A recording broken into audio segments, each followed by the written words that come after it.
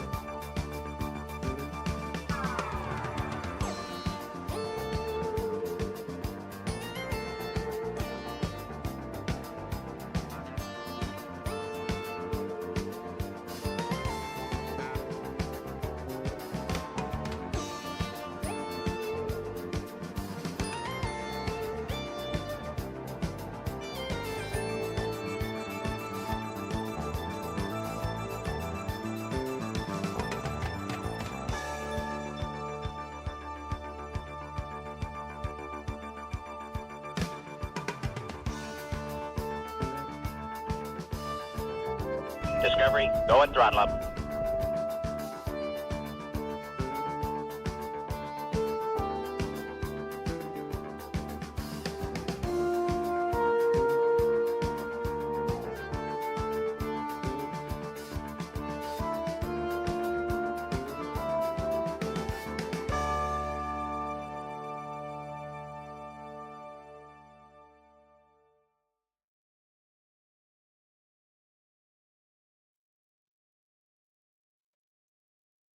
Good afternoon, everybody. Sorry for the late start, dudes. I not been having a good day. My head decided to not cooperate this morning. I had a disgusting migraine. I think it's mostly subsided now. I've been just sitting here drinking water in the dark for like the last couple of hours. You know, that's good. Hey, Audrey, the ultimate answer to the question in life with a 42-month resub. Thank you. All right. So, let's play some KSP. We built the 5-segment boosters out for our Ares, for the Ares 1 rocket. So now let's build them for, build out the SLS. Yeah, let's get that done. I wanted to work on that. Wumbo hydrating. Yeah, dude. Freaking sucked. Not fun. Not fun at all.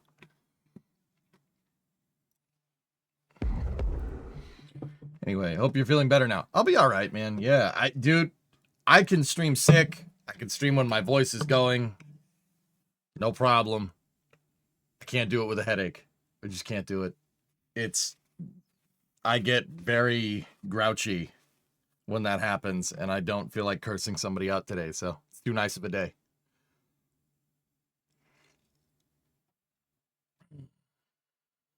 I got coffee. We're good. When is the Nancy Grace Roman? With the Roman launch, it should be September, or last I heard, NASA was discussing August. August, maybe, potentially. It's a Falcon Heavy flight. So, yeah. Turn the lights off. I'm all right, dude. I'm good enough to work with the lights on. Work with the lights on, you know?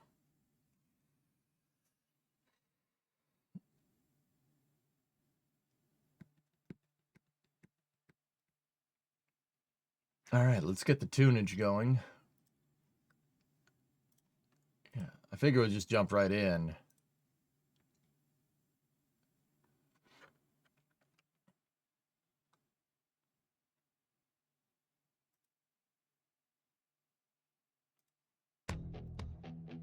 All right, let's do this.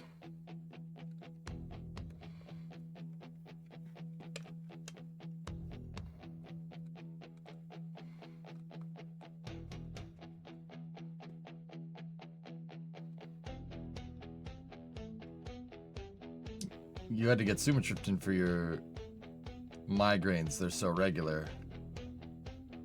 Allergies are getting me, dude. That's what it is. We had like 1 or 2 days that's nice out. Allergies immediately. Sucks.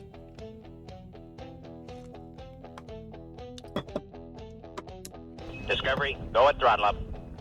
Napalm, is that good for migraines? No.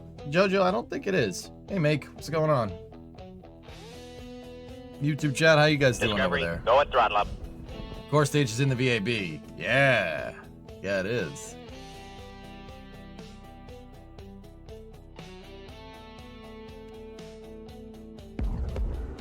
Hey, Bite Builder. What's going on? Floppy with the bits. You don't even give me bits, man. I'm late. I'm 4 hours late, dude. I don't want no bits. We had tornado-y weather in St. Louis. It gives you pressure headaches. Really? Huh.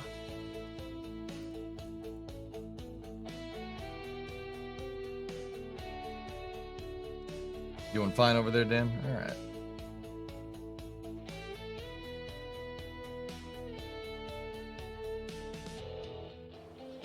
Winter's slowly creeping up down here in the south of Brazil. Yeah, you guys are getting into autumn. Or 20 hours early. Yeah. The dentist is tomorrow, guys. So yeah, I'm probably going to be late tomorrow, which just sucks too. Not happy about that, but... How did the crane build go? Not great. Kraken strikes. It blows up every time it docks to something. Something weird is going on with the hierarchy that I need to fix. So, you know, that's nice.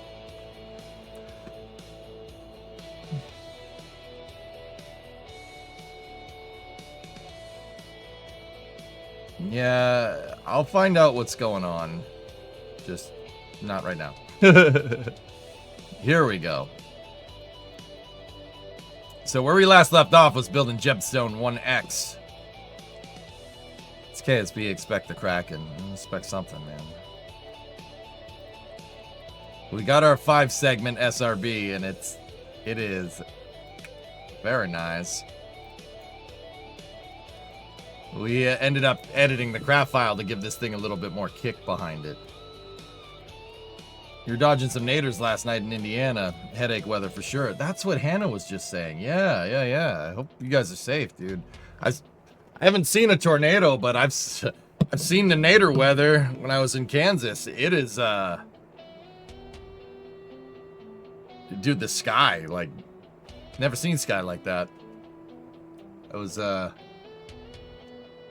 the sky got mad. Like, it got mad. Nick, what's up, dude? 49 months. Holy shnikes, where did the time go? I don't know. One of these days. No. You keep your weather voodoo magic away from me.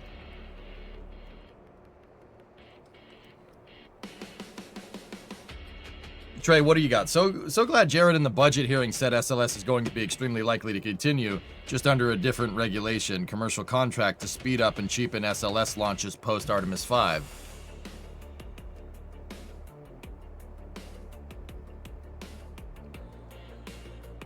Okay. How that tornado crap makes you glad I live in the Pacific Northwest. No extreme weather. Discovery, go at throttle. Yeah, we don't get much extreme weather up here, just a blizzard every once in a while. Hello, Joe. Hello, funny rocket man. Hello. Hey, Sneaky. I'm driving in your car after a soda. Oh, yeah, soda. You need an EJ and Reed Timmer collab? Nah, you guys, the weather doesn't, okay, look, here's the thing. Weather doesn't do it for me. It really doesn't.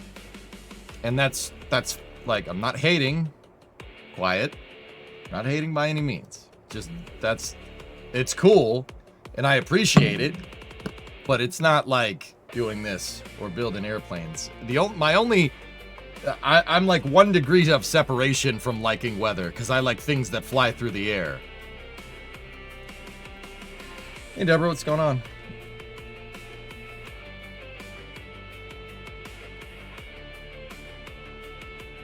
No, I didn't get that flavor, Shaw. It's all right.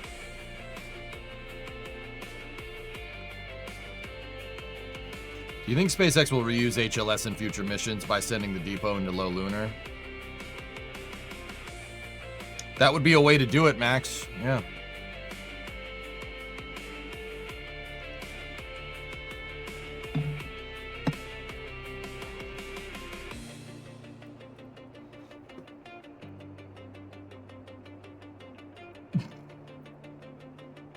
All right, so we have our 5 segment here, and we built it out, and it's pretty dang good. I'm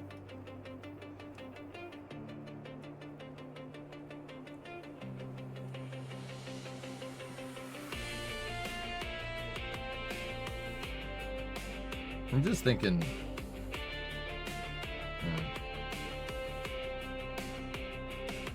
Yeah, I want to build this into an SLS. You gave Orion googly eyes. I saw it.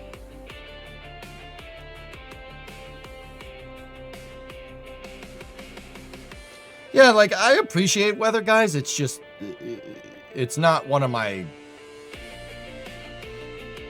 it's not one of the things I'm like, oh, that's awesome. Like, it is cool, don't get me wrong.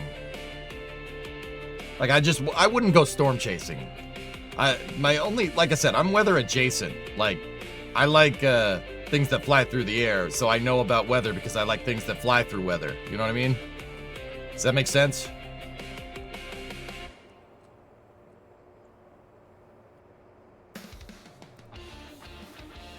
Here we go.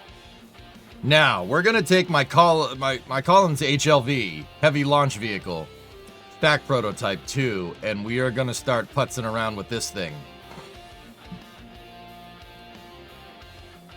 All right, so we need to take this and switch it out from direct to the big orange.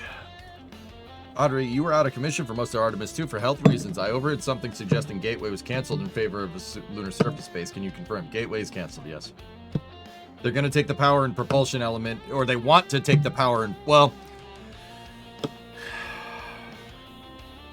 Audrey, yes, with an asterisk, if that makes any sense.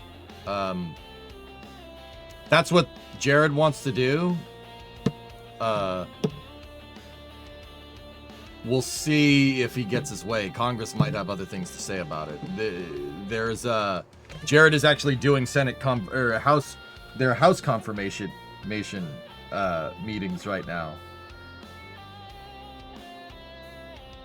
Aitor, today 1 year ago, the great shutdown happened when Spain's power grid collapsed. Nice, nice. Yeah.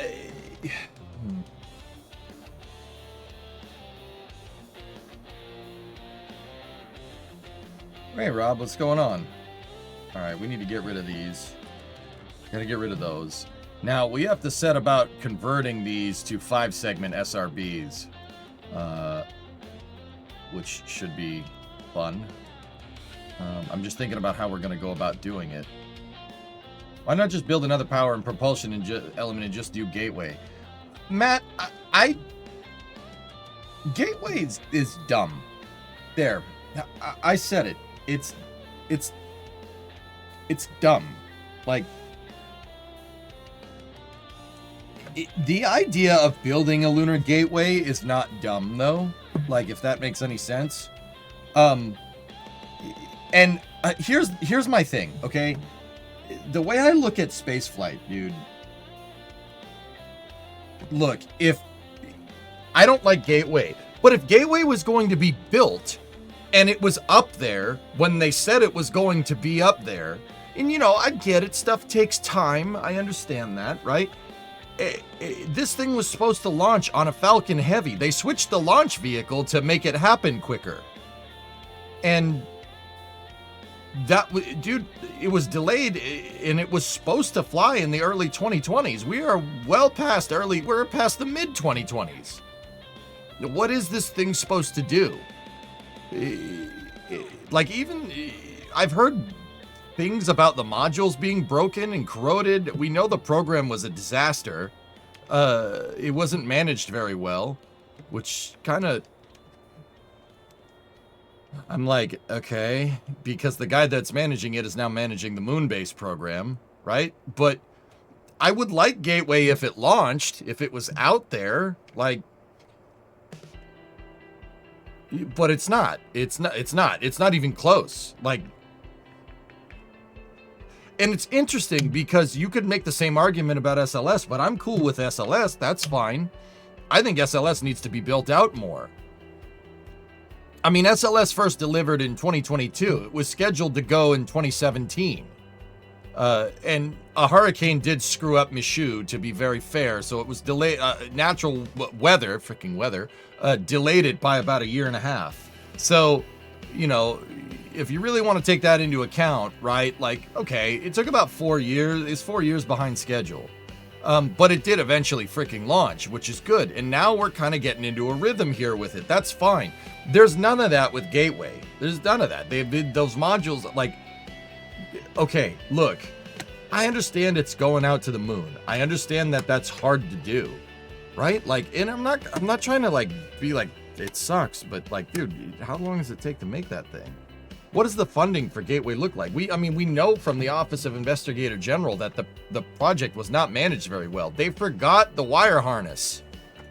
I'm serious. When doing mass calculations for Gateway, they forgot the wire harness. They forgot to figure wire harness into their mass calculations. So they went to weigh it and they're like, oh crap, we're like 3,000 pounds too heavy. And they said, oh, well, we forgot that. It's like, what? No, I'm not making that up. That's not an exaggeration. We read the freaking OIG report. That's what happened, dude. It sucks.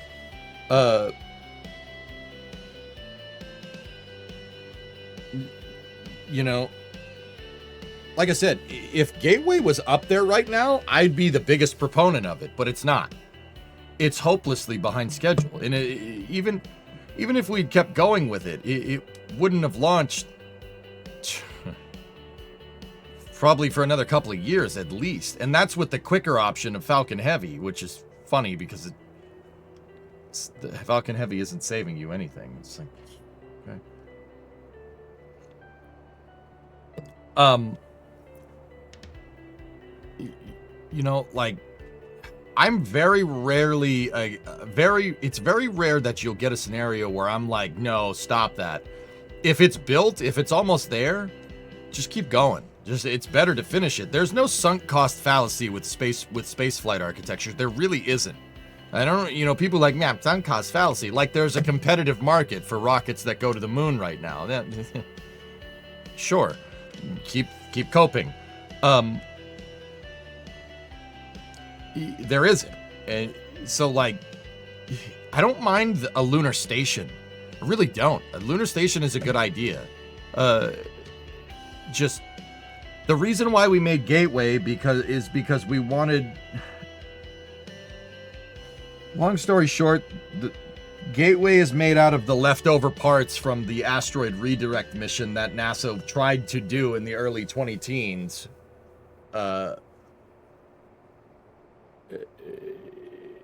Yeah, and it's leftover parts of that. The power and propulsive the PPE was supposed to push an asteroid around, and we modified it to be a lunar station when we decided we didn't want to do the asteroid redirect mission anymore, and then went back to exploration mission 1, 2, 3, and then decided we wanted to go back to the moon sometime in like 2015 or 2016, somewhere around there. So the Gateway is made out of leftover parts, like, and the funny thing is that now we're taking those exact same leftover parts and using it for a nuclear tug. Like the PPE is supposed to be rescheduled to be working as a nuclear tug prototype, which is kind of cool. That's kind of neat. I think that's pretty cool. But yeah, it's very rare that I say cancel it, get rid of it, because, you know, we don't have the, like, even when the hardware's made, like, I'm staunchly against scrapping ML2, and I'm staunchly against scrapping the EUS. I don't think that's a good idea. Shelving it, if you wanted to do that, is going to be fine, but the EUS is, not having the EUS is removing the ability to co-manifest payloads on SLS. You know what? I'll explain it when we build it in Kerbal. You're removing the ability to co-manifest. You can't put a lander and Orion on an SLS Block 1S or Block 1. You can't do that. It's just Orion. So, because of this, you're putting a commercial lander in the pathway directly to get down to the surface of the moon. And yeah, I don't think that's a good idea. I'm not cool with that, if that makes any sense. Hey, Lava. Do you think Starship Depot should have fins and tiles to be able to refill HLS in low lunar? I don't know, Max. It's a good question. Trey, what did you say? The respect the Senate has for Jared. They will ask what he needs, and they seem open to it. They were basically making the budget with Jared in committee. Yeah, that's not a bad idea. Apparently, he got yelled at for canceling things he wasn't actually allowed to cancel. Hellfish, that's always been my argument, dude. That's been my thing for the longest time. You're not going to get around the committee to get stuff done at NASA. You're not going to do that. That is fundamentally against how NASA operates. I've always been an advocate of working with the system. If you went to these congressmen and women and said, look, I want to increase NASA. I want more money for all your districts so we can actually do something. If somebody went around doing that, I'm pretty sure Congress would say yes. I'm pretty sure it worked for the Apollo program. Why has nobody tried this? I mean, my mind's going to, you know, most people are smarter than me. There's probably a good reason why nobody's done that. But I'd say that just canceling stuff willy-nilly is just going to get us more, it's going to get us more of this. A repurposed thing for a repurposed thing for a repurposed thing that ends up being a half measure to our lunar exploration program. That's why I don't like Gateway. It was a half measure. Gateway was made out of leftover asteroid redirect parts, right? And the reason why it was put in the near rectilinear halo orbit, or they wanted to put it in the near rectilinear halo orbit that it was in, was because Orion doesn't have a service module that is good enough to get into low lunar orbit, right? It doesn't have a service module that's good enough to get into LLO. So they put a station in an orbit that it could get to, which basically means because you skimped on your capsule design, right? And you made your Orion capsule like good for exploring Mars or something. They gave it the MPCV as an anemic service module. Like it's not designed for lunar exploration. Orion's designed for Mars exploration, which I still think is a farce, to be honest with you, but that's another story. So because of this, because we really designed it for more like Mars transfer vehicle stuff, sending it out to the moon and using it to explore the moon, it gets to be a little complicated. So we put a band-aid on top of a band-aid on top of a band-aid on top of a band-aid. That's why I'd never really liked Gateway. I would like it if it exists and we could send people to it right now, but we can't.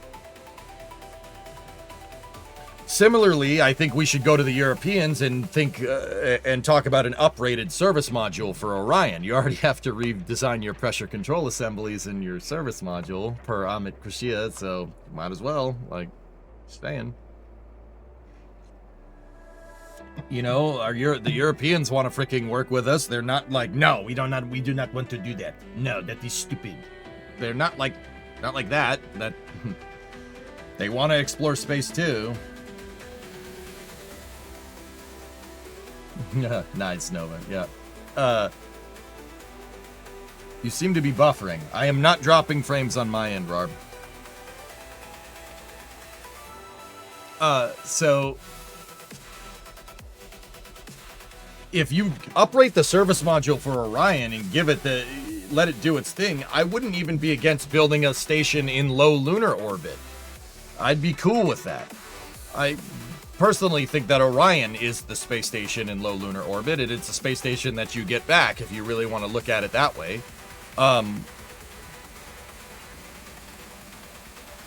You know, like, yeah, but Audrey, with your brand new fiber connection, you're doing just fine. Nice. So like, yeah, I don't like Gateway. It's a compromised architecture, and all Gateway would have ended up doing is just making our landers more complicated. If we had decided that we wanted to design Orion's service module to get to low lunar, it makes co-manifesting a payload on SLS way easier, and that would have made the lander complexity not nearly as hard. Right? There's a reason why both of the landers if you look at both of the commercial landers, and this nothing against Blue Moon Mark II, I think that's a good design. Nothing against Starship, but they're complicated. They're complicated because they got to refuel. Not saying that's impossible. They'll absolutely do it. I don't think refueling is an insurmountable thing that nobody's done. There's been no market for on-orbit refueling. There will be in the future, though.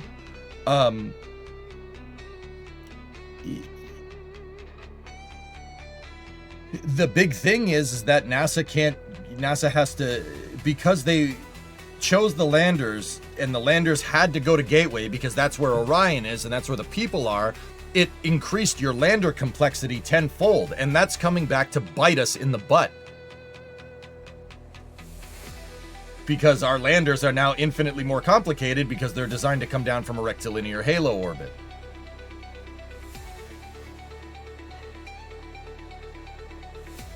Like, that's really important to understand.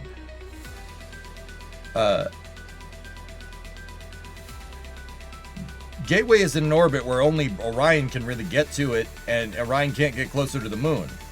And that increased our lander complexity so hard that there's no way we would have done an in-house lander. Can't just build another LEM. Now Jared wants to get rid of the EUS, right? And he wants to get rid of the EUS, and he wants to get rid of the second mobile launcher. If you give SLS the ability to co-manifest payloads, right, then perhaps with another version of SLS, you can use the lander to circularize, or you can use the EUS to circularize around the moon. If you mitigate boil off, it's doable, right? And now you've opened up the door to being able to get to the moon pretty routinely in one launch. You don't need like 20 launches to get just something out to the moon. Now, once again, and I'm not like anti-commercial lander either. I want both of those as well. But I guess my argument is like, look, we have a way to get to the moon. We have a blueprint for how to do it that we did 50 years ago. It probably would be good, at least for an interim amount of time, to use that solution. You know, here, I'll show you when we go to build this. The whole point of Artemis is practicing for Mars. Yeah.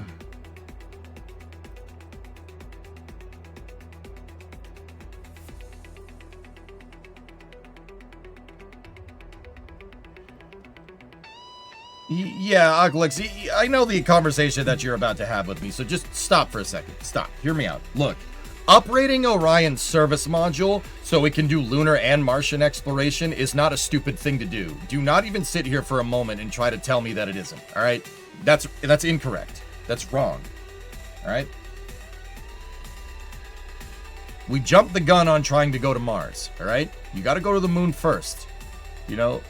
And once again, this all goes back to just NASA not having a good concrete plan. We haven't had a good plan since Constellation got canceled. Hey, Stevie, what's going on? 16-month resub. You're not saying that. Ooh, all caps. You sure? I think you were going to. We've had this conversation before.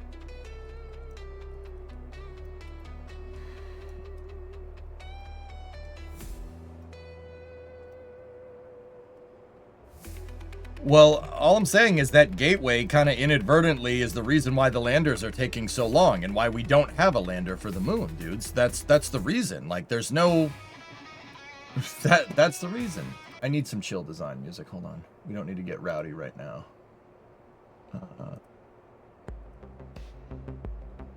Like, that's our Achilles heel in the end.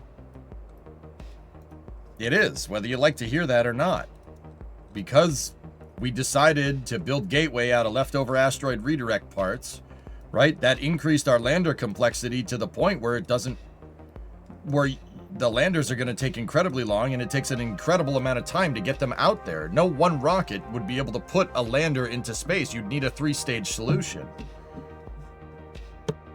Like a transfer module, ascent and descent module, and that's part of the reason why Starship got picked as a lander. That and NASA couldn't afford it. But yeah, dude, like, it is what it is.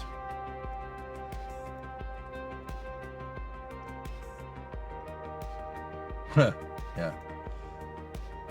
Ares 5 could do that, yeah. Andrew, imagine being able to co-manifest a cargo module that could be used to resupply your lunar landers. There's another option, yeah, another idea.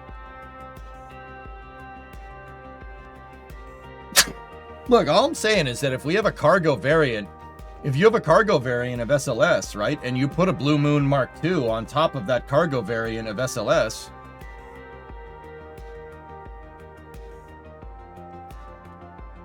that'll get a Blue Moon Mark II out to low lunar incredibly fast. If we could somehow have a way to co-manifest it, so like if you could do a Blue Moon Mark II lander with the Orion capsule in front of it, and even have the EUS get that a good ways out to the moon, right? To the point where like Blue Moon Mark II could do your translunar injection, right?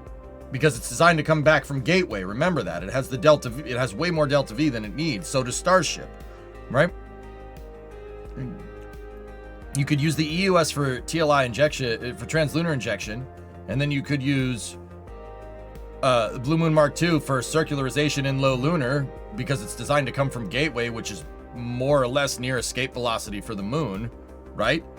Circularize in low lunar, bring Orion down to low lunar, use Blue Moon to get to the surface, come back up, redock with Orion, Orion goes home.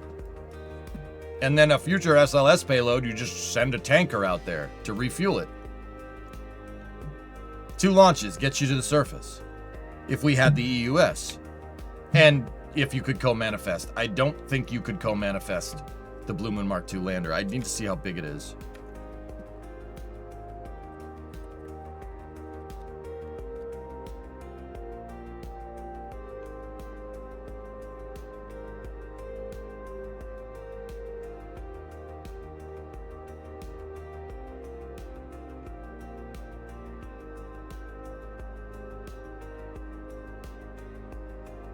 Every piece of Artemis artwork depicted in the path back. Keep saying we should practice like we want to play, but insisting having linebackers on. We keep insisting having linebackers on the practice fields a waste of resources to make things too complicated. No. In your analogy, I don't have linebackers on this practice field for your football team. I have a pitcher from a baseball game. Pitchers are great for a baseball game. They're not going to do well in hand egg. That's the argument that I'm making. Do you understand? We can use Artemis to go and explore Mars, right? But if you insist on, like, we want to use the moon to learn how to live and work in deep space and then eventually go to Mars, right?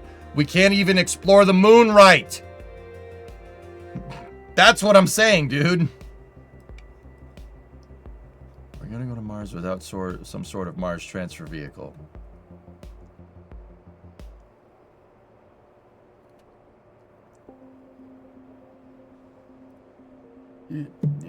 I don't know where you're going with this, but you're missing you're obviously not listening to what I'm saying, dude. Like that has nothing to do with it. Who gives it? Like frick all that, dude. Like if you can't explore the moon, what's the point of going to the moon to learn how to live on Mars?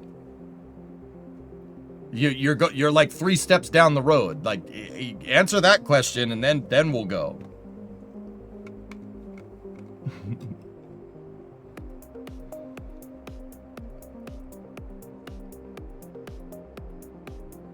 All right, yeah, no, it's pretty good. It's a looker, Hawks, for sure.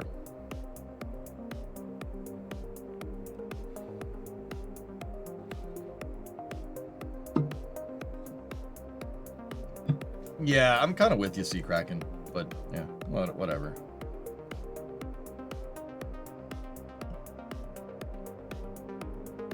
Like, look, all the best people in this game, Von Braun, Joseph Shea, Mueller, all the original, and Amit confirmed this in the Artemis 2 post-flight press conference. All the original guys didn't want to go to the moon first. They wanted to learn how to live and work in space. Then go to the moon, then go to Mars, or do a Venusian flyby. Like, there's iterative steps to doing this right, and it's not going to cost you a boatload of money. If you can't explore the moon, we have a fragmented architecture to explore the moon. It's all over the place. The argument that I'm making here is that if your architecture is not built out here to explore the moon sufficiently, and ours is not right now, what's the point of even going, like, practicing for Mars? You can't even explore the moon right.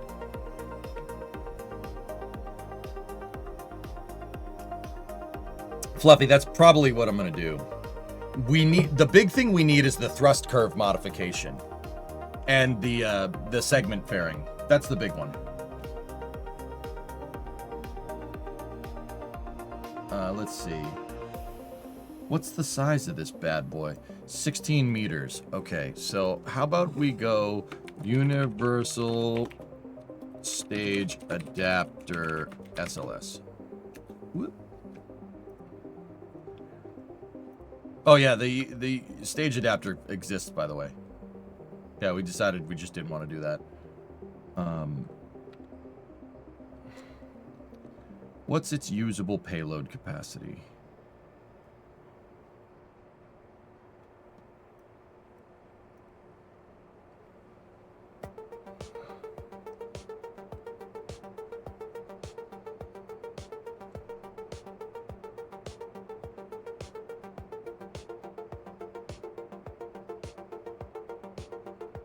Here we go. Universal stage adapter is a cone-shaped cylindrical barrel, 18 feet in diameter on the Orion end, 27.6 at the EUS end, and stands 33 feet tall.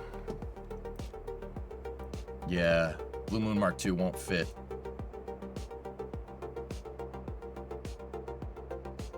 Mark I would, though. Damn. JP, you work for the company that built the universal stage adapter. No way, dude. Is it still Teledyne? Well, you don't need to answer that. Don't worry about it. So no lander for Artemis 4? No, Rob, that's not what I'm saying at all.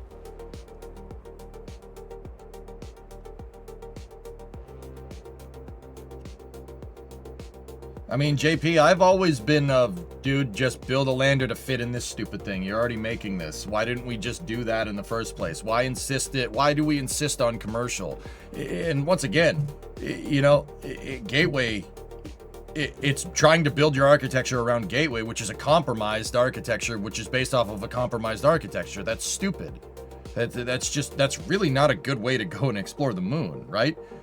If we didn't have that gateway requirement, we could have co-manifested a lander here. You could fit Altair in that thing.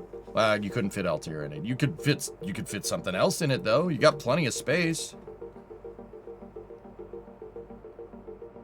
Altair wouldn't fit. No, it's Altair is as big as the universal stage adapter is.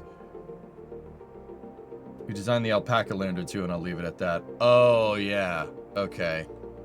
Yeah. A Leidos company. Yeah, I got you. Yeah, you told me that. We've had this conversation before. The LEM would fit in it, yes. But you have, because of Orion's doofy service module, Fluffy, you have no way of getting... You know what? Frick this. I'm just building out this architecture that let me just show you in Kerbal. Screw this. I'll explain what I'm talking about in the game. All right, so Stack Proto, let's go.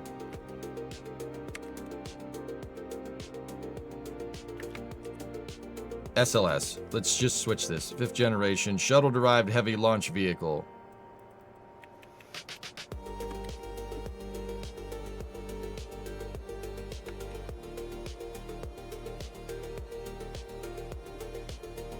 All right. Updated 4/28/26.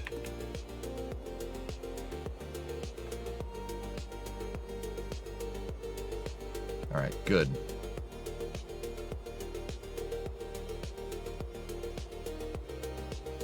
Is there any way for KSP to calculate how much your launch vehicle can bring into orbit?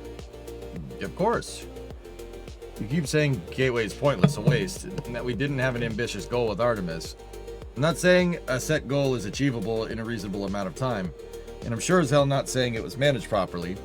Okay, fair. What I am saying is that it has plainly clear purpose, and I'm getting quite aggravated at you saying we should just use the moon to learn how to go further while bashing the thing that lets us flesh out a critical path of the mission, hence the linebackers. The mission has changed, though, dude. If we're talking, this is what I mean, dude. If we're talking 2020, I would agree with you. We were in agreement on this, but the mission changed. Now it's go back to the moon by 2028. So the stakes are changed. Gateway is an impediment to landing on the moon.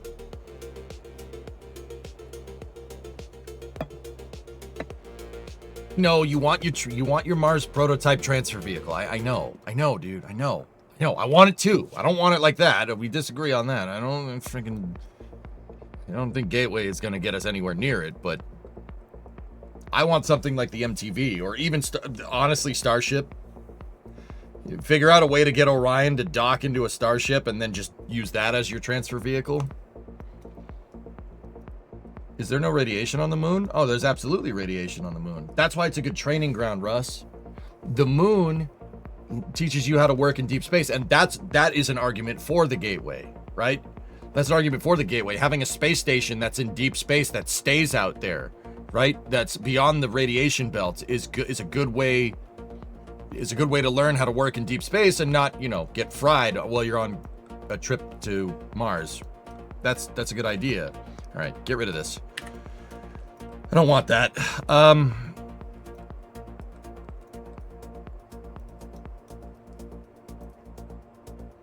Just make that fairing like that. Keep that like that. All right, we got to start playing around with this thing, dude. Use the gateway as a storage depot? No. I would argue if we're going to use something like that, it's better off in low lunar.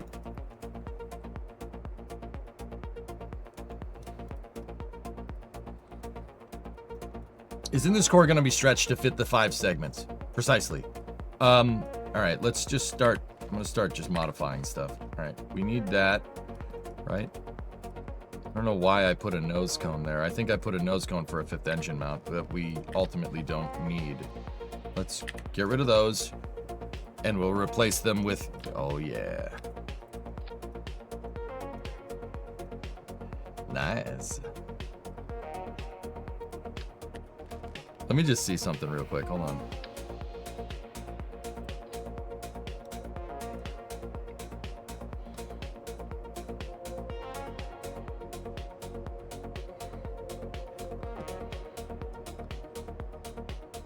If it didn't stop the Apollo programs, we'd be living in 2001, and I'm angry about it. Hey, Bleaks, here's the thing, dude. Don't let it bother you too much. And I'm saying that as I wholeheartedly agree with you. But dude, look. Here's the ultimate thing here, guys. You want to learn the big lesson of this. The big lesson is that, look, with SLS, we got a viable pathway back to the moon. I'm saying use SLS to build out the entire pathway on top of commercial. But either way, we sent people back out to the moon. We proved that we could do it again. All right? That's a load off, dude. I'm telling you, man, these past couple of weeks are the happiest I've been as a spaceflight fan in a long time. And don't forget that. We sent people back to the moon. We increased the amount of people overall that have been out of low Earth orbit, that have been beyond low Earth orbit. That is a big deal. So, look, like, whether we end up using Starship, Blue Moon, whatever, however this ends up, right? We prove that we can make the journey, which is a big deal, dude. That's a big load off. So don't let it piss you off too much, you know? I don't let it piss me off as much anymore. It's a huge step in the right direction, a giant leap in the right direction. It rectified a lot of stuff that just made me very angry as a spaceflight fan, you know?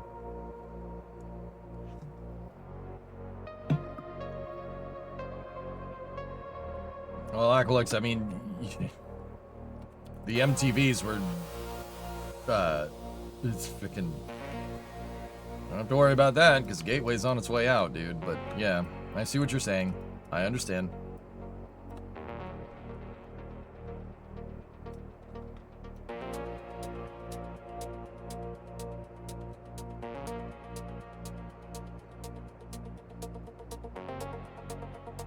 A giant leap for mankind.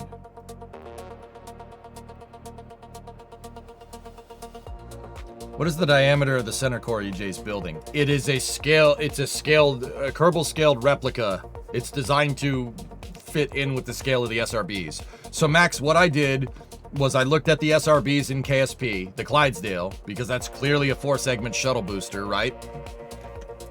And then I said, what is the relationship of that from that to a actual SRB? So an actual SRB is a 3.7 meter core.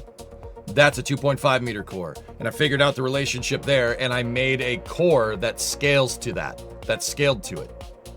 I actually ended up with this core diameter from my shuttle program, dude, because the HLV originally is supposed to be direct, but we're gonna make it into SLS. It shouldn't take much. Let me go here, open up that fairing extension, and I just have to kind of look and see how I put all this stuff together. Can Gateway honestly be used with the corrosion that they found? Yeah, sure, why not?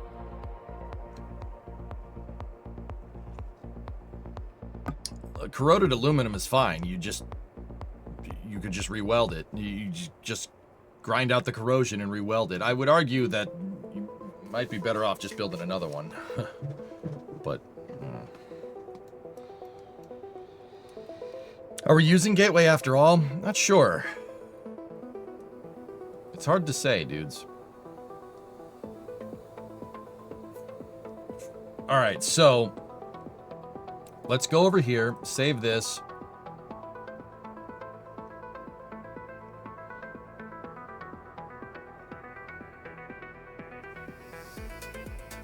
Man.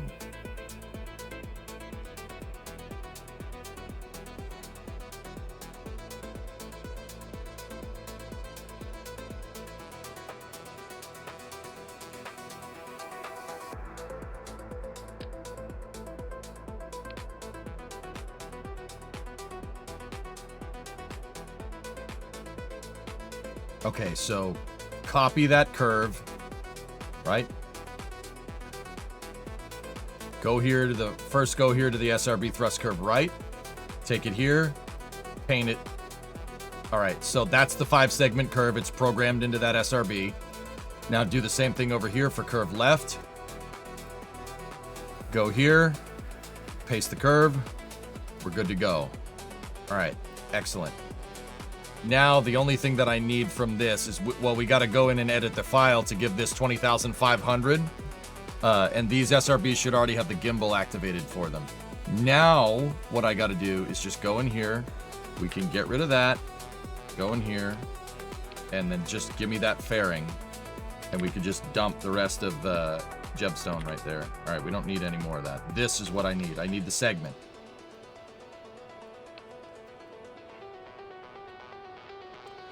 Now, let's take some measurements here. That's the attachment point for the MPS, right? So that's where our aft attachment point should be. I'm gonna put one of these bad boys here.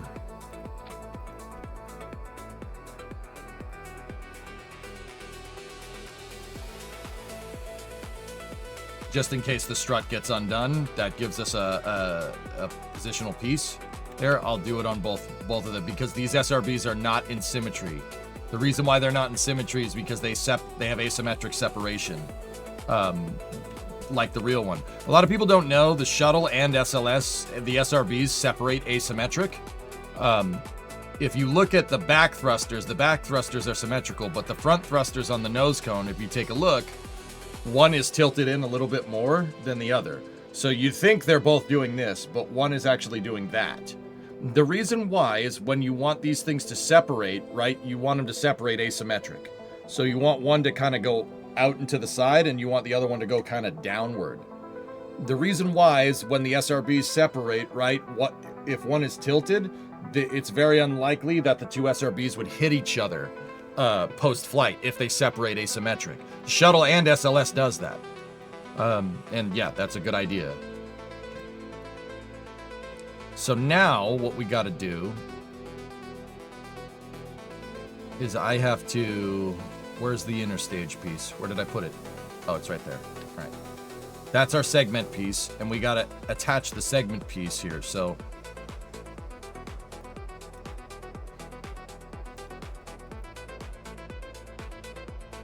oh no.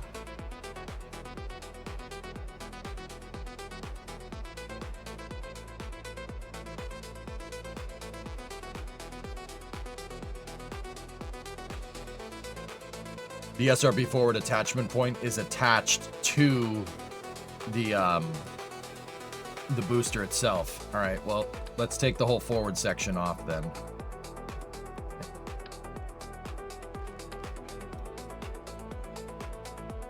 Attach the forward segment piece.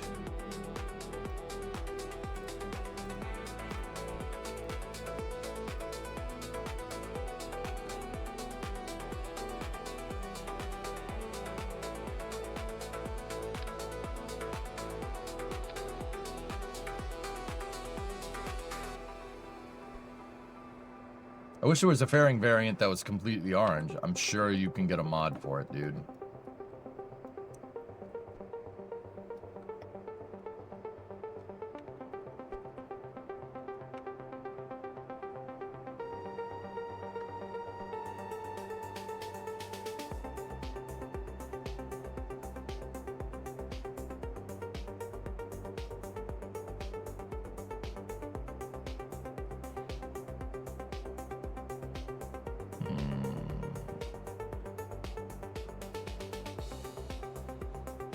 Yeah, we could use flag pieces to paint it to have it orange, but the problem is that it's a custom diameter pig's egg. It's not any of the core diameters that are in the game.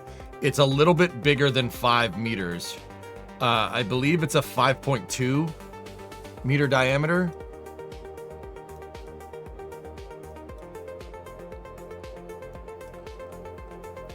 Has anything been said about when Northrop Grumman will test another Bole booster? No, but they have time, dude. They have until 2029 to really get that into the groove. How partially reusable New Glenn could be competitive with fully reusable Starship?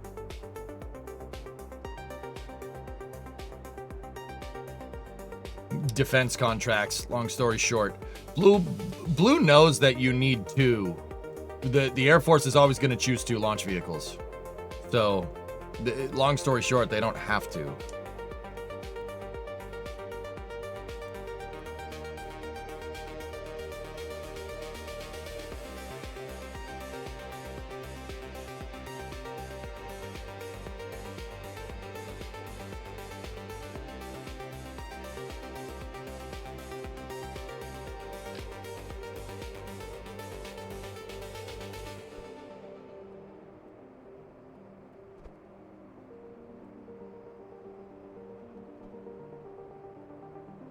Just need to clock that. We need to separate this. The reason why I want to separate it is because the parachute's here.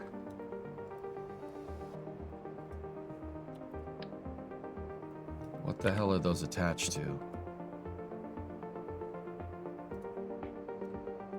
Okay.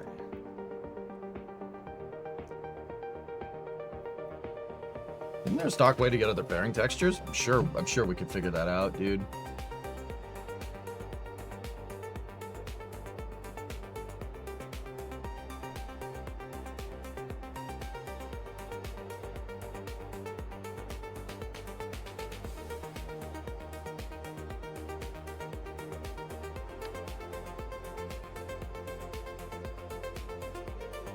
I attach the parachutes to the inner stage nodes on the fairing. Okay, so what I want to do with this design, dudes, is there should be a drogue chute in there too. All right, there is. This design never really did what I wanted to do exactly. So let's reattach it, and while we're here, I'm going to redesign the nose cone just a little bit. The idea here is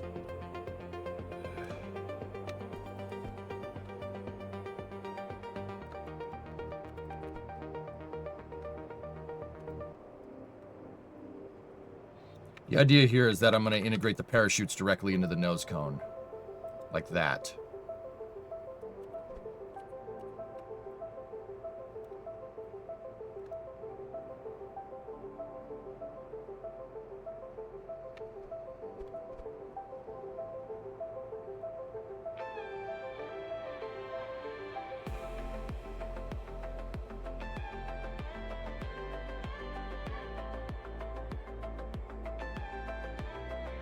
And I will try to get my 5-segment boosters back, dudes. Hello from Germany. I'm directly in the lurk stream. Have a good stream. Danke schön, Joker. Auf Wiedersehen. Enjoy your lurking. And thank you. Thank you for watching, everybody. I do appreciate it.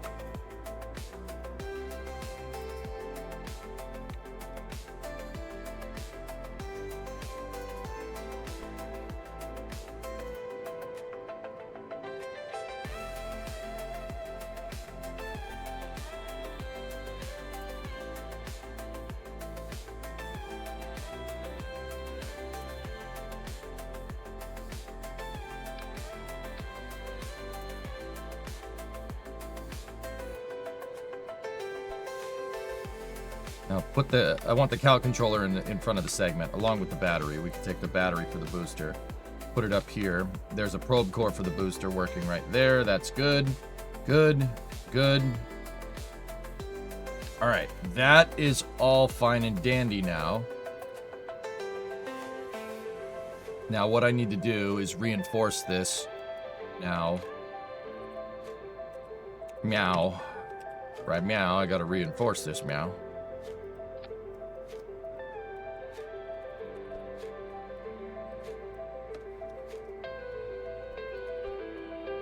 Am I saying meow?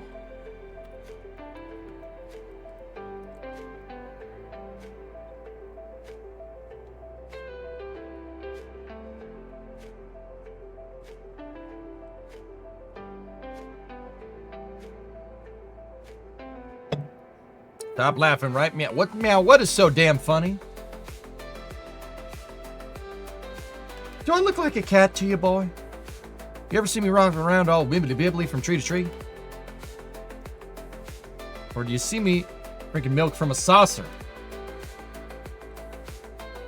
You stop laughing, right? Meow. Meow. I'm gonna give you a ticket. No buts, meow. That's the law. Not so funny, meow, is it? Ah!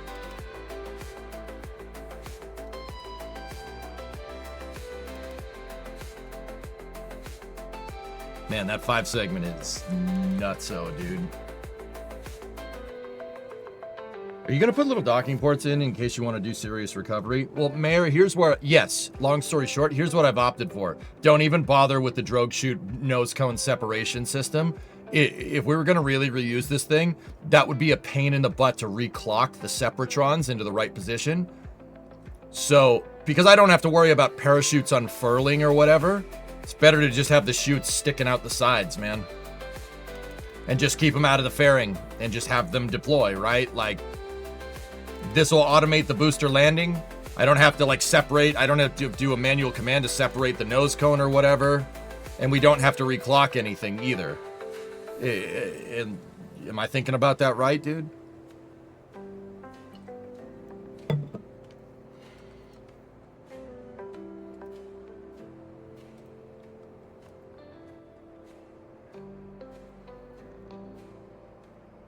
Or should I make it sub-assemblable so you could take it apart?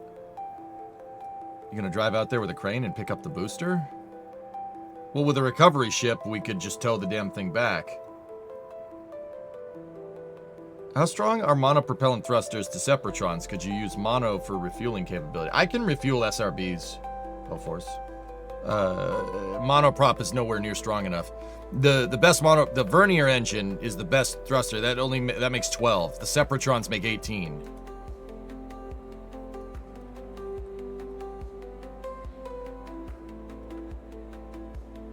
Those weren't in perfect 3x symmetry, by the way. You know what? They're not in perfect symmetry. Here's what we're doing. I'll force the 3x symmetry.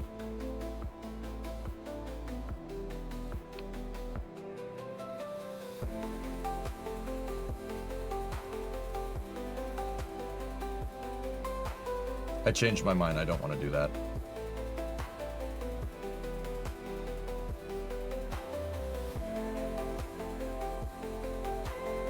Why are this RS-25 smaller in this game compared to real one?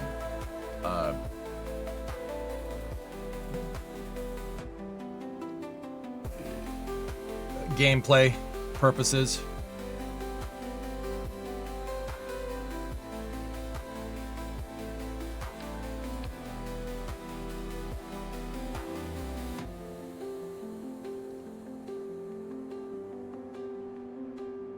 Are you gonna assemble it with a gantry? If I can get my stupid freaking gantry working, dude, yeah, we could. That's what I was trying to work on yesterday. For right now, though, I'll build the reuse capability into this because this booster uses the exact same attachment mechanism that I know works with the shuttle. We proved it before Artemis, right? I know that this system works, so I'm gonna use it. And theoretically, it shouldn't be a big deal to just stack this thing, right? Like, it should be okay. EJ, wow, does this small details about small details. I never noticed this symmetrical detachment. Yeah, drama. Big deal. Tyler, if I made a B9 part switch config for the max thrust and added propellant for the 5th segment so you don't have to do any file editing, would you use it? I'd prefer to show people that I'm editing a file, Tyler, rather than abstract it. Because the reason why is I don't want to not look hypocritical. I don't want to be hypocritical. Like, I often say, like, oh, I don't use mods. This is all stock. This is all stock. I make it so if I am editing a craft file, I make it very clear that I am. And I prefer to have it out in the open and show people, like, look, this is what I'm doing. if you wanted to make this, if you wanted to download this craft file, like actually, dude, to be honest, if we just change the attributes in the local craft file, people could just download this and it'll work. Like you could put this on Kerbal X and you'd be good to go. But I want to make it very clear that I'm doing that, just so nobody gets confused. You know, I do appreciate it though, but yeah, no, I probably wouldn't use it. Not because I hate you or anything. Like it has nothing to do with that. It's I mean, maybe a little. No, I'm just kidding. It's very, very much about making sure that I'm very clear about what I'm doing. So what we can do now, we might be able to just get away with that.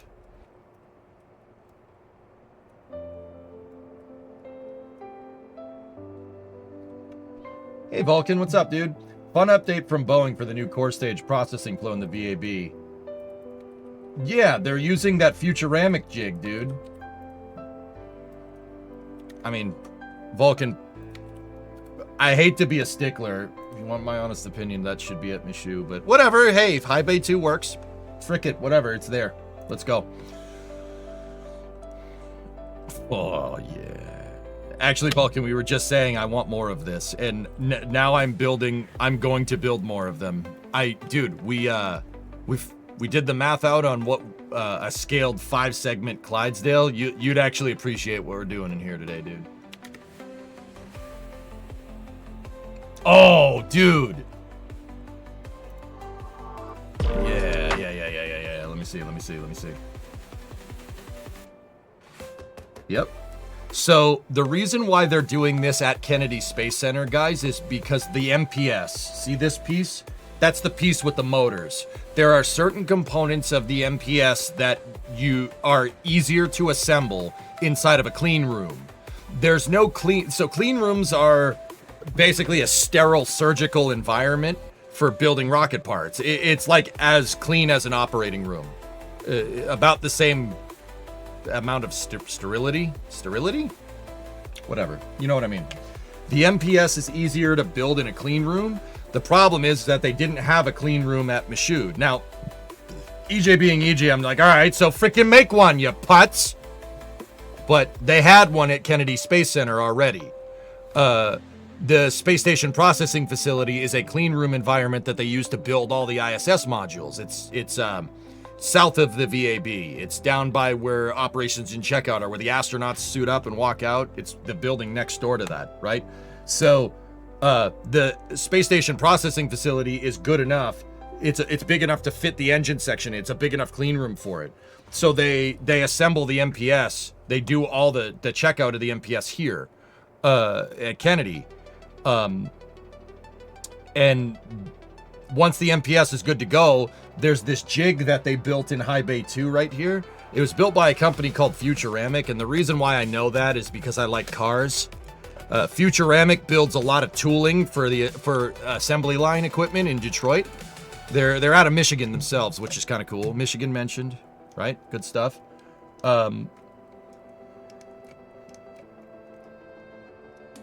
Yeah, I mean, you'd have to build this thing. They were trying to do that, and then Jim said, no, build it horizontally. I know the story, dude. Yeah, yeah, so that's why they're building. That's why we had SLS shipped there today. Wait a minute. Whoa. Hold up.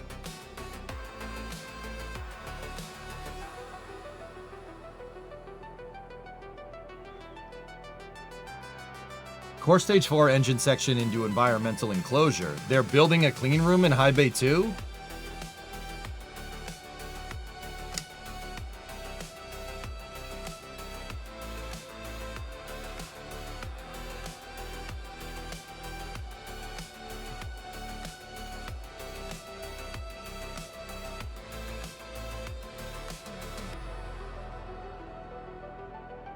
There's the jig.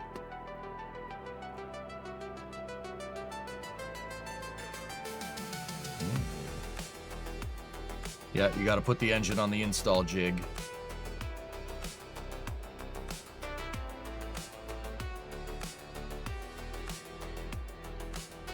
That's a way to do that, dude. I mean, how else are you going to do it? I get it. Like, RS-25s are meant to do that, and then you get a finished core stage. And they got a core stage storage pen. Oh, very nice. Yep. And there's your aft bow tail. The aft bow tail is the last piece to go on.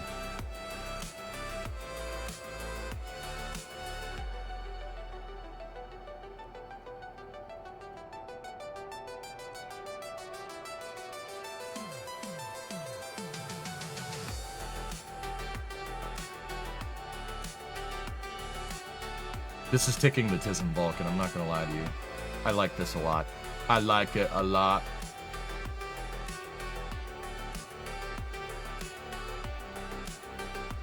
Wait, why are we breaking it over? I'm sorry, what's going on here? Hello? Hello?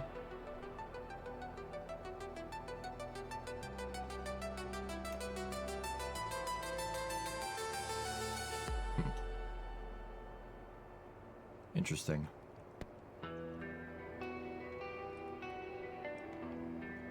On-site clean room, huh? I mean, like I said, I always so this is the spaceflight Tism flavor that EJ has. I hate that it's in a high bay. I don't care, but I hate that it's in a high bay. You know what belongs in high bays? Mobile launchers. Mobile launchers belong in the high bay. All right, maybe we should have built this at the factory. Like, did nobody think about this? Like, maybe we should have built this at the factory where we build the rest of the stupid frickin' thing. It's fine. I don't care. Hey, Stubborn, what's going on? It's fine. It's fine. It's fine. Clearly you do care. I care a lot, all right? I care a lot, okay? I just want to be able to support simultaneous processing of 4 SLS cores all at once, all right? Is that I think that's fair, all right? I think that's fair. Like, that reads coming from me, right? But hey, if we want to use High Bay 2 for core stage integration and High Bay 4 for SRB, storage and processing, I guess I'm okay with it. If beggars can't be choosers, retool High Bay 1 for Block 1B, please. It's never... See, Mutter, you don't get it. It's never going to be enough, all right? You know why it's never going to be enough? I will incessantly hit the more button, right? I will keep incessantly doing it, and more, because we almost had nothing. We almost had nothing. Constellation, $30 billion. You heard that before. You guys don't need to hear that from me. You said a high bay, it's the VAB. No. There are 4 high bays in the VAB, cousin. The VAB can support processing of 4 rockets at once. It did it during the Apollo program. 4 Saturn V's being built all at once. It's because you're clinically insane. No, I just want to go to the moon. Insanity has nothing to do with it. Yeah, you're talking sense there.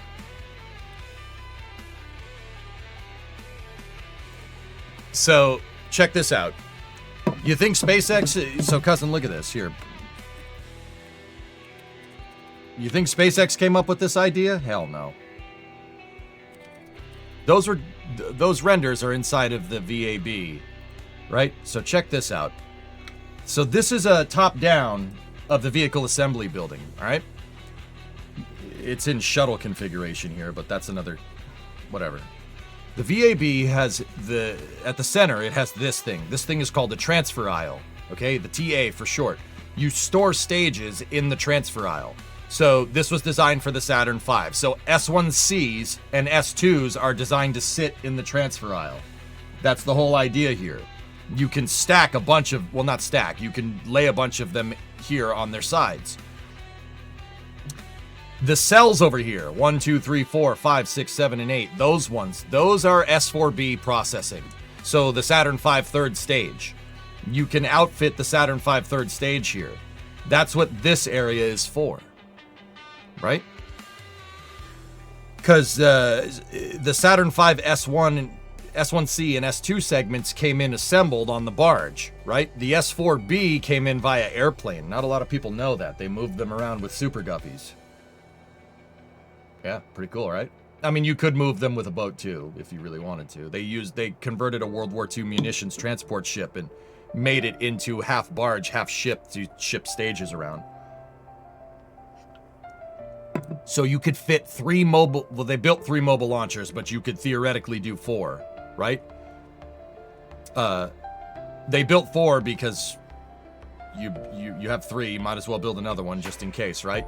So the idea here is that you can have processing of 4 up to 4 stacks at once. You could build 4 Saturn V's at once. The whole idea behind this, dude, is like, okay, so if you have a Saturn V and you need to build multiple Saturn V's, right? To, let's say, build a transfer vehicle in low Earth orbit that's going to take you to Mars, you can have 3 of them teed up and ready to go. You have 2 launch pads, launch one on one launch pad, then send the second campaign, so launch one on 39A, send the next one on 39B. While that campaign is going off, you bring the first mobile launcher off 39A back, right? Put it back in the high bay, grab the other one with a full stack on it, send that out to 39A, launch the one on 39B, and then launch a second one on 39A. So you could launch 3 Saturn V's like in a month. Think about that for a second. Is it wrong for me to want to see this with SLS? Hell no. No way. I'm not wrong. Am I out of touch? No, surely it's everybody else. 4 high bays, 4 rockets. 0 high bays, 0 rockets. Pack everything up. We're out of here. Oh, yeah. Also, EJ, check this out. No, that's the wrong one. That's still the... Either way, Vulcan, that's cool. I'm digging it, man. Let's go. I want more. Oh, hey, baby. Nice. Bendix. That block is still there. The block has been sitting on that crane for like 50 years. I mean, yeah, that's the other thing, dude. The VA with the VAB, right? You can tool high bays for different rockets. So they ended up tooling one high bay for Saturn 1B with a milk stool, so you could build Saturn 1Bs on it.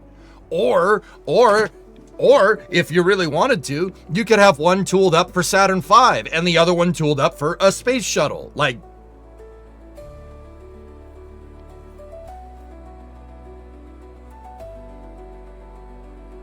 and you could have 39A tooled up for a space shuttle and 39B tooled up for a Saturn V. So you could have reusability and super heavy lift launch capability like all at once. Like, you could do this, but we didn't because we had our head up our culo.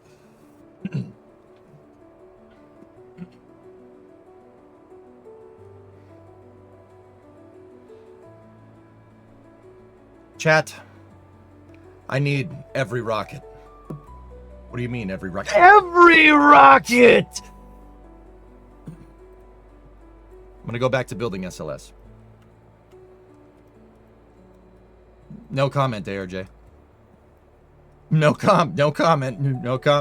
I'm not touching that one. Everyone! That was a joke. I'm not that crazy. Only a little, okay?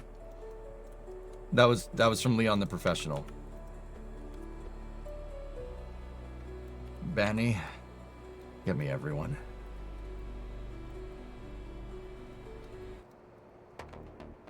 Hey, Alleviate. I'm doing just fine, man. How are you? You know, it's like Ruby Rod in Fifth Element. I don't want one rocket. I want all the rockets. Mr. EJ, you're gonna have to field one launch vehicle to get to them. I don't want one launch vehicle. I want all the launch vehicles. Mr. Johnson. Oh, you can call me EJ. Here, you know what I'm saying?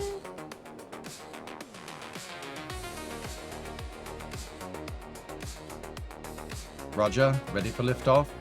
Confirmed, 10 seconds. I am disappointed.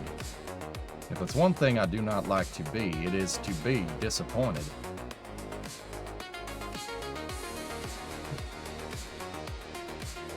Like, they offered, that's what always gets me, dude. Like, the VAB, we spent all this cash to build that damn thing out, right? And it just sits there.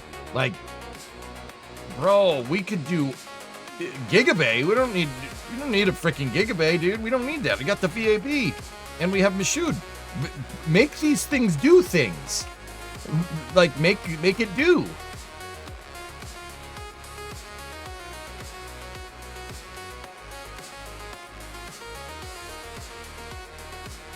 I don't know, just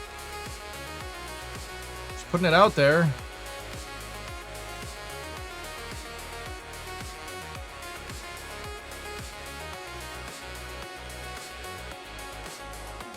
You love it, Mutter, don't lie.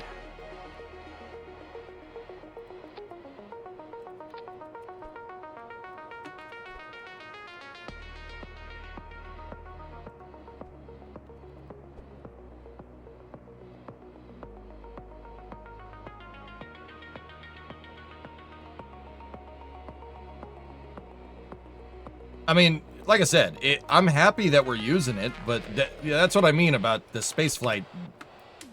The spaceflightism. I'm like, no, like it's good that we're building rockets in there, but build more rockets in there. Like we could be building more rockets. Oh crap! Didn't mean to do that. Like, can we build more? Like more?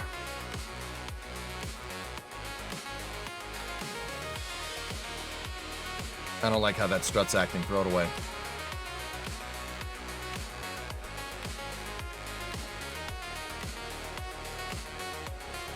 So this is part of the sling and separation system, but this is also part of the integration system that we built out here.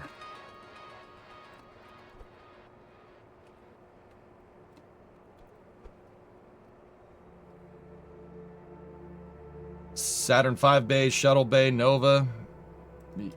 Dude, honestly, I'll just take 4 Saturn V bays. That's fine with me.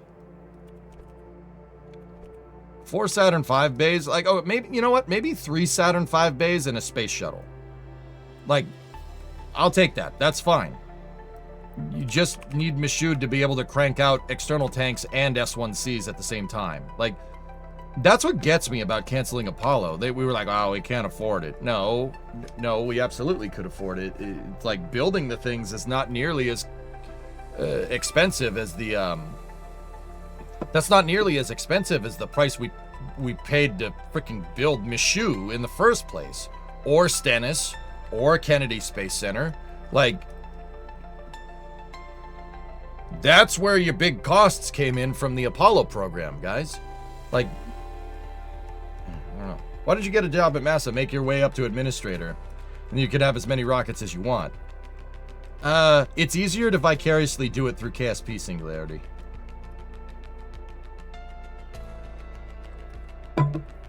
And you don't really work your way up to administrator. The president picks you, which kind of, I mean...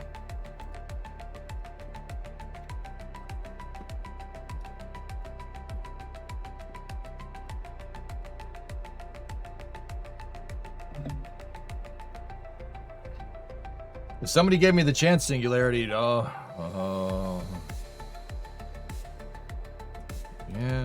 that'd be nice. All right, that should be good there.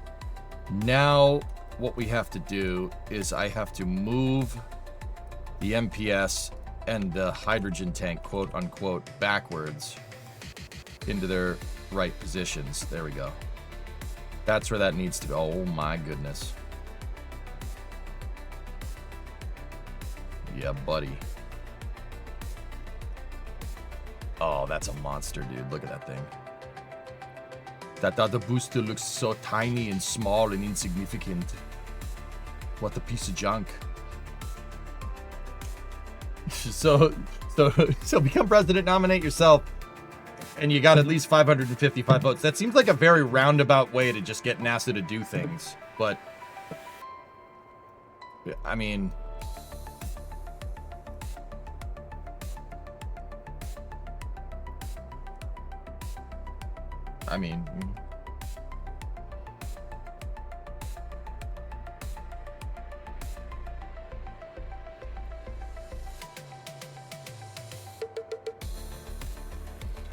I think it's easier to just probably sit here and be like, yo, we could just make more SLS. Like,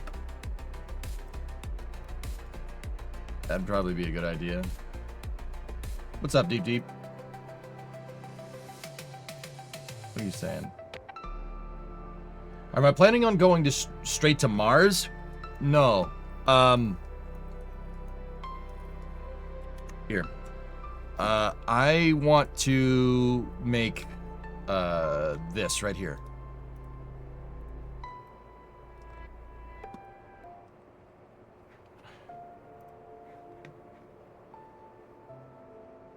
Actually, I don't really want to make the EUS. I'm going to make something like it. I want a better upper stage for SLS, and I will make the universal stage adapter and go from there. Crazy question. Do you think in our lifetime we'll see something like a V2 shuttle? I don't know, maybe. See, I want something like this. So, Deep, I'm not sure how well this is going to translate from English to Russian, but I want the ability to co-manifest. So, co-manifested payload right here. Hang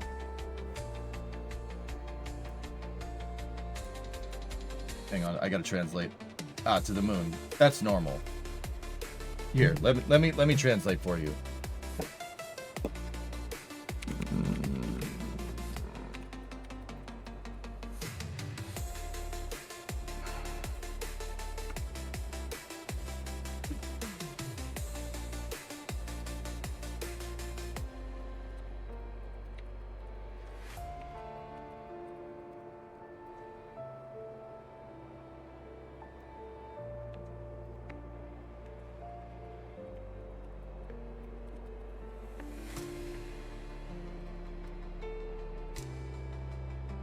Here, I'm gonna see. We'll put this sucker into the translator and then go.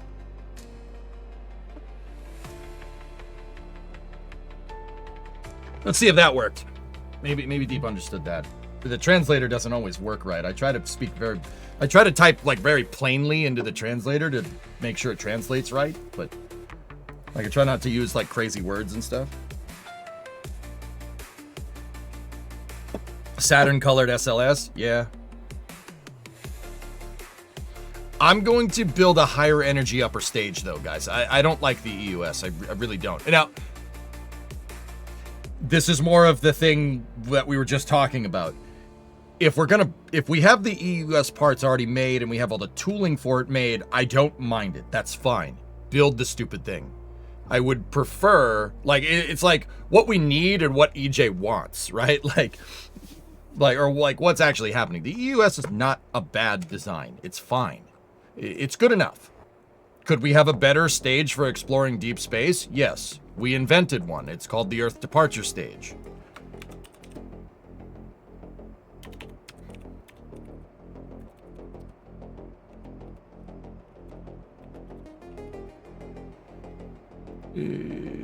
The EDS is way better.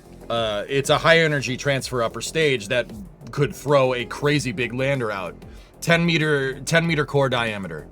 You can't put that on top of SLS. I would argue that if we made a common bulkhead, if we made a common bulkhead 8.4 meter upper stage and put like a Raptor behind it or something, like a vacuum Raptor behind it, and made a Methalox upper stage, I mean, it's not really the best way to do that, but we could.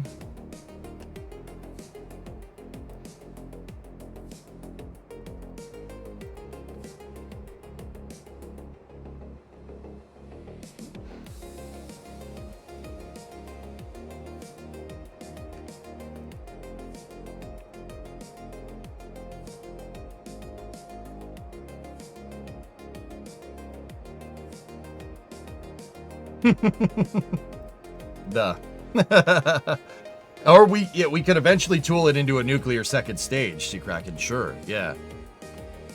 Could you stick your Ares 1 analog upper stage on top of this? I'm not building Ares 4. I hate Ares 4 with a fiery passion.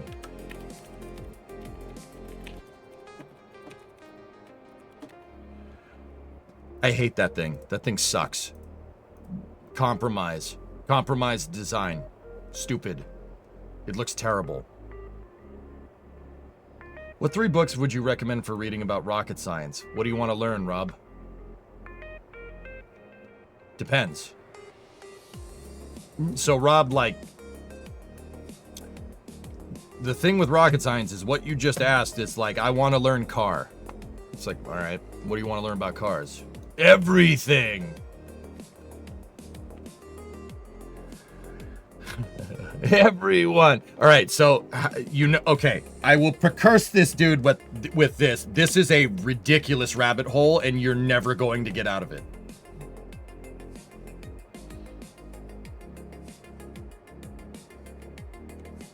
Rocket science is a never-ending pit of knowledge. You will never, ever learn all of it. Ever. Ever.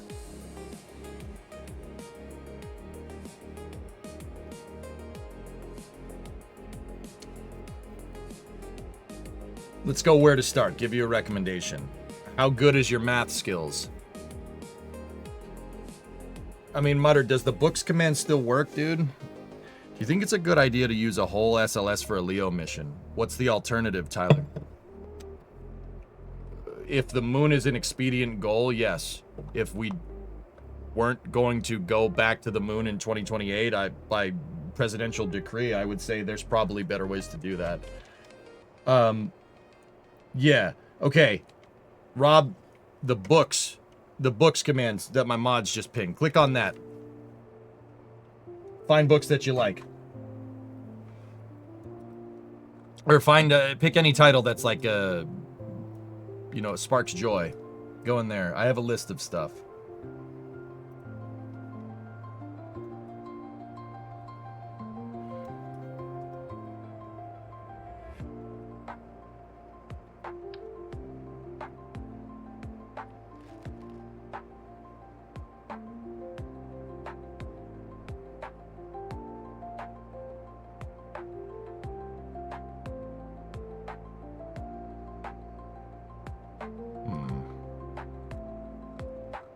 Now I'm wondering about something.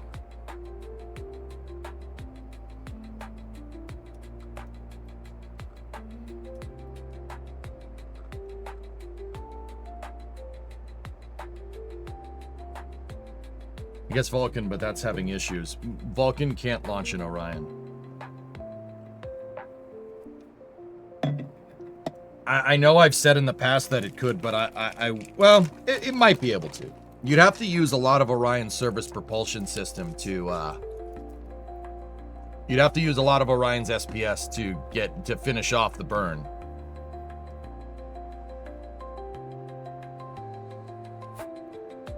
Have you not read Ignition? I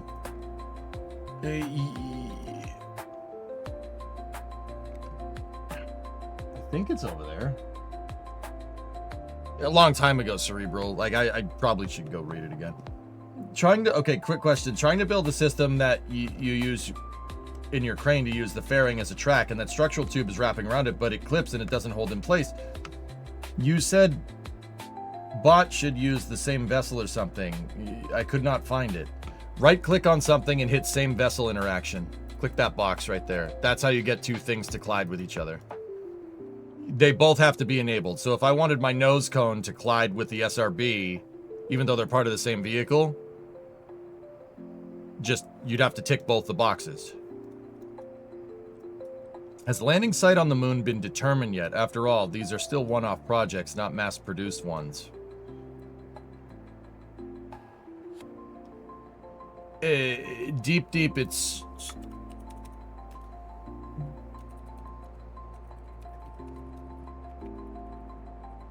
It's somewhere around the South Pole. Here, I'm typing it out so you can translate it. Somewhere around the South Pole, because of the water ice that is down there.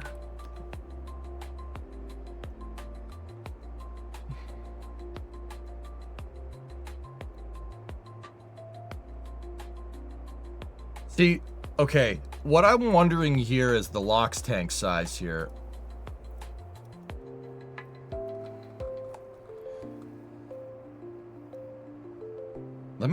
I need to look at something, actually.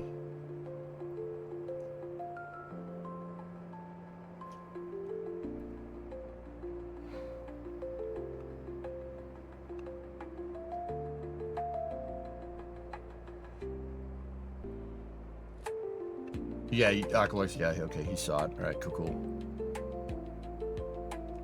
Making something like Ares 1 wouldn't really make sense for one flight.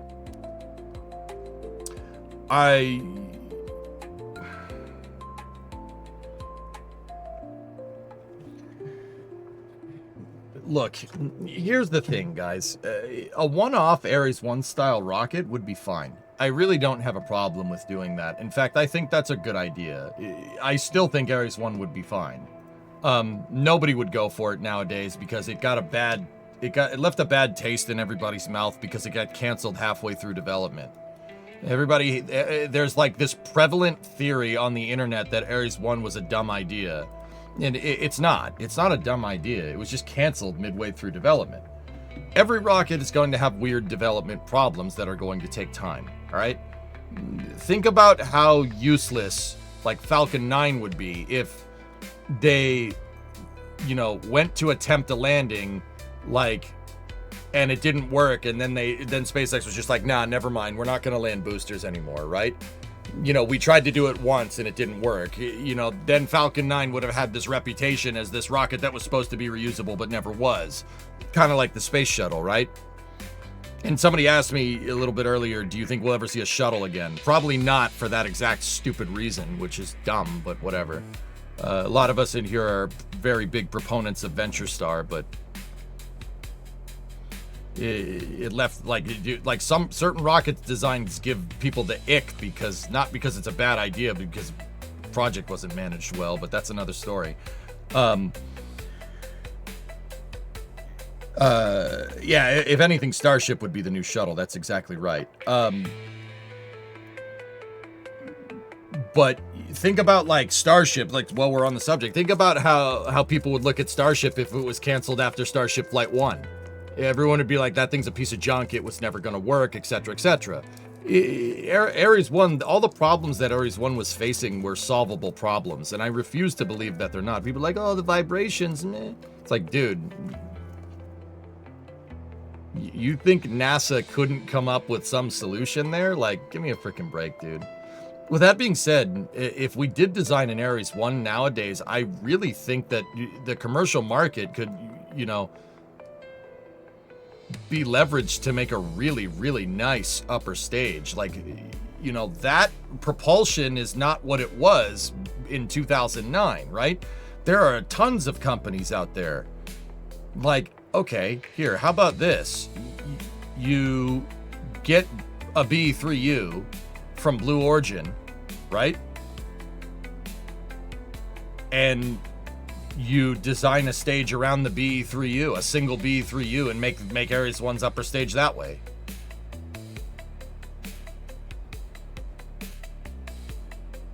A GS2 on a 5 segment would be way too big, Pigzig. Now you've piqued my interest. Hold on.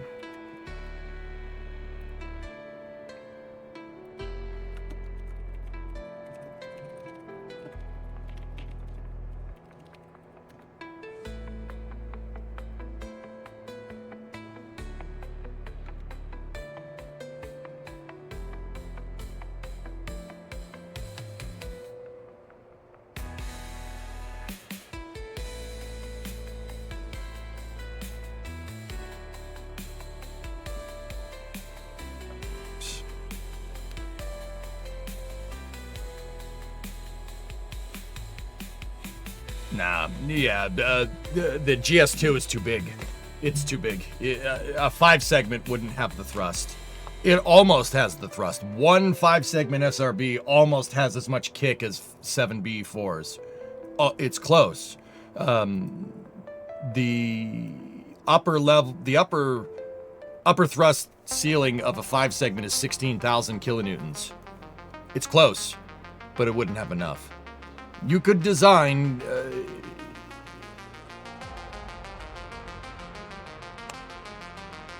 See, here's what, you know, the other thing that I was about to say is, like, you could design a 5.4 meter version of a GS2 with a single B3U in the first stage, but why do that? Why do that? How about we do thing 1 and just put Orion on that?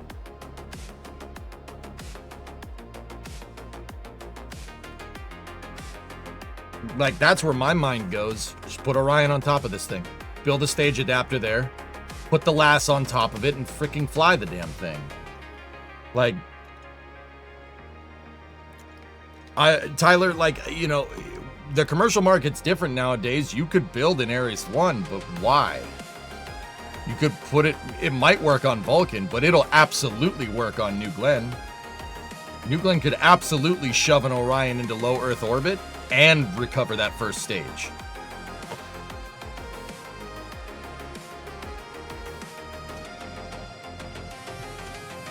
A New Glenn with 2 5 segments on the side? Man, that would go so hard, dude. Dude, 04's, I'm doing some quick math off the top of my head. I'm fairly confident that 2 5 segment SRBs on each side of a New Glenn GS1 with a GS2 on top of it, I'm pretty sure that could get an entire New Glenn stack into space. Albeit with the core stage kind of depleted, but dude, that'd be something. That would be something to see. I'm just thinking about this for a second. Yeah. If you sent a New Glenn, right, and deep throttled your B4s, I mean, I don't think you'd be able to get your core stage back at that point, but the only other solution there is you could take a New Glenn 7x2, put the 9x4, the New Glenn 9x4 upper stage on top of that, and then put like 100 tons of payload on top of that in a 7-meter fairing. Dude, that might be able to get you your core back. Possibly.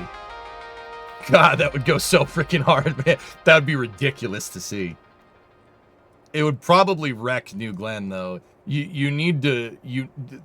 There's a reason why the core stage is as big as it is, because it needs to be able to handle the thrust from all these stupid things. Go at throttle up. I mean, most likely, if you just took a New Glenn, made an attachment point up there in the inner stage and sent it, the SRBs would light, and they would most likely just rip the inner stage off of the top of New Glenn and just keep going with the upper stage on top of it.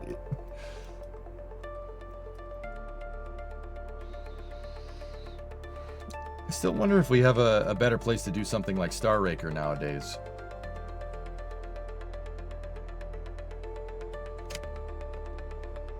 I mean, hypersonics is all the rage, Aqualex, so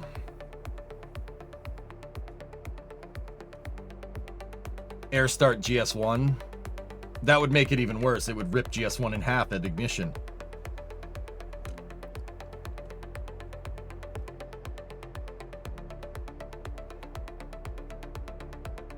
But yeah, like I don't know why Jared doesn't shop around for a low Earth orbit access version of Orion. Like, maybe he will. Who knows?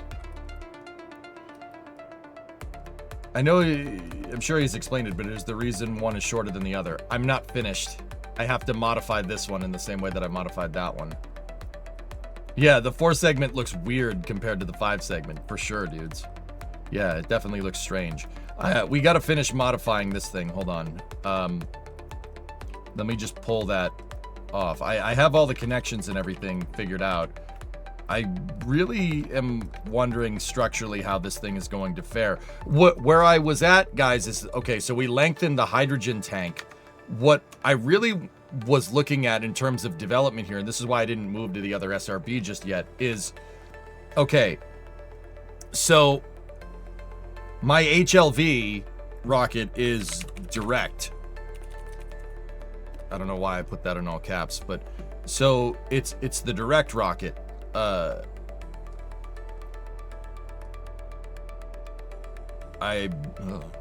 think I made the LOX tank too long for my HLV rocket. That's a gigantic freaking tank.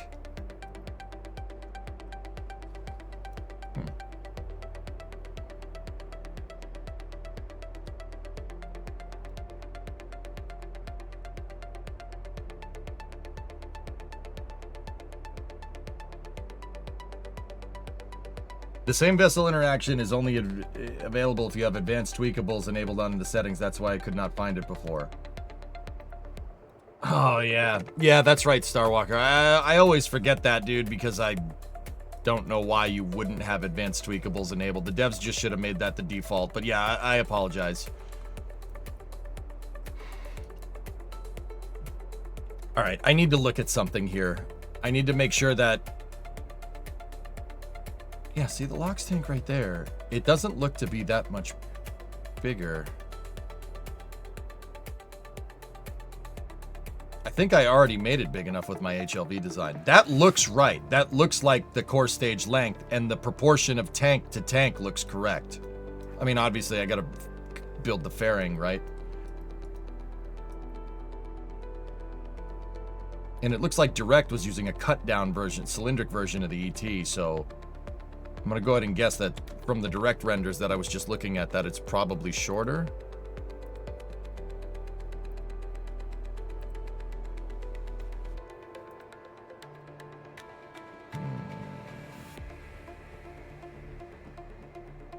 Yeah, Starwalker, I should know that, though. Sorry. It's my fault. My fault, man.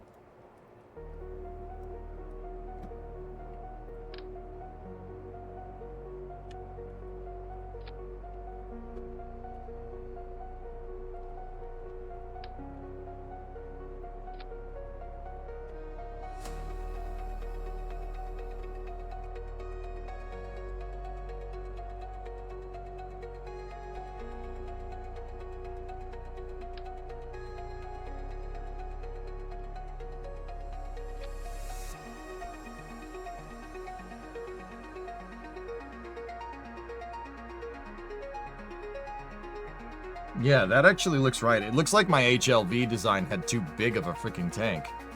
Interestingly enough.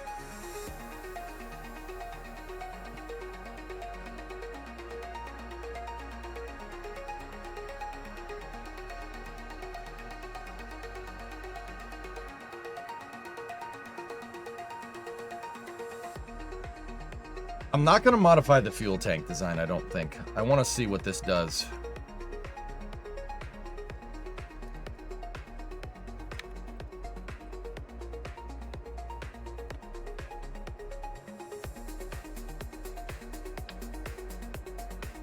Alright, so I got my measurement for the next downcomer piece there. For the autogenous pressurization.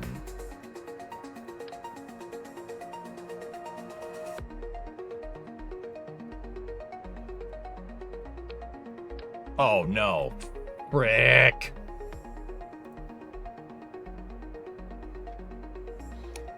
Don't hit undo in KSP. If you misclick something and you break it, just reload the craft file. Trust me on that one. Control Z breaks things. It breaks a lot of things. Don't do that.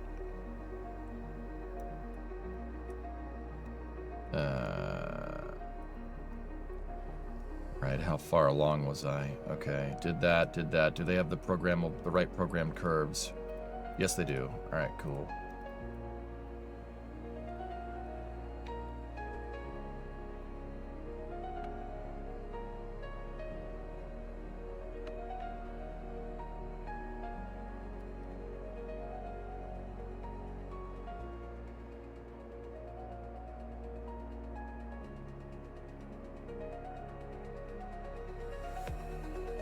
That is a freaking chonker of a vehicle. All right, let's, I'll rebuild the fairings now. Let's move the right side SRB.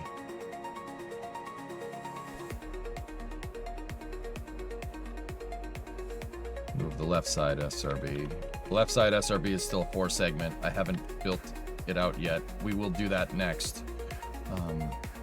The downcomer needs to move out of the way.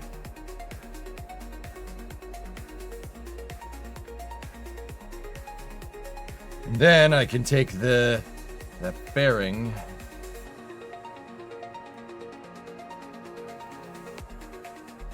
And we can edit it.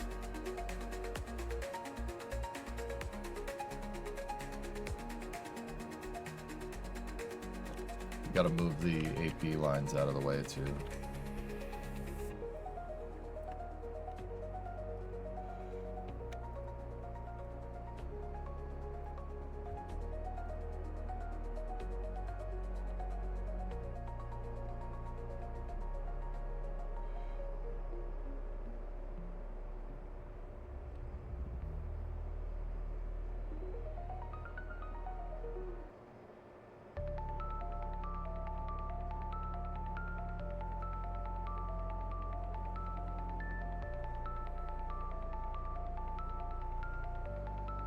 What do you think, dudes? Does that look the part?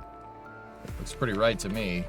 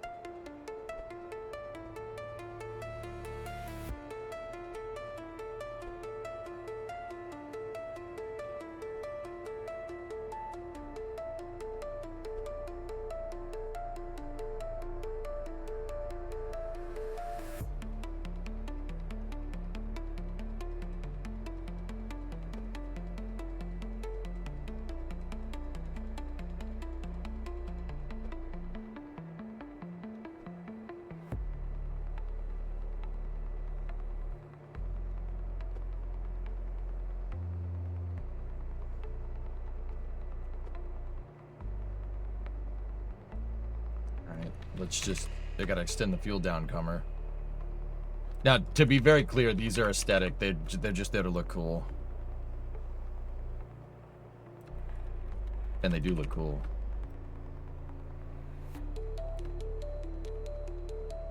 That wasn't enough.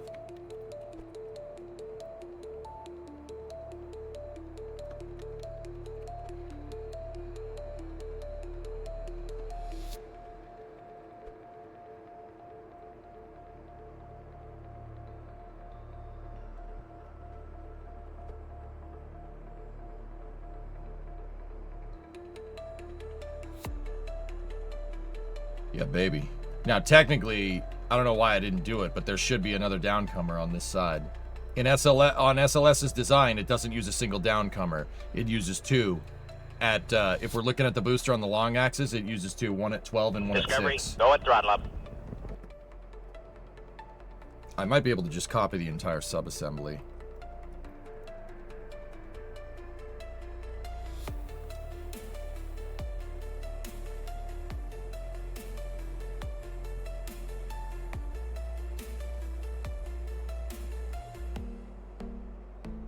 Proportionally, though, I think this looks right. I think that looks correct. That is about the size of the core stage and boosters. That's... Except for that one. That one's too small. It's a shame you can't make the fairing orange. I mean, you can do this, which... Yeah, that's... It says it's orange, but it's more not orange at all.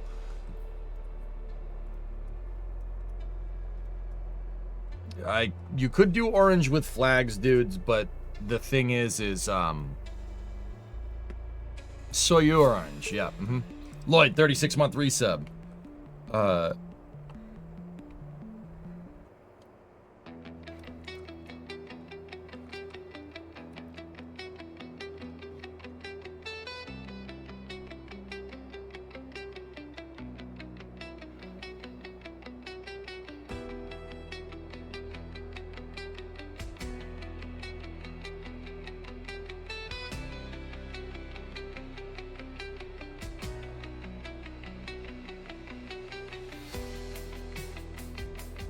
Yeah, you could do... Sorry, I stopped mid-sentence. You could do orange with flags, but...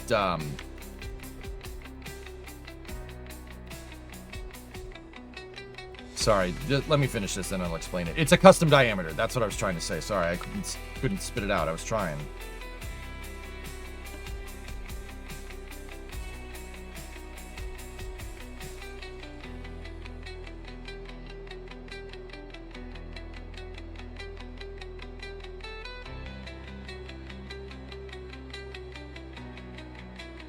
Shirley, what's up?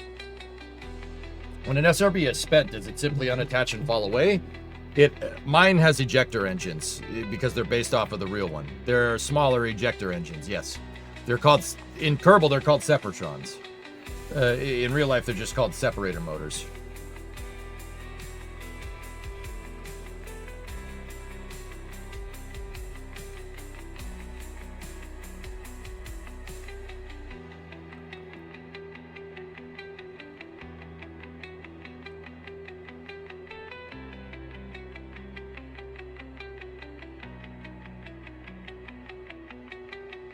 Damn, dude.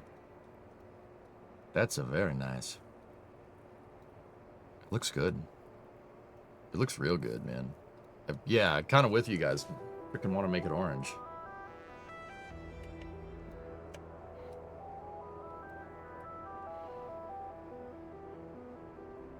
Or at least make the tankage orange, you know?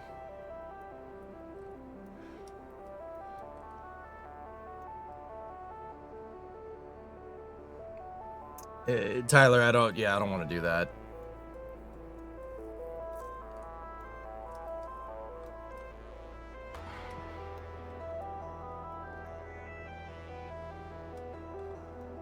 All right, let's modify the other SRB. Hit save.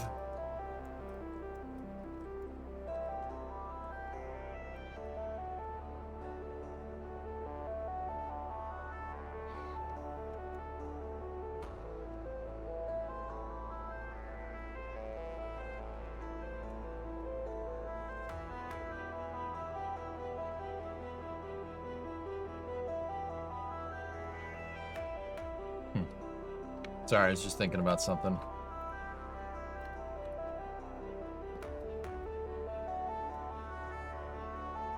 Alright, let me get another gemstone. Is there a quick and easy orange fairing mod?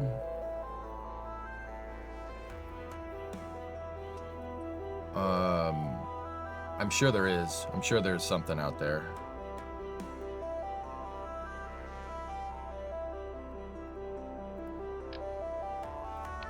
All we need is the fairing here.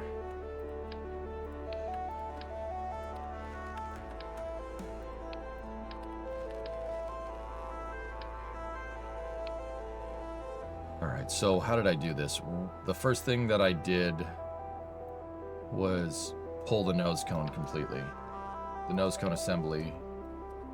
Pull that off. Now take the fifth segment, right? Fifth segment, gizmo it into position.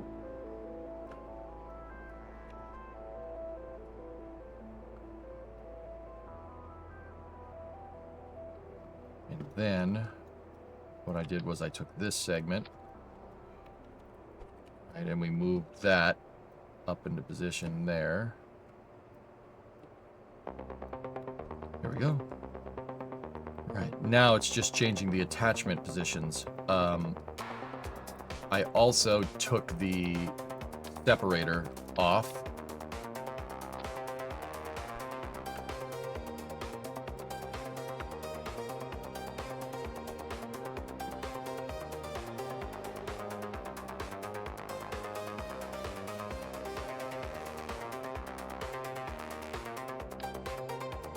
I'm just gonna leave one parachute. I need to redesign the parachute system here, but it's fine.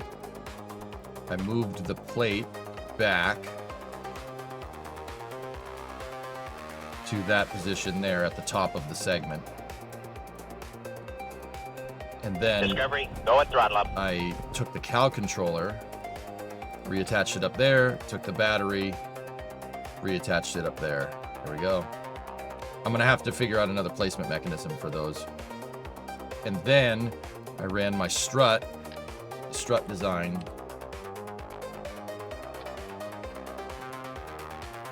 From there to there to reinforce that fairing.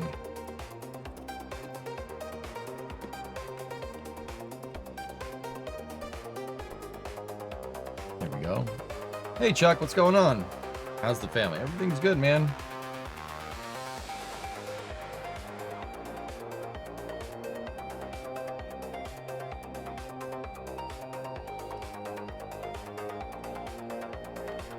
Then I moved the entire assembly backwards.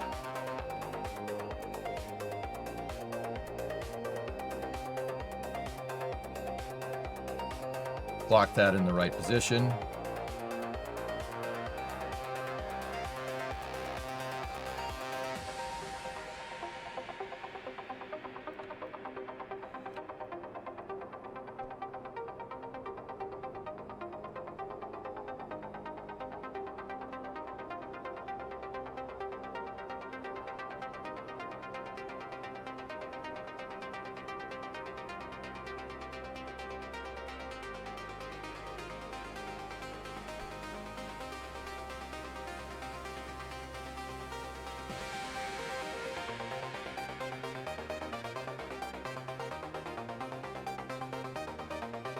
And then I redid these things.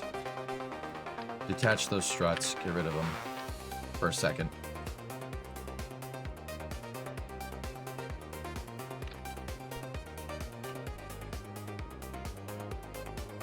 Take the entire booster.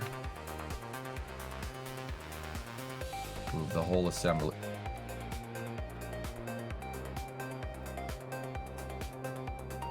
Move the whole assembly back into position.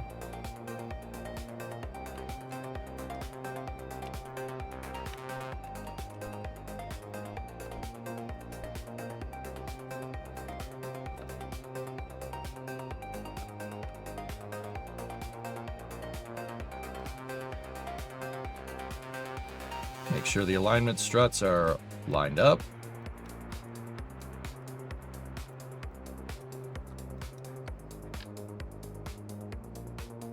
Now reattach the strut.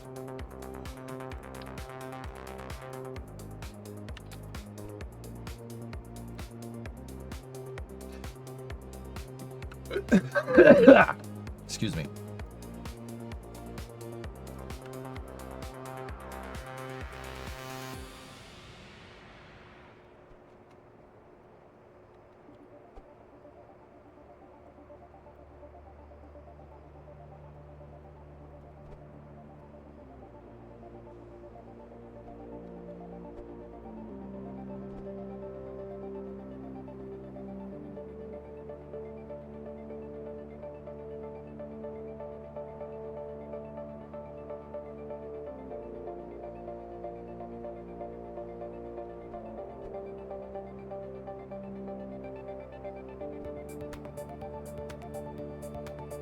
Okay, cool. Copy that. Okay, copy that. Do the same thing here.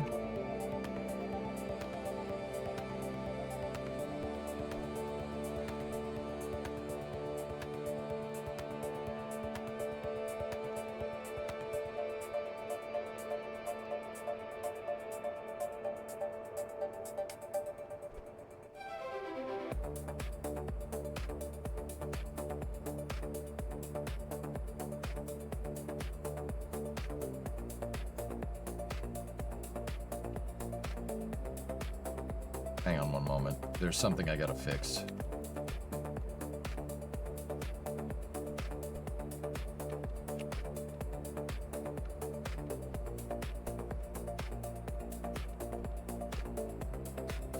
Freaking asymmetric. You gotta be freaking kidding me.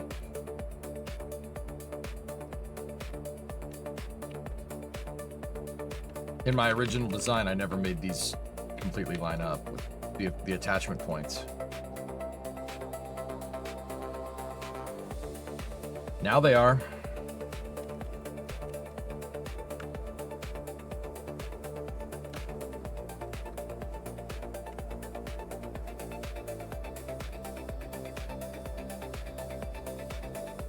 Oh, hello.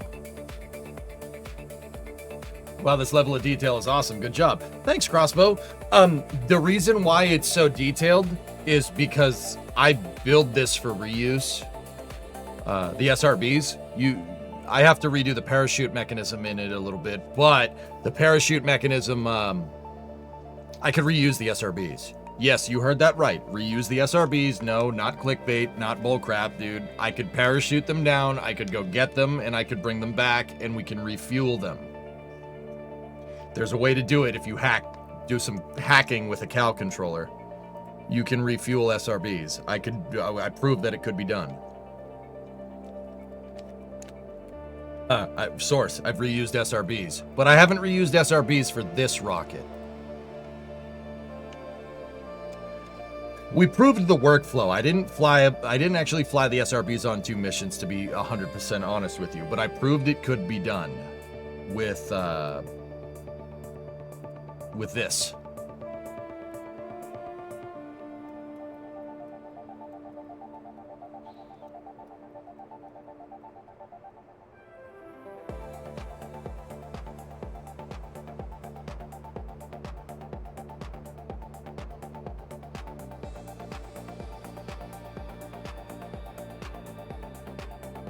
And I'm actually working on a project to make that happen.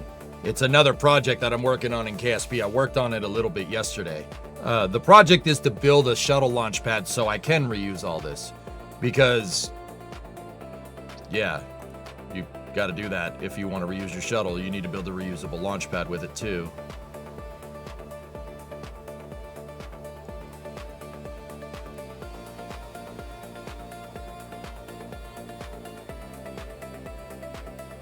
Here's a prototype that I'm working on. The launch pad is on its side, but yeah, there's a prototype. I'm actually, if you're wondering what the SRB cage is about, it's a gantry crane so I can lift the shuttle back up, turn it vertically, and reattach it. I like building end-to-end architecture, guys. That's really my thing. Really, really enjoy that a lot.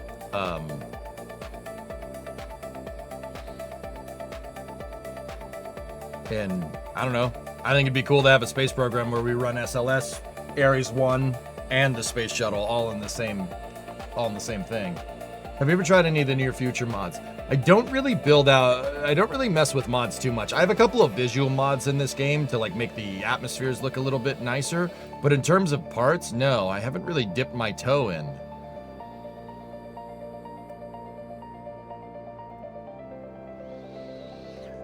I love this. What's up?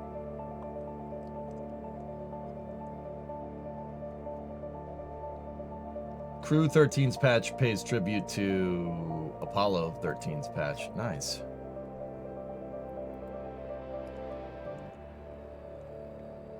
Near future stuff is cool. I don't hate mods by any means.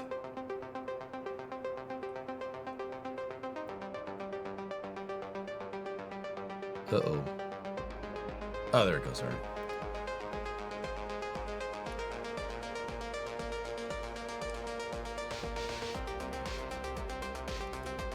Hello?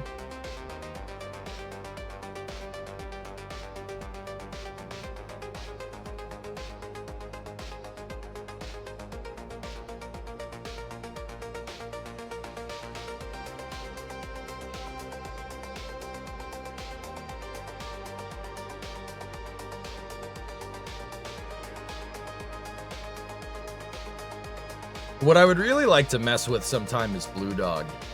Blue Dog looks like a lot of fun.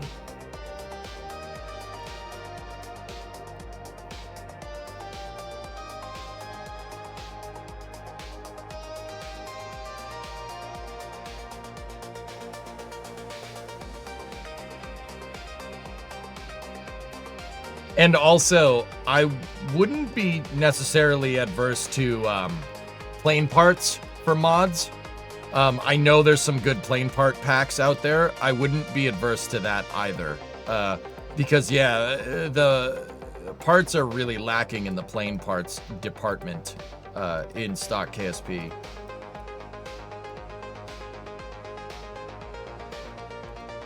Wonder if EJ knows about the shuttle orbiter construction kit. Is that a mod, Isabel?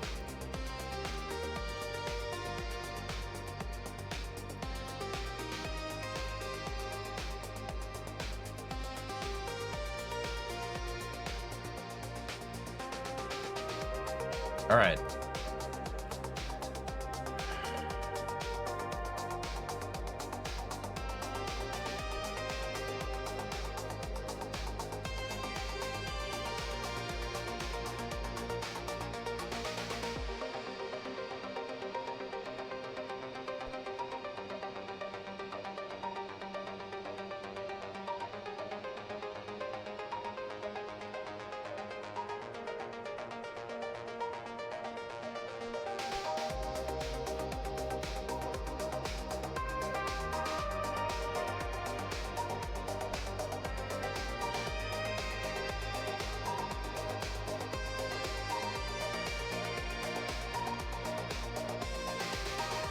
Nice.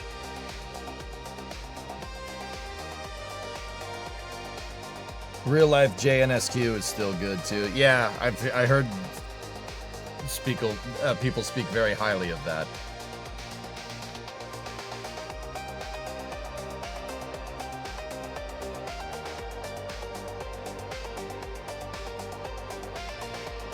All right.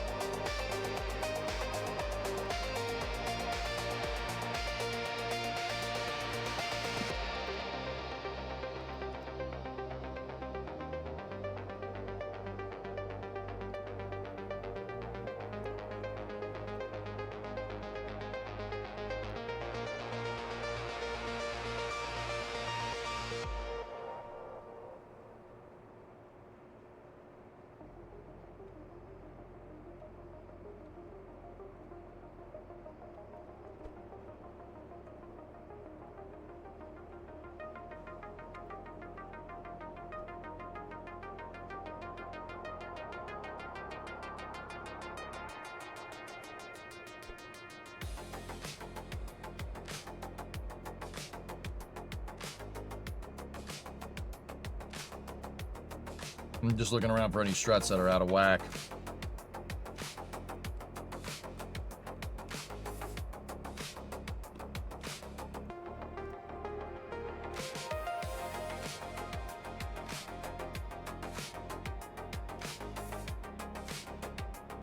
Yeah, Sharktails, we've been talking about different part mods. Yeah. Woof. Kerbal, you were reading about Falcon 9 today, and I realized that I don't get the timeline of different versions. Wiki says that full thrust is still active. Was there a block 1 through 3? If you don't mind giving you a quick crash course. So Falcon 9. Okay, it works like this. They started with Falcon 9 1.0, and then they went to Falcon 9 1.1. 1.1 was the extended variant with the extra fuel for landing. And then they went to Falcon 9 1.2. All right. And then Falcon 9 1.2 are where the blocks come in. So the 1.2 full thrust variant is the ones that utilize densified propellants. Those boosters first started flying in 2015. Everything before that is just Falcon 9 1.1. Falcon 9 1.2 was the design revision that SpaceX did to use densified liquid oxygen to squeeze more performance out so they could land the damn thing, right? And then 1.2 full thrust went through 5 different iterations. Block 1, Block 2, Block 3, Block 4, and Block 5. Block 5 is basically the finalized version of Falcon 9 first stage architecture. Technically, it's a Falcon 9 1.2 full thrust Block 5. No one's going to say that. So it's just Falcon 9 Block 5. That's just kind of colloquially became the name of that.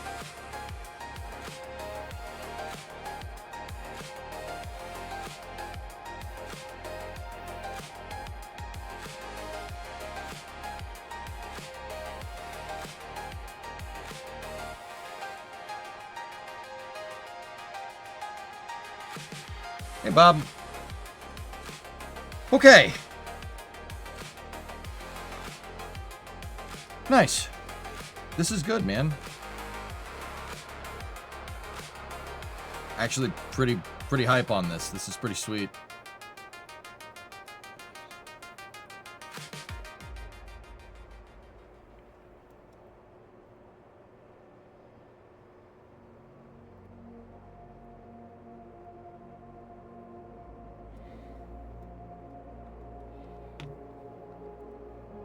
All right, so now what I need to do is go into Notepad. And this is where I'm going to modify the SRBs. The easiest way we figured out to do this is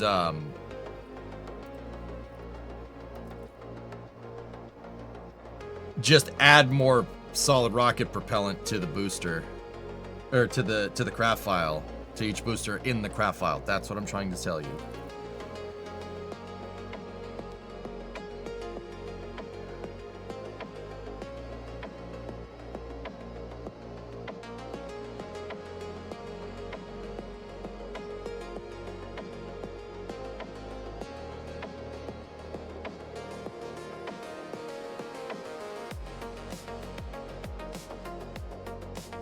There we go. We need to switch that number to 20,500 and then find the next one. That's a Sepratron.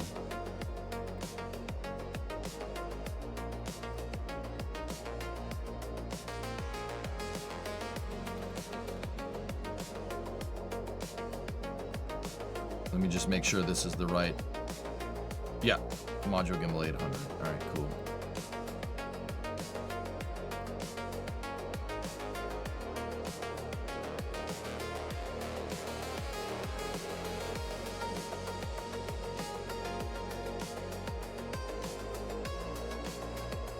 Yeah, Chris, sorry about that. All right, so save the craft file and then reload it. Reload it in Kerbal.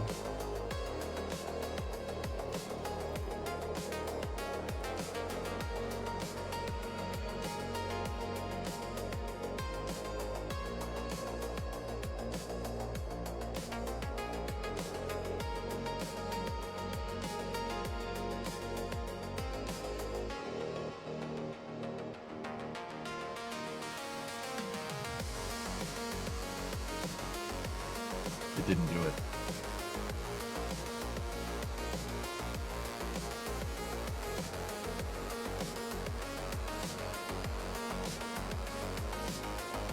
Alright. Give me a second, see Kraken. I do not want to modify or say, like, yeah, give me a second.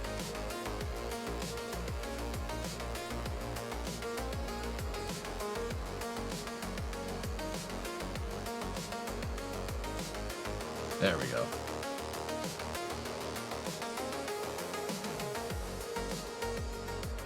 Congratulations, guitars. I'm approaching my 3rd in June.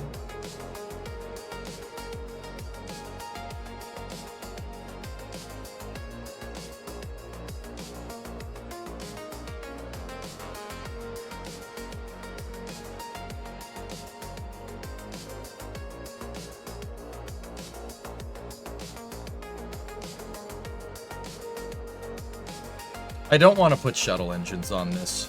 It kills me, but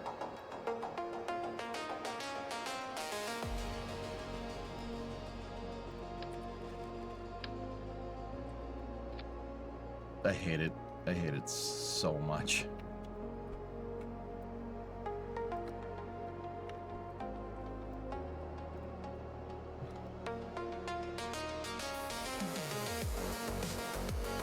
There we go, dudes. Is there any other engine with similar thrust and no shroud?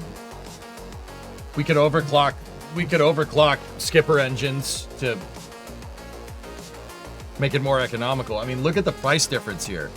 If we put skippers on there, it's 180,000. If we put these on there, I mean, granted we get way more performance, it's 231,000. You know what? I said we'd do SLS, so let's just do it. Poo-poo. Doo-doo caca poo-poo.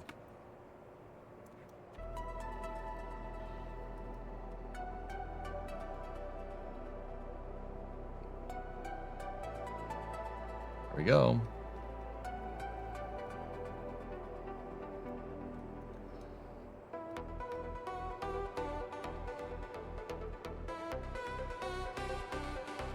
All right, so instead of putting a poopy doopy vehicle staging adapter up here, the hell with that. I'm not doing that. Let's like a staging adapter for like a Block 1B. The hell with that. The hell with that. I'm playing for chubs. Let's figure out something else we could do here. What about Apollo engines? You want...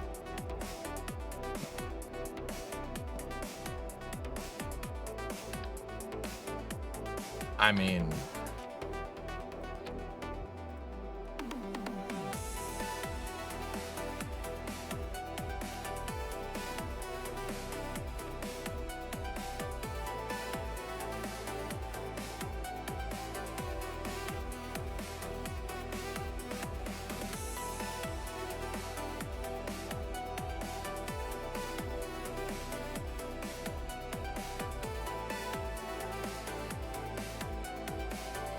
I don't hate it.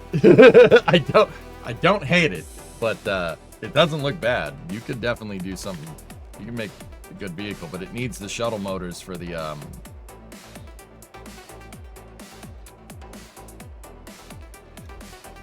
it needs the shuttle motors to get you the right core stage efficiency.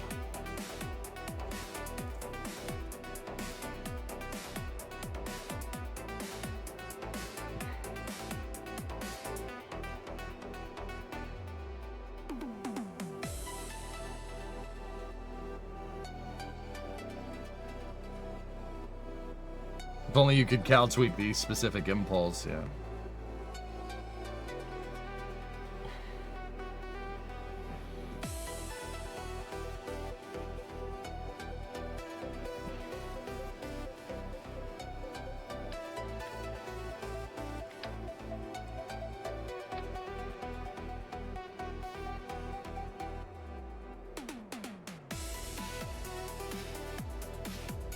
It needs the shuttle motors. That's what it was designed for.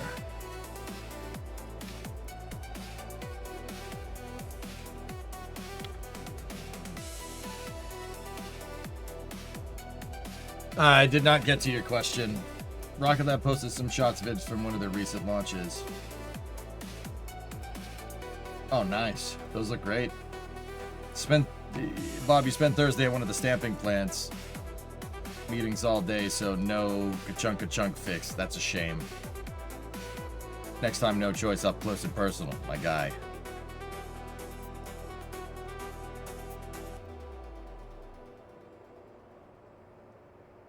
This looks good, dudes. Pretty happy with that. It looks like SLS. If only we could paint it orange. It's orange.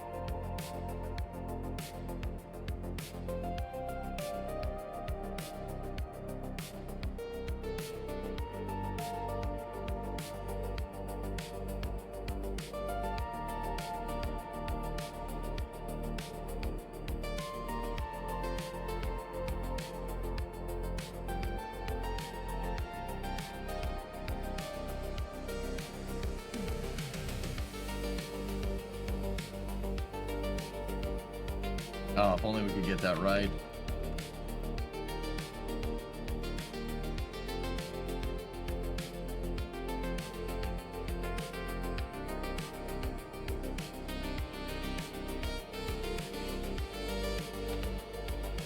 I'm just gonna do it just to see if it looks any good.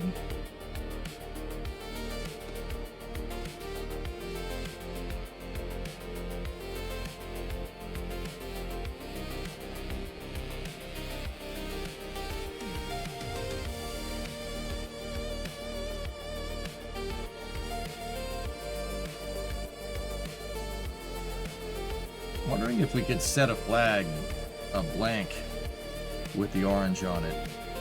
Because I don't have an orange color watch. No. Maybe the one with the period on it. Kind of looks like the SLS's checkerboards, doesn't it?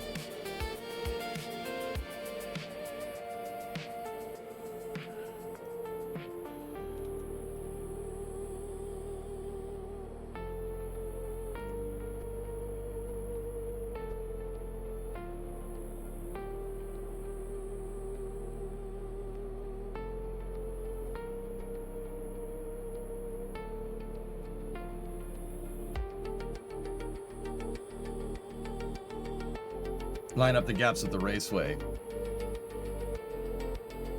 Yeah.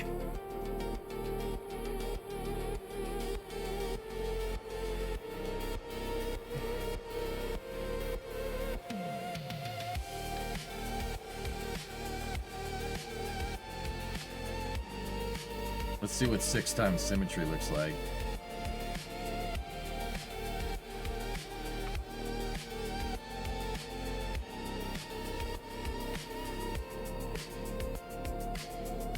I mean, it honestly, it looks a little funky down there, but what if we set it to... No, it's the same result.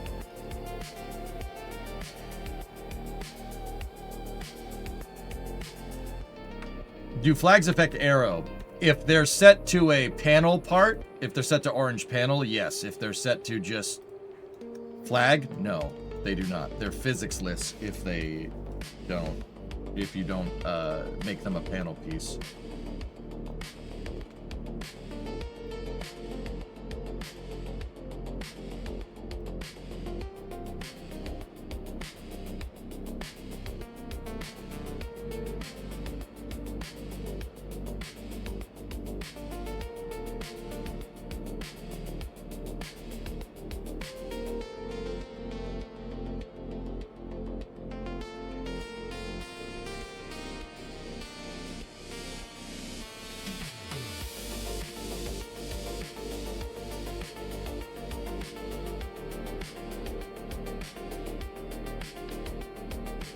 Are there more color options? There are if you download more flags. These are all a flag pack that I use. If you type in !point flags into chat, it'll tell you what I'm using.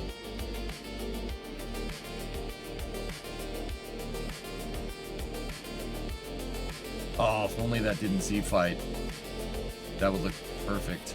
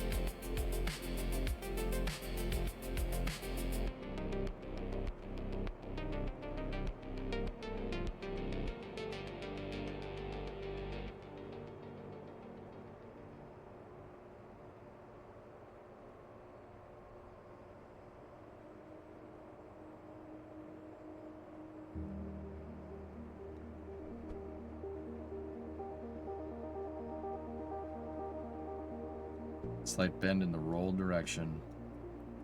Yeah. All right. Let me just do this. Let's see how that looks.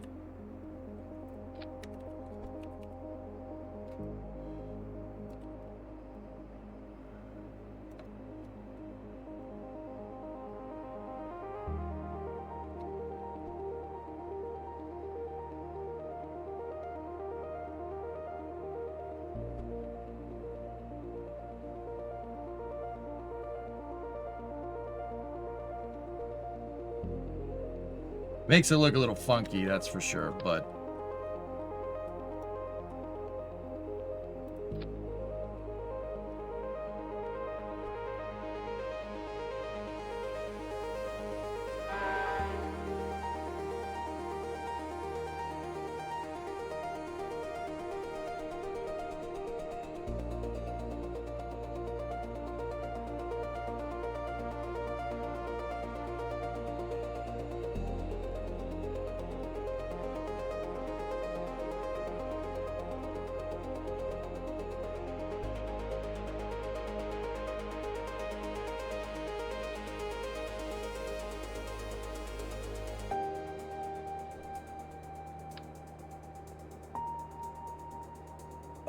Discovery, go at throttle up.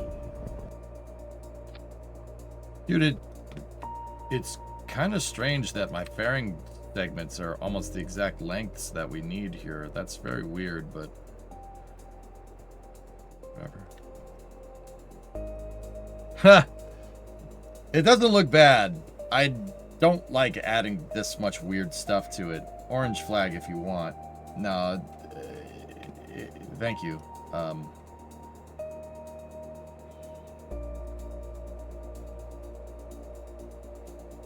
That's right, Rares. That's kind of the plan. That's kind of what I'm teching to. That's cool, but I don't like it.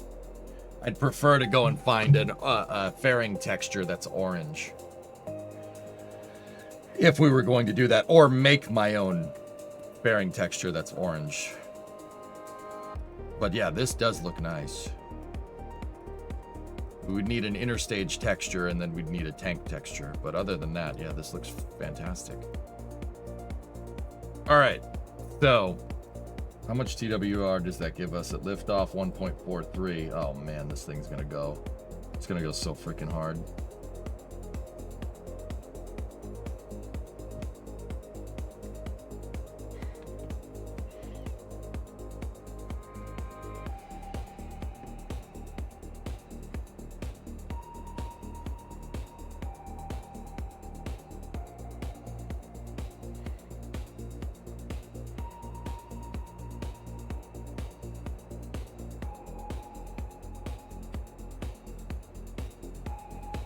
All right, now we got to design the upper stage that it needs. I want to design the upper stage that this thing freaking deserves.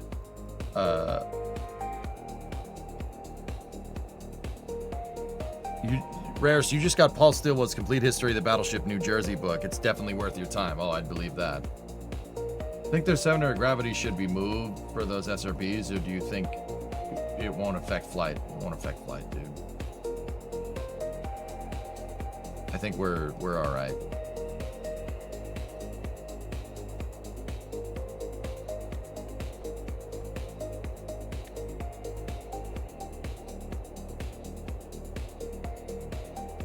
All right. Man, look at that thing. Freaking SLS. Nice. That's cool.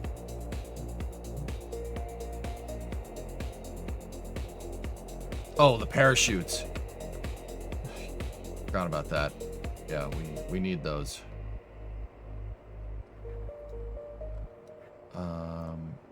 We're gonna do this way. Hey, Snarfer gifted 50 memberships over on YouTube. Oh. Jeez. Wow. That's okay.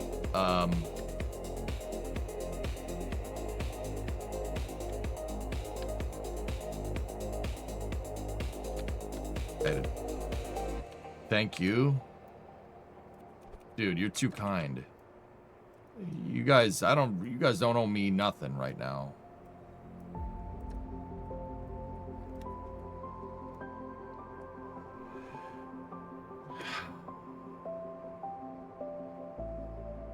Well, thanks. I appreciate it. Jeez, Snarf. You didn't need to do that, man.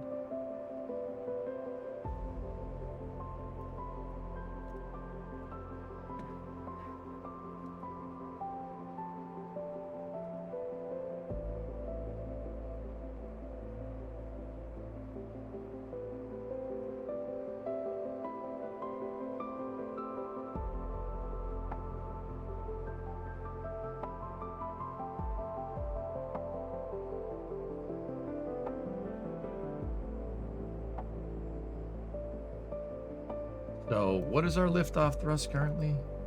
1.43. Okay, that's because we have to slow ramp up. This thing is gonna kind of go up, and then it's gonna really go. Let's build out the upper stage that I would want SLS to have. Now we could build an EUS, but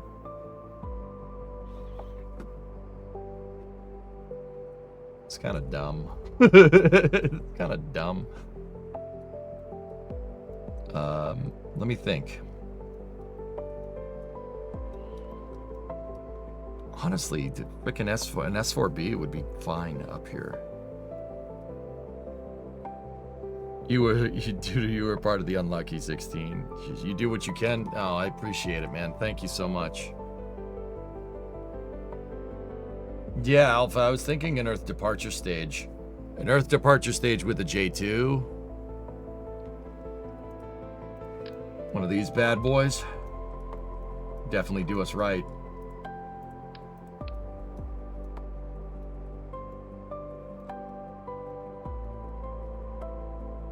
And then with the EDS have a co-manifested payload. Be able to do the co-manifest thing that I'm telling you guys about. I think that'd be a good call. I kind of want to test this thing out just to see what it does, but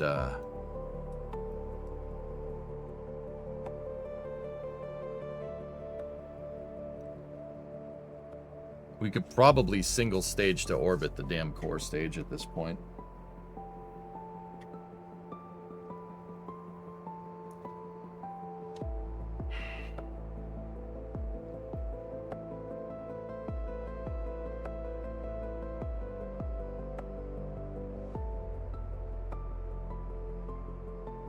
Yeah, the J2X would have been great.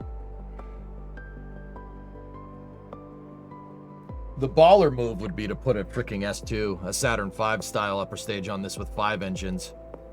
I think that actually would be kind of overkill. Because with SLS's design, anything that's north of the forward skirt on the core stage is going to get into space. SLS has kind of an upper capability. I mean, and this is another thing that's going to grind people's gears. Part of the reason why, you know, I'm like, oh, you got to have the EUS, you got to have the EUS, you got to have a bigger upper stage. SLS is designed for a bigger upper stage, guys. We know that from their destructive pressure testing of the SLS hydrogen tank. The SLS hydrogen tank is rated for 300% load. 300% of what it encounters in the Block 1 configuration. It is the SLS core stage is absolutely designed to have a bigger upper stage on top of it. We're just not flying it like that.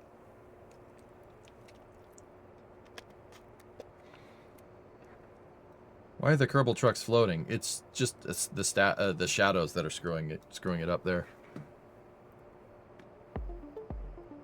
Putting a GS2 up here.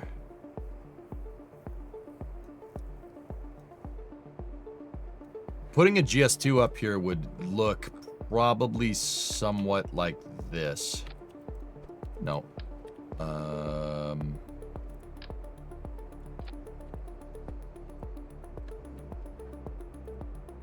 I'll just throw one together real quick.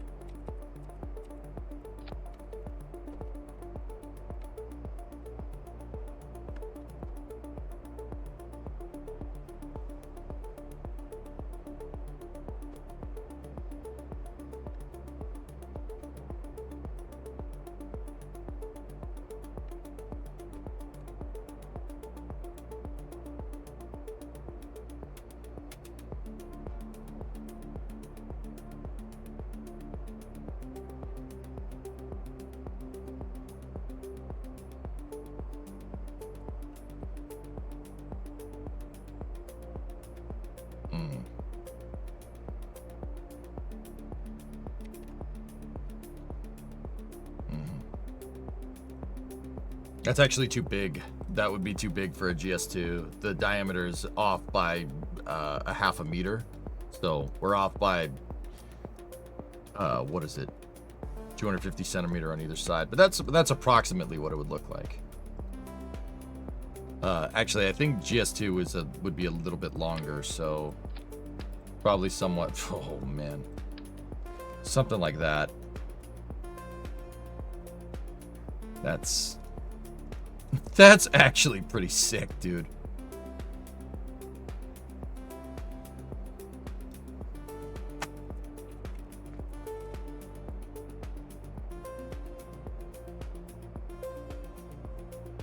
Rarest, I saw that in 2022, the J2X test mule and other J2X components were sold at government auction. Yeah. Yeah.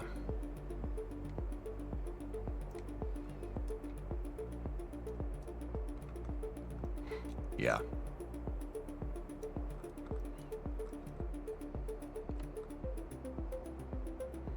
Yeah. Yeah.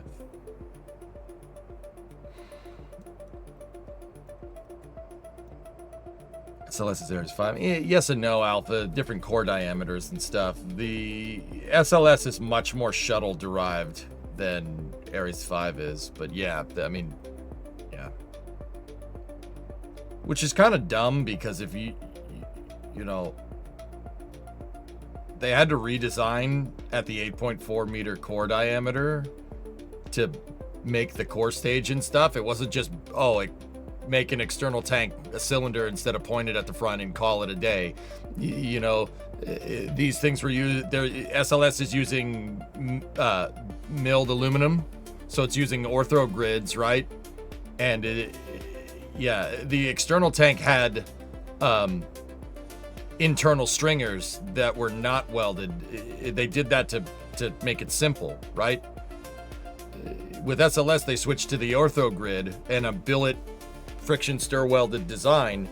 And if you're going to do that, it's not even shuttle derived in the first place. Like, that was one of the reasons why the core stage is so damn expensive, because you had to go redoing all your freaking engineering. Hey Philly, what's up, dude? How do the proportions look with a 4-engine GS2?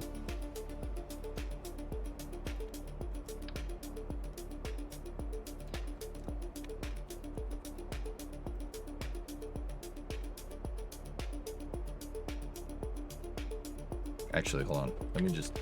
It's easier to just make it in 4x symmetry. Oh, man.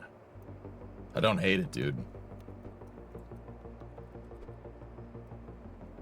That's actually pretty cool. A 9x4, though, would... So if we're doing a 9x4, the 4-engine variant, it would be something like that. Actually, it would be more like that. Woof. All right. I'm just going to design the stage that... yeah, that's cool. I like that. But I'm going to design the stage I think we need for Kerbal. Discovery, hey, go and throttle up. What did you do to make 5-segment SRBs? So I used a fairing.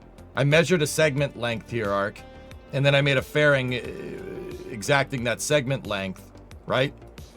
And then I reprogrammed the thrust curve to better reflect the thrust curves of a 5-segment. What are the thrust curves of a 5-segment? I have no idea. I made it work in Kerbal, so it works a little bit better. What was my... I needed to do a lot of prototyping to get the thrust curves right on the Cal controller.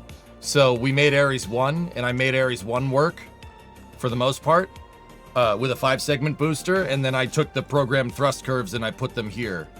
And then I did some modifications to the craft file and added a 5th segment worth of fuel to the Clydesdale. It's only these boosters here in this craft file. If I picked another Clydesdale here, it would have the right amount. It would have the, not the same amount of fuel. See what I mean?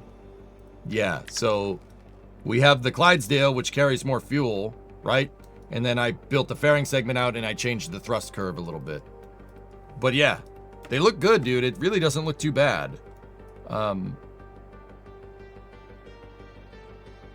Yeah, it doesn't look too bad. We could do some trickery with flags up here to make it look not like I just, you know, did that, but...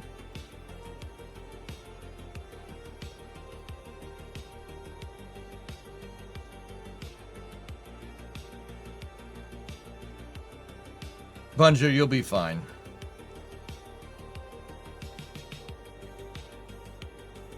It looks good the way it is. Right on. Hey, James, what's going on?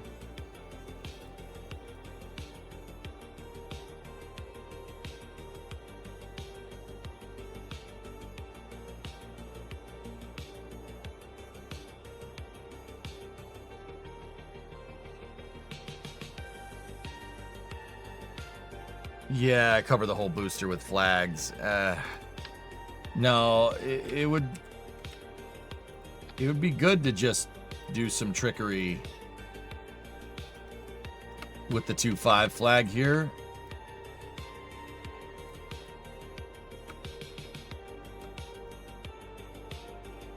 Honestly, a flag with just a line through it would be fine. I don't think I have anything like that.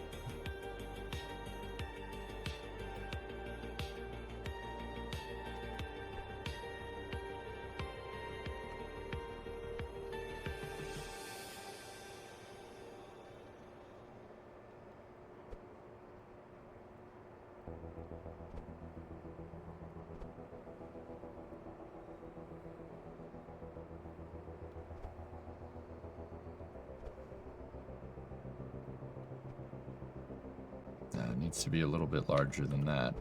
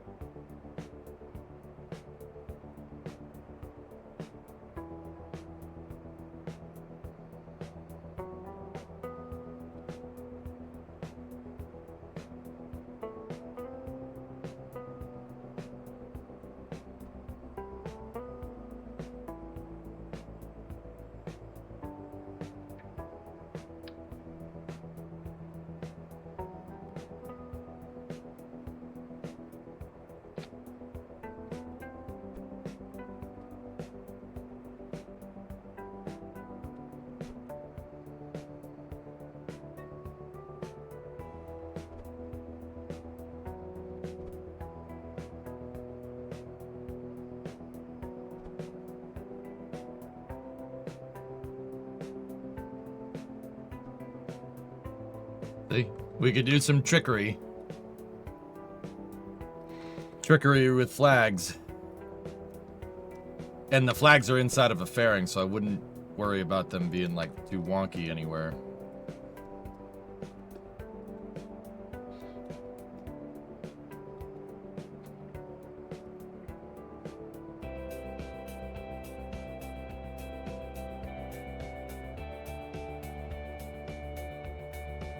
Last for the thrust curve.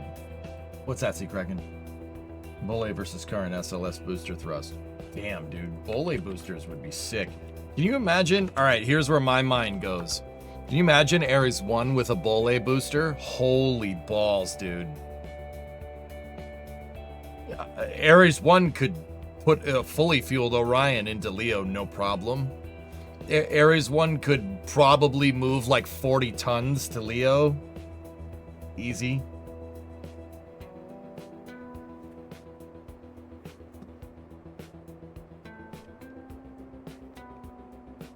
Damn, dude. What a freaking monster. Thank you for finding this. That actually proves my thrust curve is actually pretty close. Nice.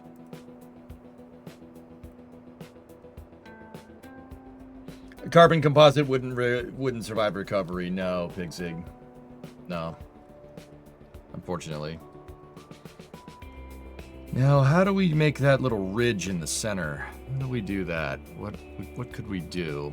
How about we take this. Take one set of flags.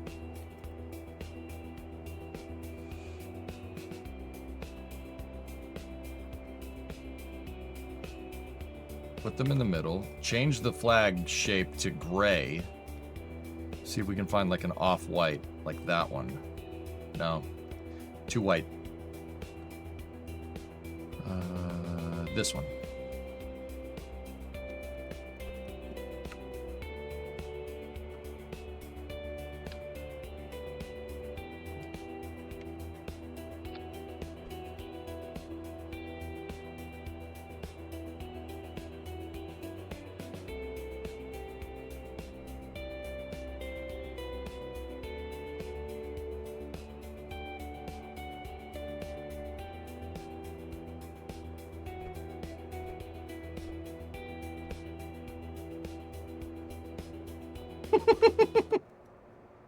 Kind of works, dude. I mean, it's adding a crazy amount of parts, but it definitely does the job.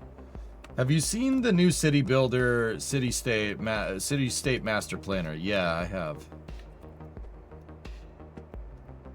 Mint? Yeah, yeah, Predominant. Whoever made these flag packs really knows what they're doing.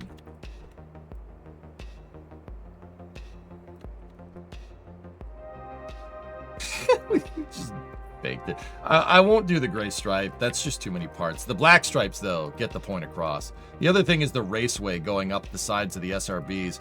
I don't know how we're going to duplicate that and have it look nice. Kind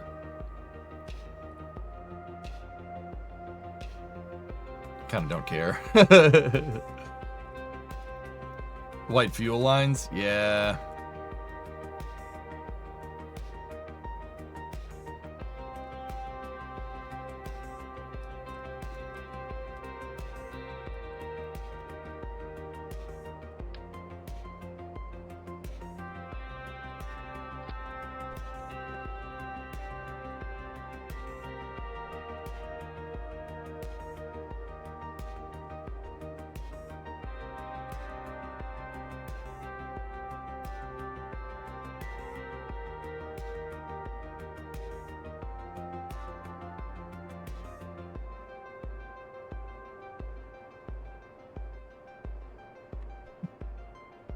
I can't believe that actually makes it look right.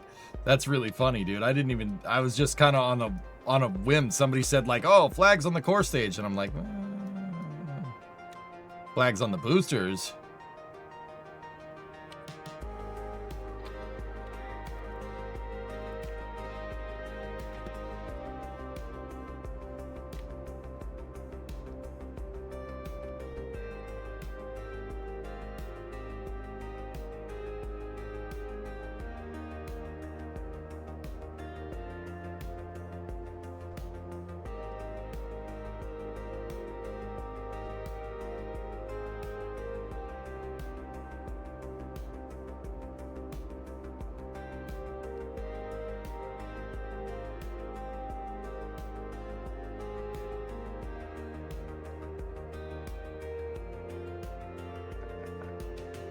Maybe if we paint that way. Nah, that looks funky. Flag-based O-rings. Yeah. All right. Guys, I need to use the restroom real quick. I'll be back in a second, and then when I get back, we'll design that upper stage. Give me 1 sec. Be back in a moment. Stepped on a water bottle.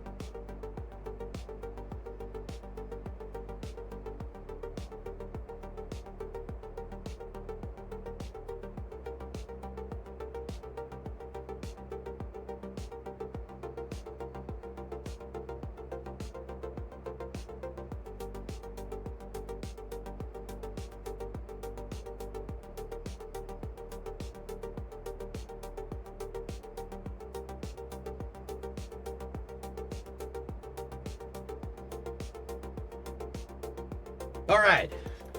Waste tanks are evacuated.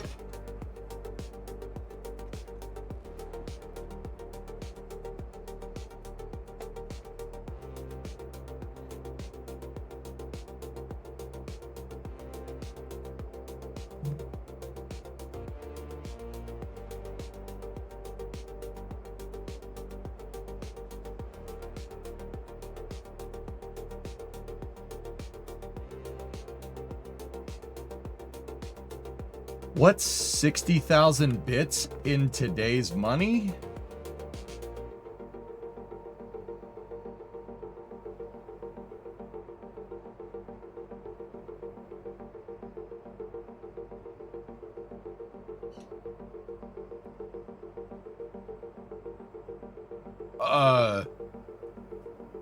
Yeah, 1 bit is more or less equivalent to 1 penny, dude. So, if you had 60,000, divide that by 100.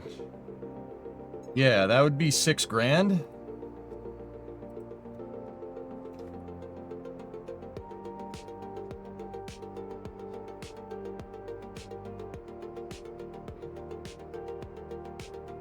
Hang on, Titan's here. Where'd he go? Hold on. I'll be right back. Come here. Come here, my boy. Lie down. There you go. Okay.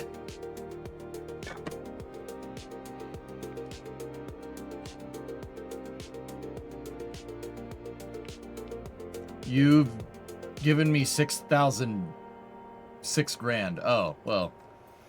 Thank you.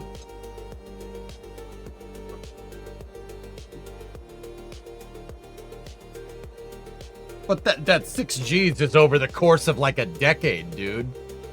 I'd say pretty good bang for your buck in terms of the entertainment, right? Like, Papa! Oh my boy! Oh my boy! Come here! Give me that ball! Give me that ball, Duncan. Come here. Say hi to them. Get up here. Come on, up, up. Come here. Come on. I'm not gonna throw it. Come on up here. Get up here. Come on. Come on. Get up here. There you go. There you got your ball. Is this the ball that you want? Is this the ball that you want, my boy? Is it chroma? Yeah, it kind of is. Some of it is, at least. Watch, ready? Whoop. Get that chroma ball. That's that chroma ball.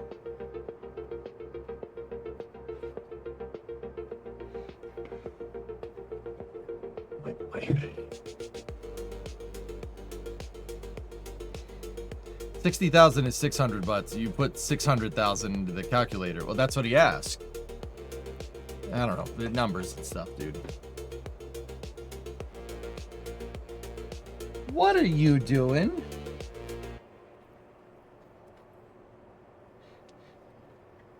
I have Titan with me because Bree isn't home right now.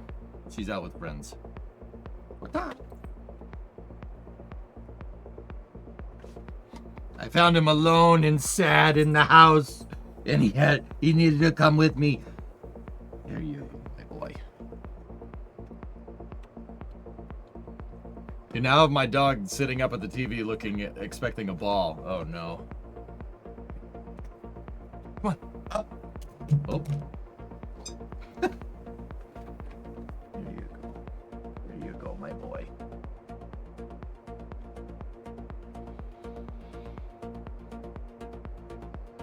Bree isn't here. Bree's out with friends, rarest.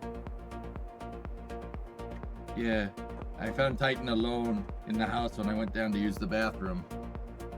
Titan is my Capcom, that's right. And he's also holding the ball, like, in my crotch, which is a little weird. Alright, you stay over there. Alright. Where are you going?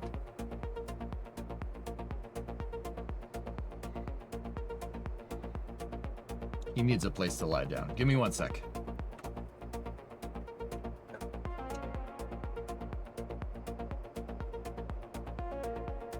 I gotta go get a towel.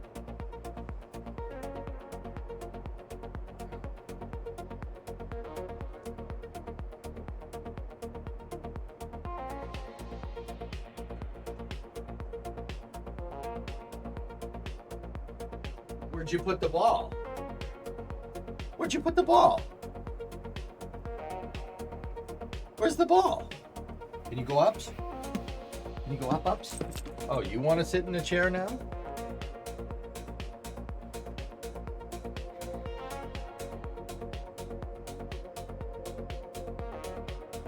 Now I'm gonna sit in the chair too.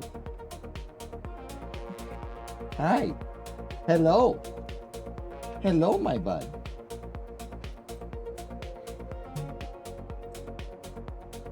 What are you gonna do? All right, come on up here. Step up to the plate. What? You growling at me, you schmuck? You growling at me, boy? He's happy. Does he let you carry him? Nah, he really doesn't like being picked up, but I do it sometimes. And he's like, stop it!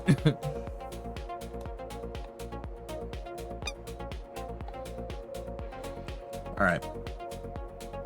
I'm gonna attempt this. Stay there with Dad. All right, so let's try to build this upper stage. How do we want to do this? Let me think. We want to skirt the design, so I want to build it in a similar architecture to the core stage. Oh, hello. So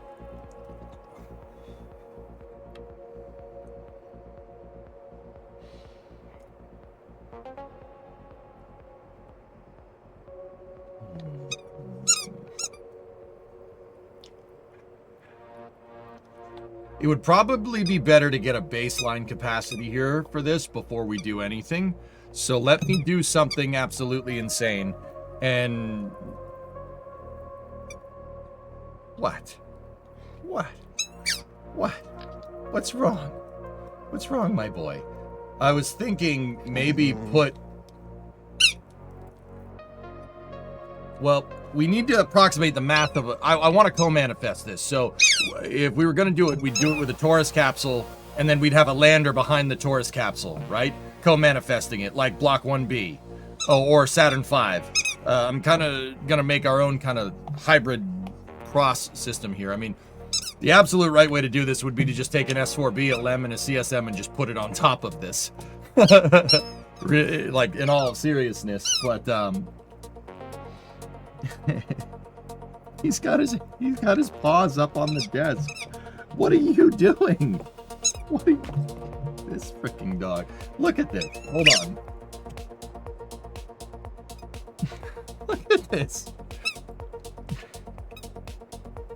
What am I supposed to do with this? Oh, he's happy. He's happy. We gotta can't put him back in the house. What are you doing?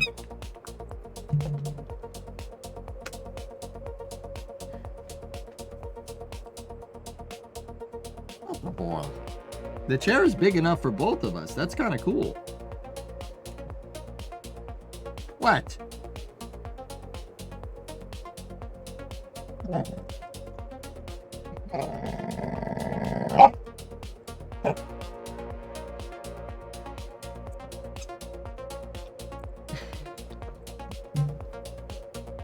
Okay. All right, he's under my arm here, so, you know, whatever. It'll work. It'll work. It's fine. All right. Yeah, Sty, it's pretty good. I mean, you guys built it at this freaking point. What? What? What's wrong? What's wrong? Go down. Go get the ball. Can you go get the ball?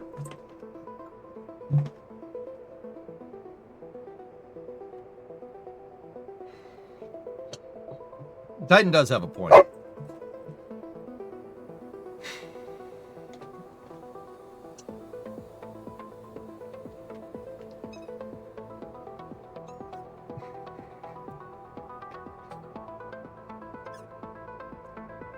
right. How are we going to do this right? How are we going to do this right? How are we going to do it? Get it! Get the ball! What are you barking at? It's right in front of you. There you go.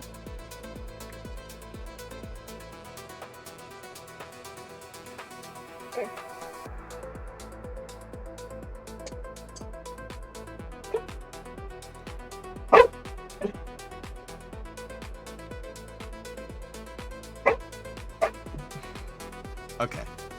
All right. I was checking to see if you could come out here and not be a schizoid on me, but it's not working, pal. Here you go.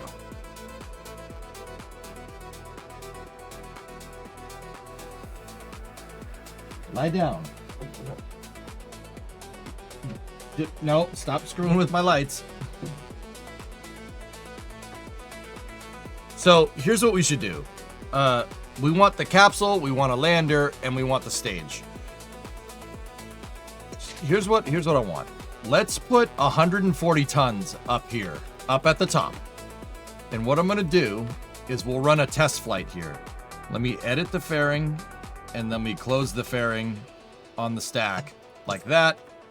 And obviously X that out.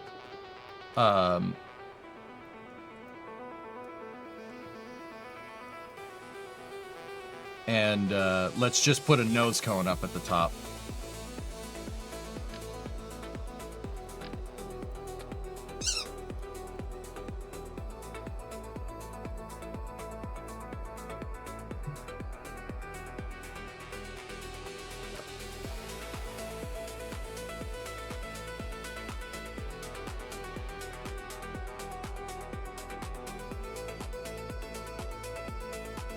You dropped it on my amplifier, not the guitar, bro.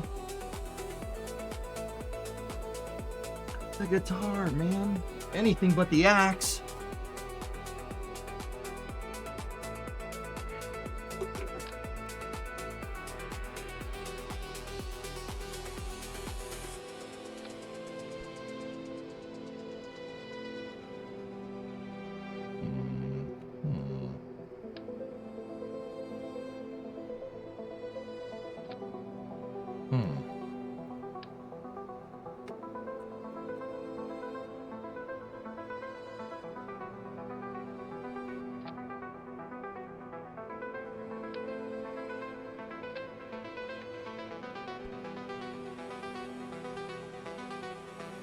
Hang on.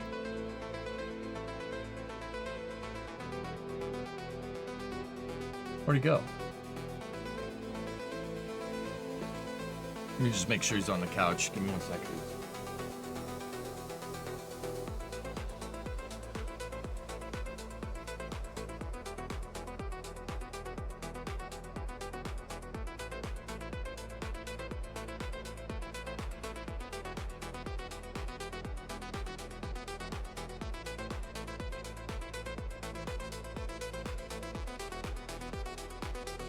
All right, he wants to go.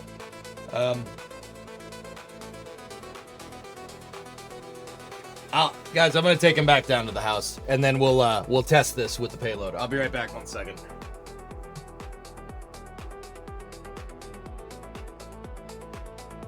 I wanted to see if he would be cool coming out here, and no.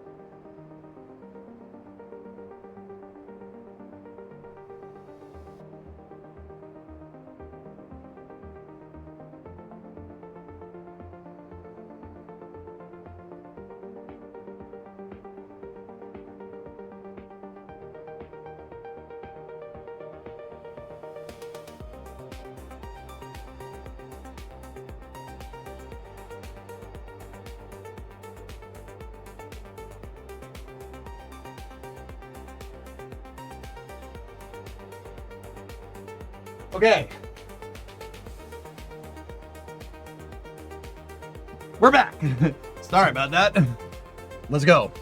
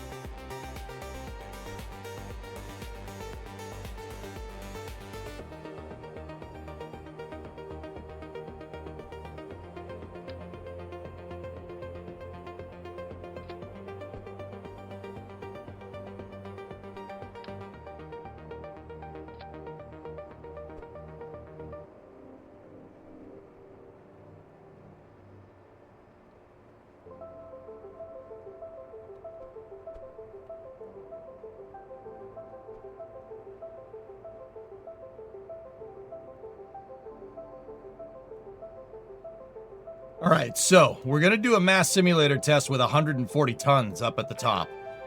I want to see where this gets this into space. Hey Yarg, what's up, dude? All right, so switch it out over here.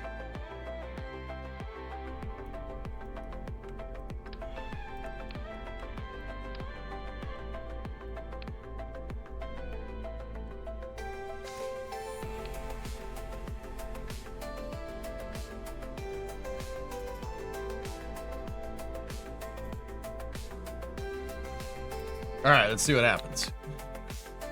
I may not have gotten this right. It might just blow up when we put it on the pad.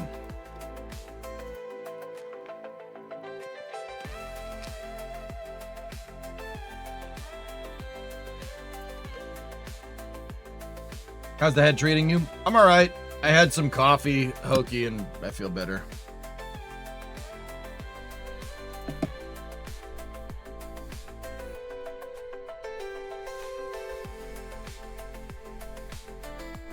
Well, it stands up. Let's see what happens. Let me just equalize the sound so I don't blow your eardrums out. Okay. Let's test it. Ready? Good. Good, good, good. T minus 10, 9, 8, 7, 6, 5, 4, 3, 2, 1. Booster technique. Gotta lift off.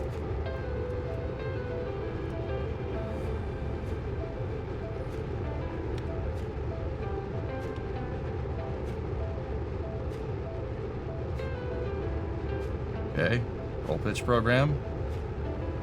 Come on now.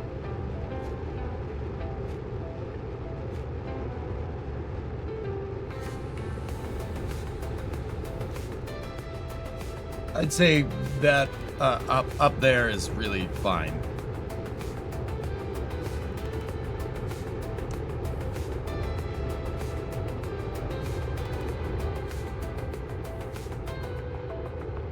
That looks sick. The vectors are not meant to be gimbaling. We should lock them out and bind vector unlock to booster separation so it works correctly. They're not supposed to be turning right now.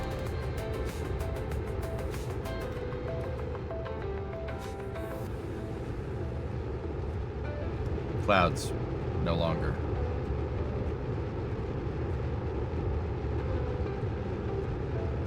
Boosters are overheating as expected. Oh, jeez. Come on, stay together, baby.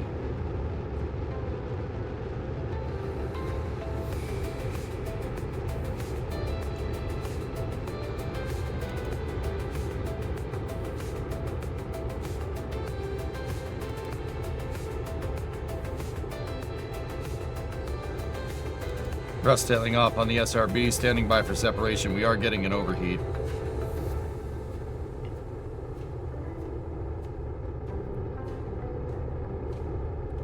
These separate, these have a little bit longer burn time. Okay, ready?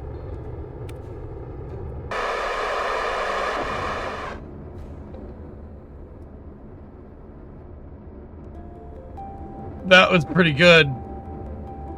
That was pretty good. Money.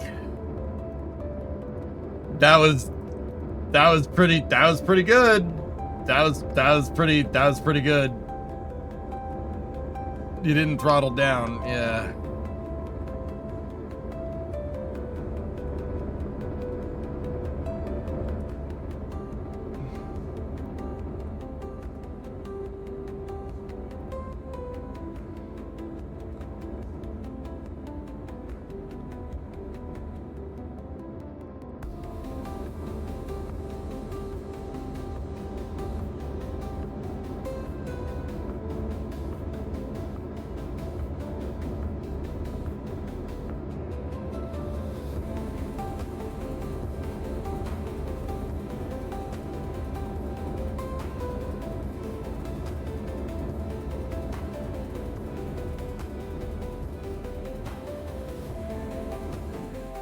Oh.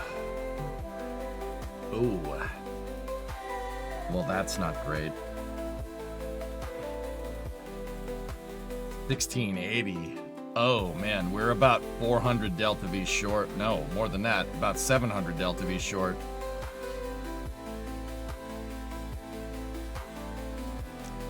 More fuel in the core stage, I think, is needed. Stop trying to be like Blue. Nice.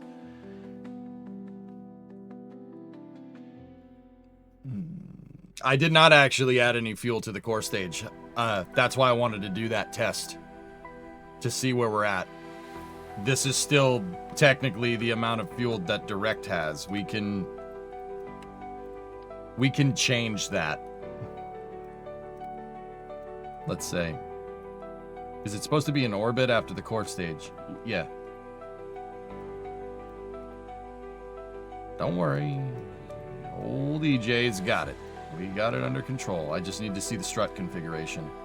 3x symmetry struts to the fairing, 4x to the fairing plate, 4x struts to the fairing. Got it. So, yeet.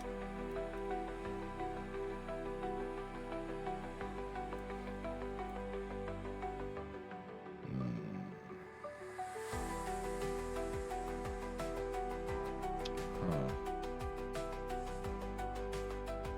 1.08.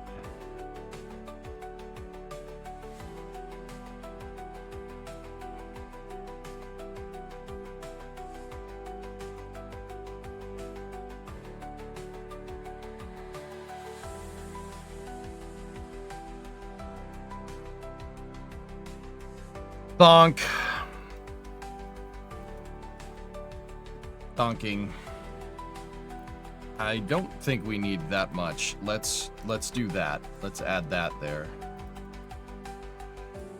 1.13. That will clearly go up to 1.12 on the pad when the SRB ramps up on the Cal controller. So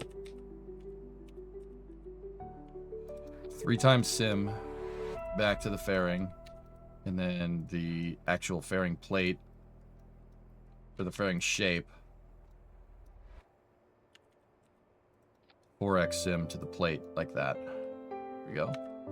Cool. Other than that, guys, yeah, she performed really nicely. That just gave us a lot more fuel for the core stage. So let's try it again. Oh, no. I gotta go back. We gotta do some more tweaks. Yeah, the core stage. So, what I'm aiming for, guys, I gotta get back into a habit of doing this. Explaining our test objectives. I just wanted to see what would happen that time. Now, the expectation is to get the entire core stage and the 140 tons into low Kerbin orbit. That's the expectation for this next test. That should give me enough delta V to do it. Now, a couple of things. We have to release the clamps there. Release the clamps on AG0. Release the clamps. Release the clamps. There we go. Now, the vector control here, the gimbals should be locked. Right? And then action group 4 should be freeing the gimbal, and they definitely don't need 8 degrees of control. Set them all to 50. That should do us right. Thing is 140-ton payload mass? No, Yarg. I don't know what it has. I just built it. I have no idea. We could sit here and do the analysis, or we could launch stuff. What I would normally do, dudes, is sit here and do all the math out to make sure we have the right amount of delta V, but that gets a little bit tricky with the thrust curves that we have programmed into this design. So let's just launch it. Let's just launch it and go.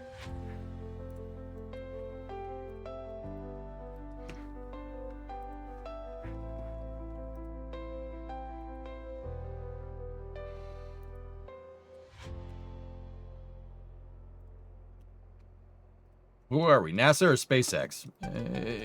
Kerbal forces gameplay that's more like SpaceX than anything, dudes. To be honest with you. What are you preparing? You're always preparing. Just go. Just go.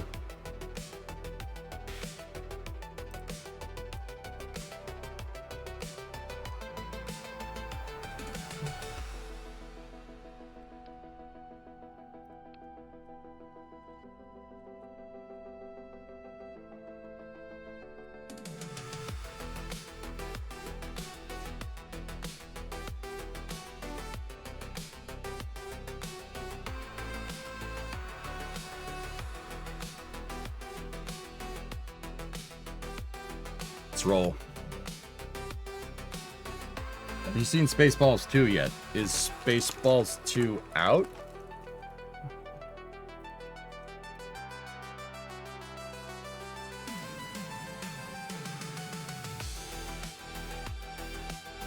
I thought it was next year. It is next year. Okay, cool.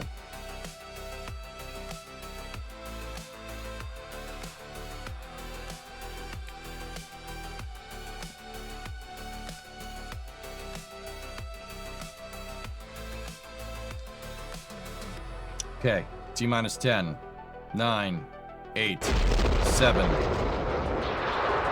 Hold.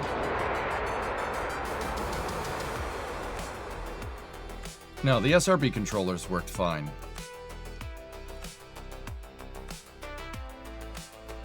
SRB controllers worked fine. I think I got everything figured out. All right, so let's resume count. T-minus 10, 9, 8, 7, 6, 5, 4, 3, 2, 1. Booster detected.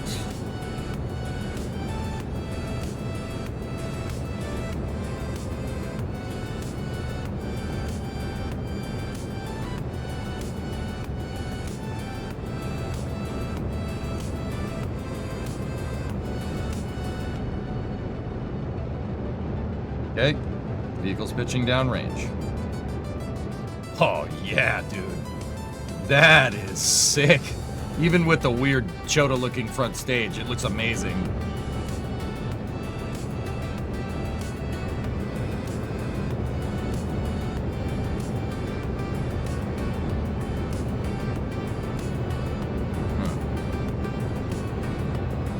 It's not really amazing when one of the SRBs is a little bent, but, you know. It's fine. I'm sure that'll end just fine. So surely separation won't go wrong at all. It's putting a little bit of a roll rate on the vehicle, but it's compensating. Trees, trees, trees, trees.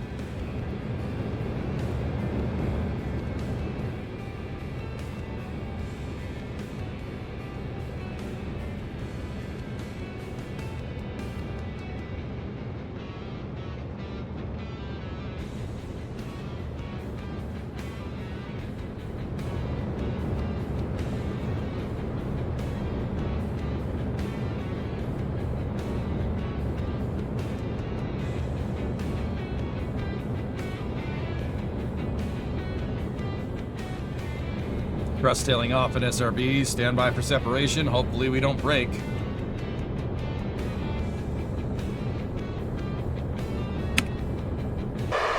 Nope. That one's kind of scaring me. Please get away from me. Thank you.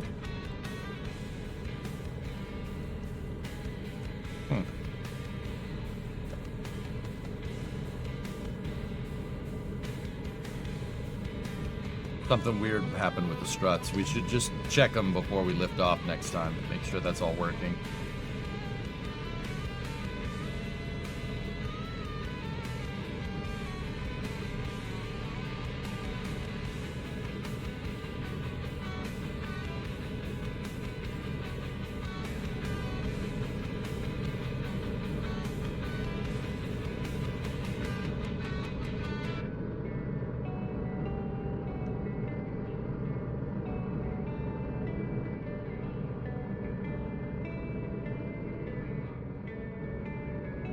Yeah, that one SRB was a little, you know, a little scary, but we're all right.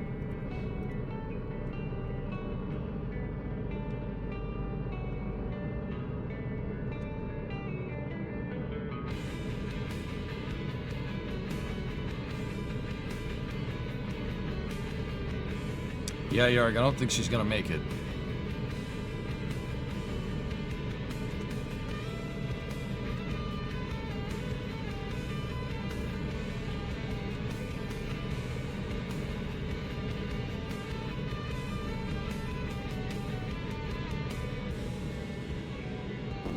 Alright, so here's what we do. Start dipping into the payload fuel just to see how much fuel we absolutely need.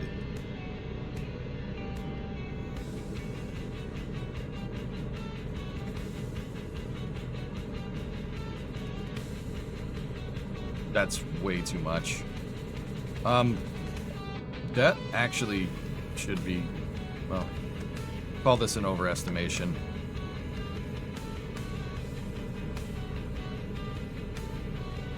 This is a very inefficient way to get into space, but whatever.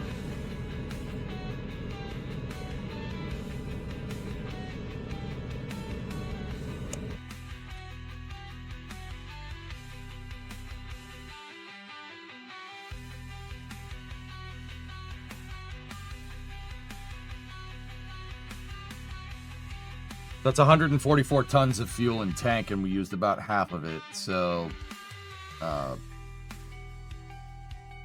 72 tons.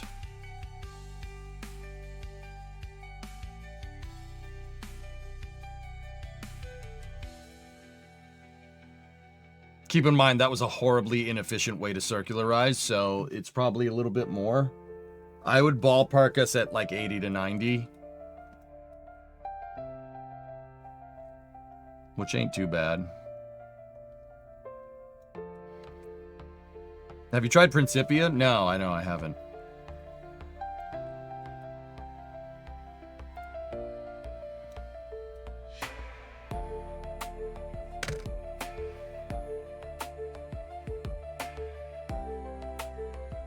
Did the wobbly SRB have contributed to the underestimate? No, that was just me not making sure it's secure.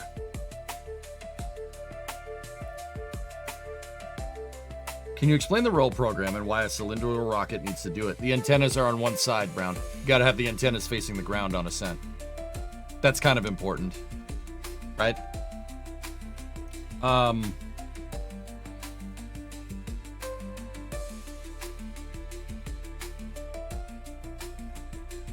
The other thing is that despite a rocket being a cylinder, a rocket still does have it still has positive axis. It has yaw, pitch, and roll. There's still a top to the vehicle.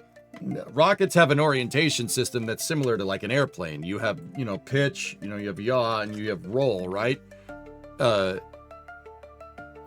the vehicle orients itself like this. Now, SLS flies like this.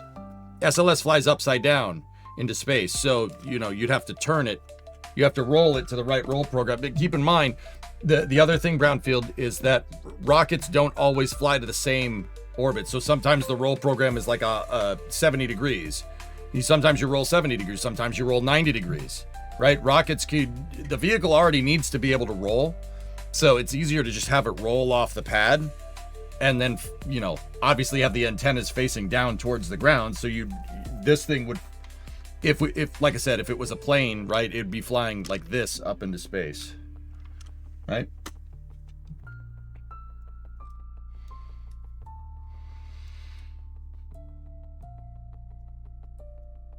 Yeah, either way though, that was nice. Very good. I mean, yeah, Yarg, that is kind of in line. SLS Block 1 could probably do about 100. Yeah, you heard that right. Block 1 can do 100 with that, even with that cruddy ICPS. Which is why I'm like, dude, what a waste. But, you know.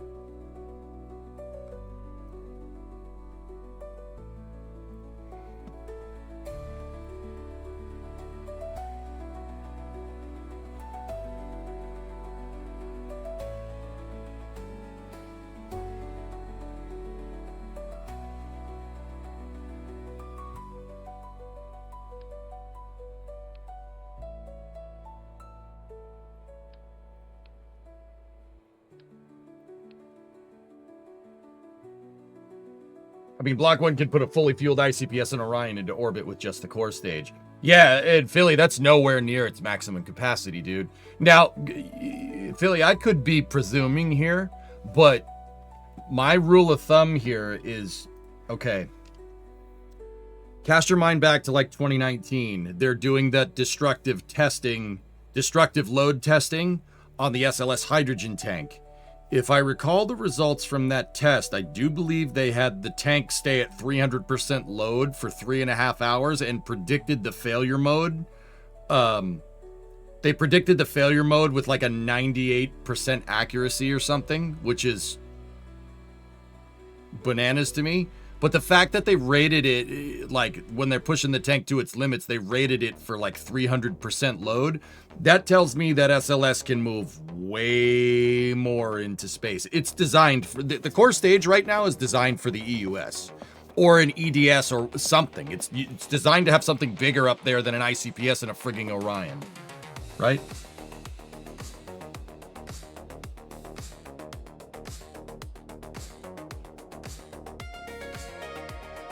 Yeah, the struts should be okay, Sharktails. So, yeah, it can put that thing fully fueled up there, dude. It could put. I bet you it could get you could get a fully fueled EUS and a co-manifested payload and Orion up there easily, like easily. That's probably not. That's not a big deal. I did see it, Panta. Yeah.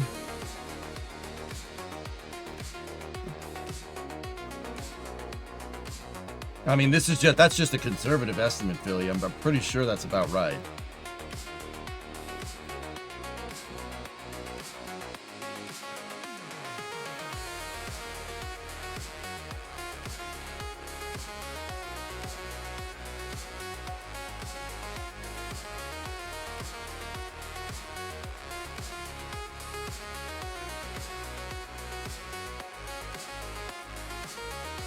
There's a mod called State Funding that lets you play more government-like careers. That's kind of cool.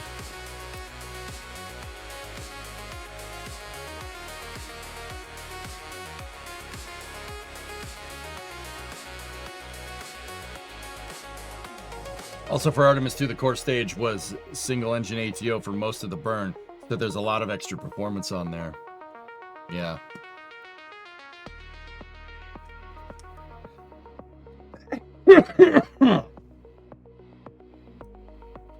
Okay, so here's what we're gonna do. Let me go to the vehicle mass here. Right?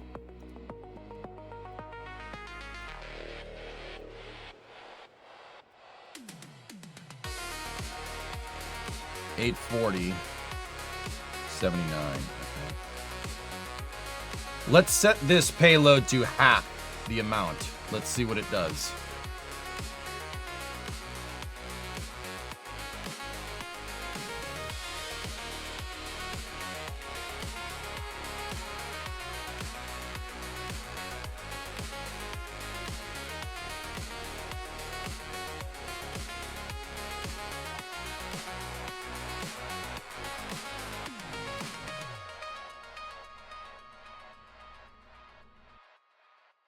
Yeah, Helios, the SLS that we're building is coming along, dude. Oh, what's that, Perdonks? This mod for Facrio makes bugs file complaints against your factory instead of simply attacking. Military technology is completely replaced with bureaucratic hell. Every machine you build, every manipulator you install, and every furnace you operate requires the appropriate documents. Most recipes require an administrative form in addition to the standard ingredients. Dude, frick that. Frick that, like, with a rake. Like, non-handle and frick that with a rake, dude. Yeah, that's not great.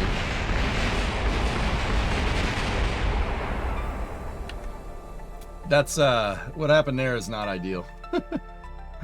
Rio, please, I'm never playing that.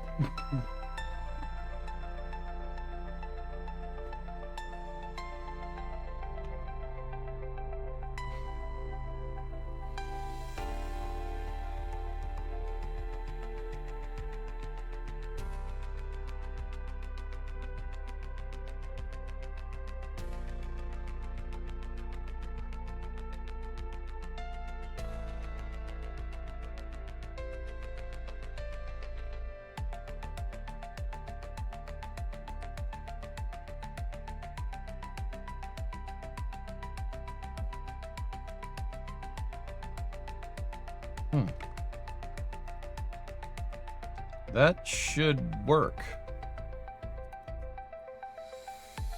Yeah, even the rocket noped out of that. What was that audio? It was a YouTube short that Graham Weldon linked.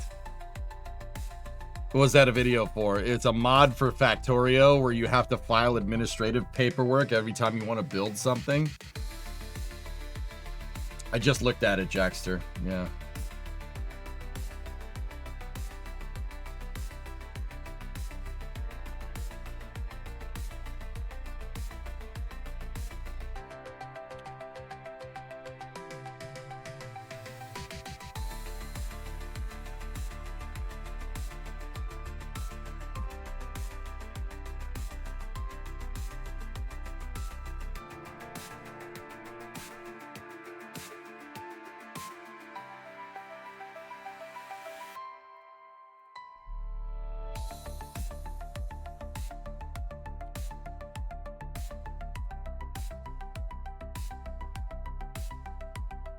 There we go. They're in position now.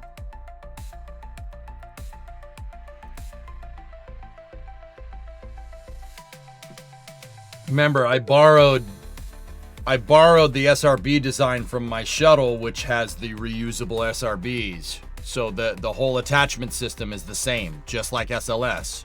So yeah, you have to make sure the pins are locked in. Sometimes when you put the vehicle out, it doesn't lock the pins. You guys just saw that. So I toggled vessel collision back and forth until it slipped into the pin.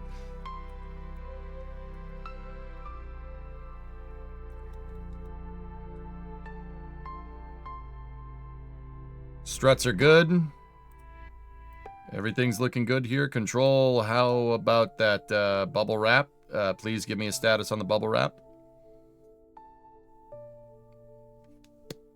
Copy. Bubble wrap nominal. Thank you.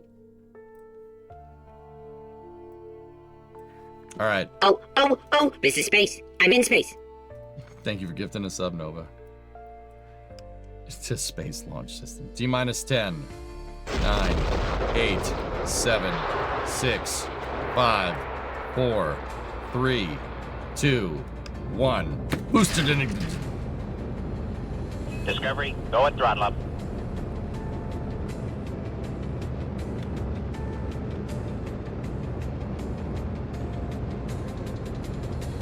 Roll program complete. That's the wrong way. We gotta roll it the other way. That's fine. It's fine. It's fine. You rolled in the wrong direction. Okay. Everything's good. We have the control to be able to do it. It's not gonna affect performance too much.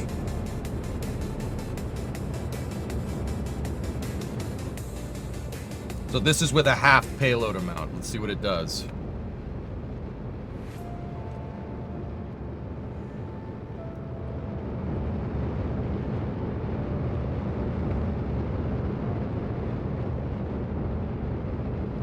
SRB wobble at the top. It's not supposed to do 180 degrees of roll.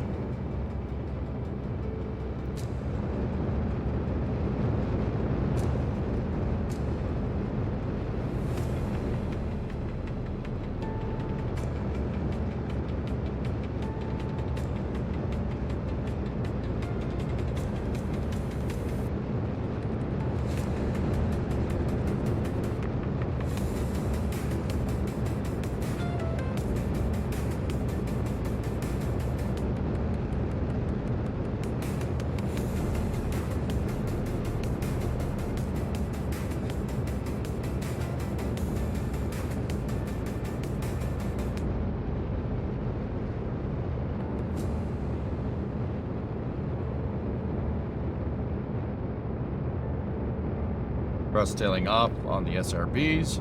Standing by for separation.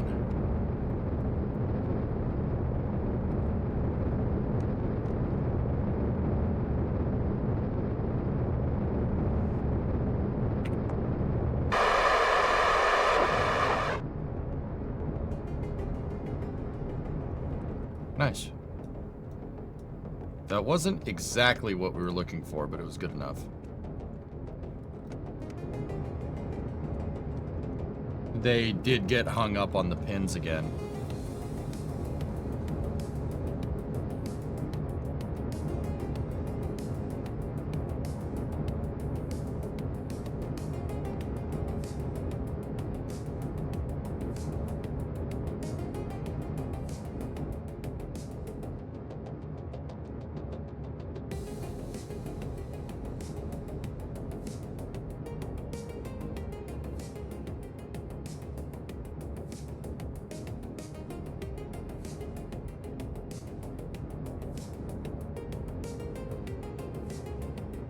There was a little bit of a lofted trajectory, so we can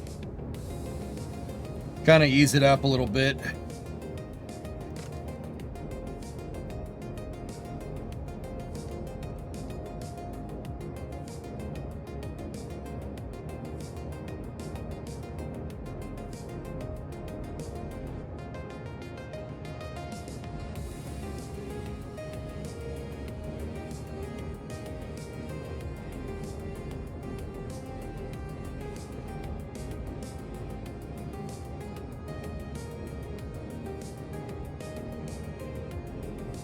We have enough.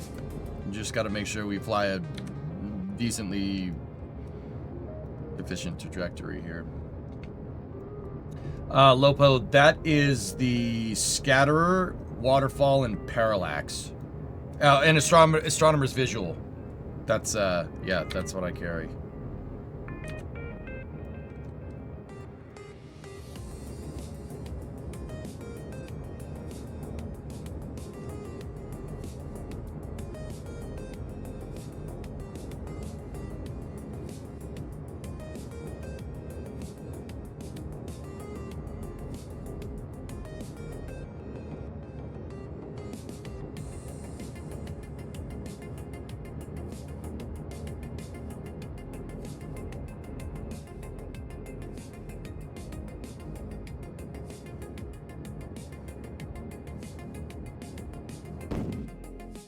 Bingo. It's pretty good. So, yeah, we can carry 72 tons of upper stage and co-manifested payload. I'm not sure that's enough for my taste, dude. I really want this thing.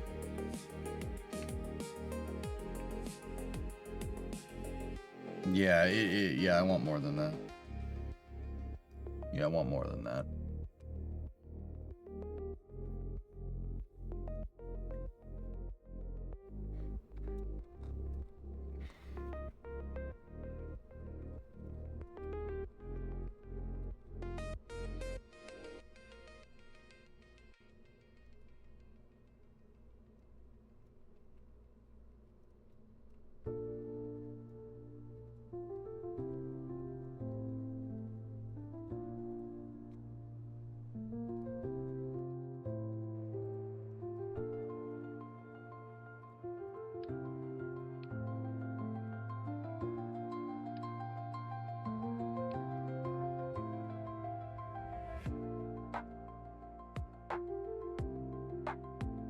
Clearly, it's time to switch to the advanced liquid booster with each...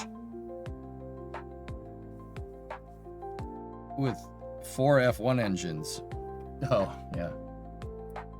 I'd say that seems good.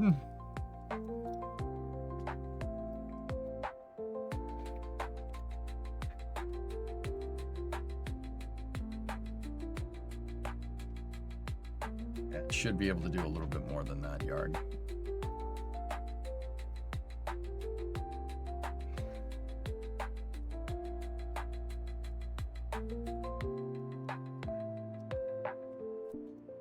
I mean, what's the payload going to be?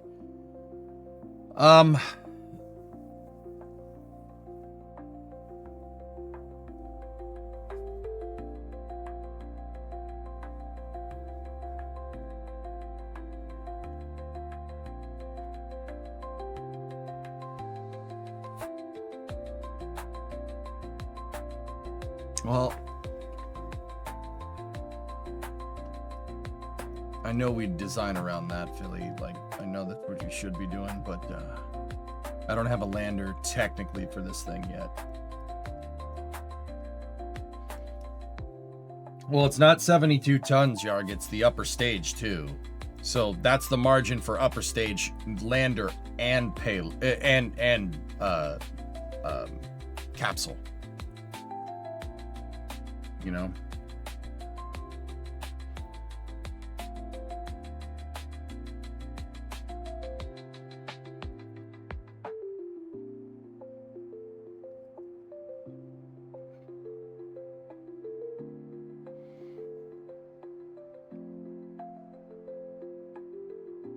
Yeah, I want to co-manifest. I want to build that capability into the vehicle, yes. I've been saying that the whole time, dudes.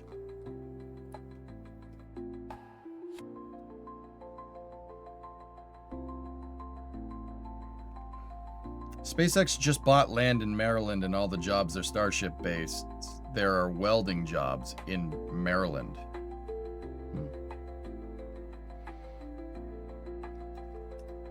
I mean, if it's a bigger upper stage, you'd just finish the circularization itself.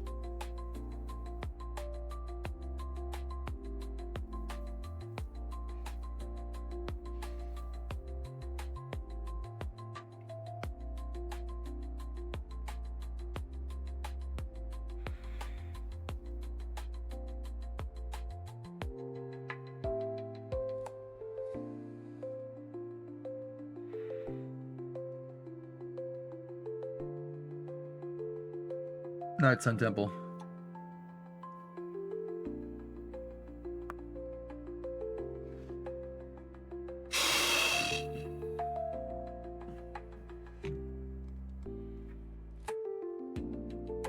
I'm thinking. If it could do this whole thing, I'd be pretty happy.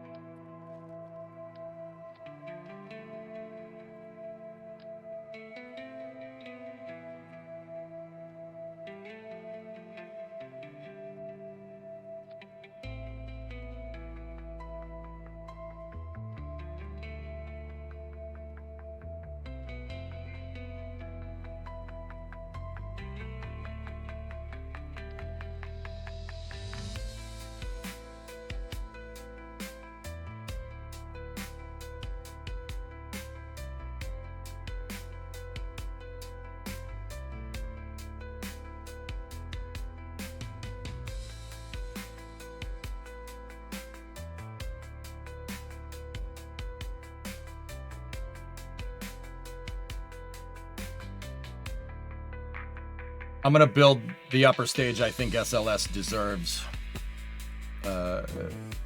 Yeah, it's more closer to EUS, to the EUS motorkit.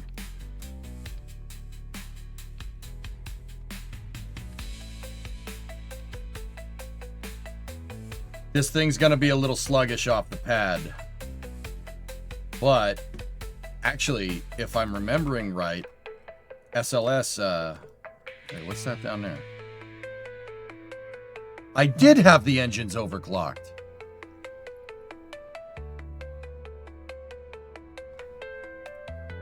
Excuse me. Yeah, I did have them overclocked. I knew I did.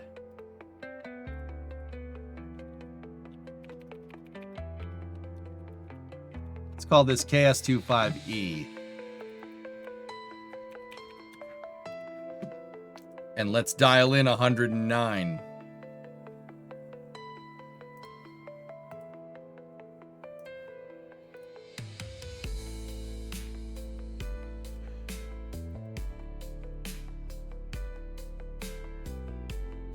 No, not 178. That's too much.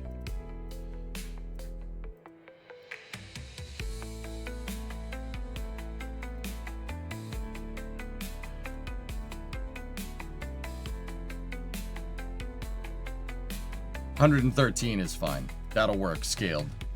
Good. Get rid of that point. Make sure that all the engines are at 113%. Rated thrust. What does that give us for liftoff thrust? It's not going to tell us because we broke it.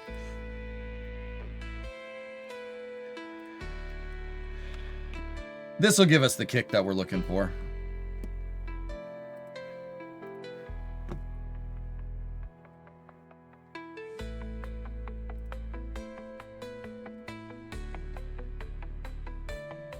And that adds to the fuel. That'll make it work. Now, whether we have enough delta V to zip all the way up there is another story. We'll find out here in a moment.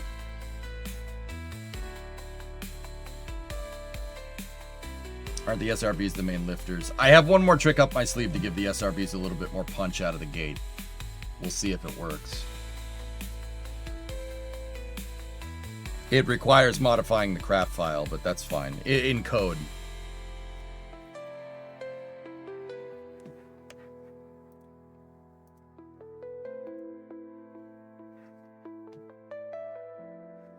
It'll gone 35 minutes to launch cargo spacecraft. To a cargo spacecraft launch? It did the thing again, dang it. Why does it only do it with this damn SRB?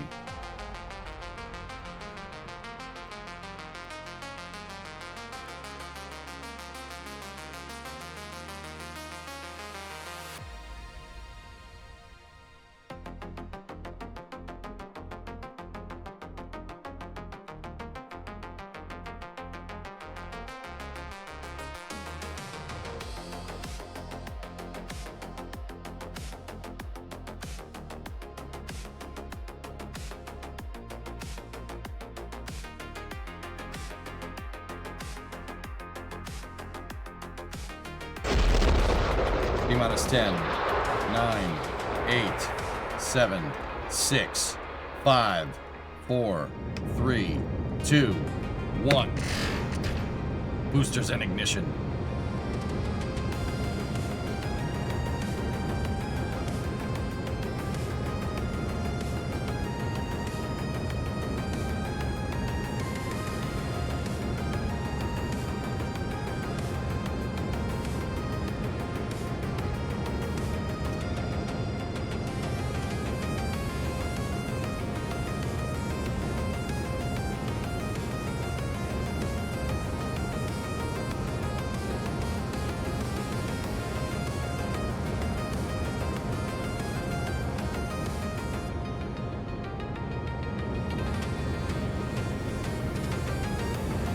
Throttling down for max Q. Max Q is looking good.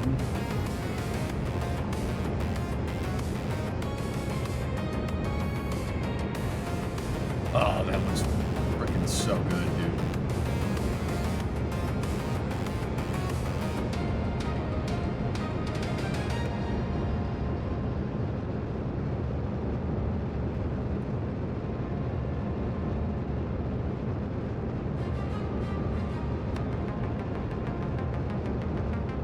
Yes, Trey, that's kind of what I'm planning on doing. I'm going to build my own stage, though.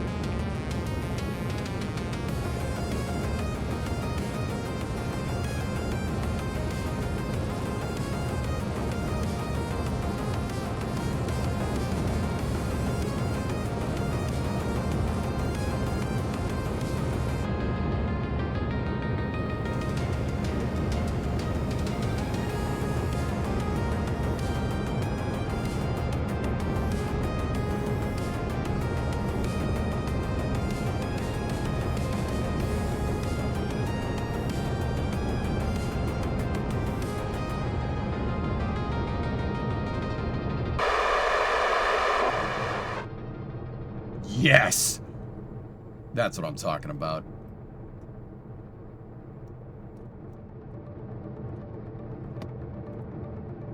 You covering Falcon Heavy tomorrow? I can't, Dean. Yeah, it's very rare that you'll hear me say that. I can't, dude. I have a dentist appointment tomorrow, and I've rescheduled it 3 times.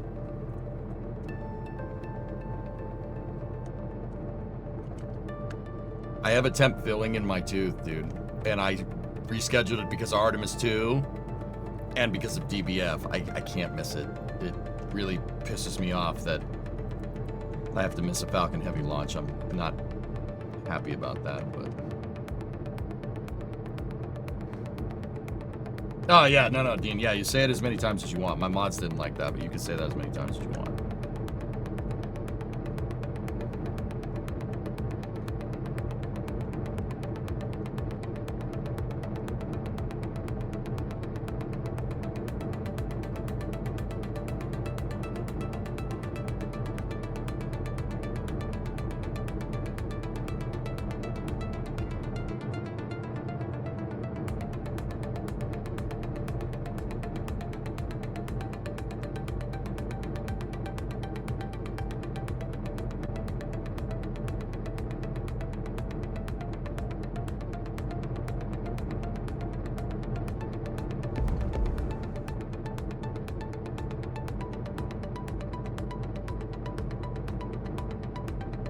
About 500 short. Pretty SRB, Sep. Thanks, dude. I mean, yeah, this is where... Yeah, the EUS would take over from here. But I do have one more trick up my sleeve. So the beginning of our thrust curve for the SRBs is at 100% because the cal controller won't let you go past 100% on the first node. I could change that. We could change that in the editor so the first node gives us the kick of a 5 segment out of the hole that we need. See how the curve goes off the page here? The first is at 100% thrust because I can't move that curve up. In Notepad we could though. So, no.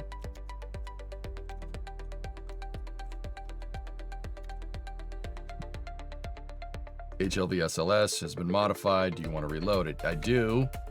Get rid of that. Find. We need SRB curve. Thrust curve. So SRB thrust curve right.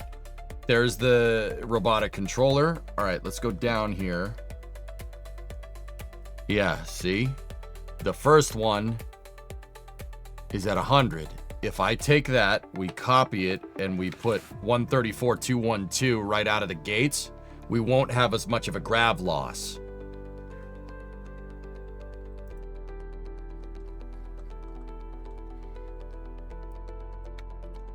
$134.212. There we go. Save, close, back this out. Reload it here.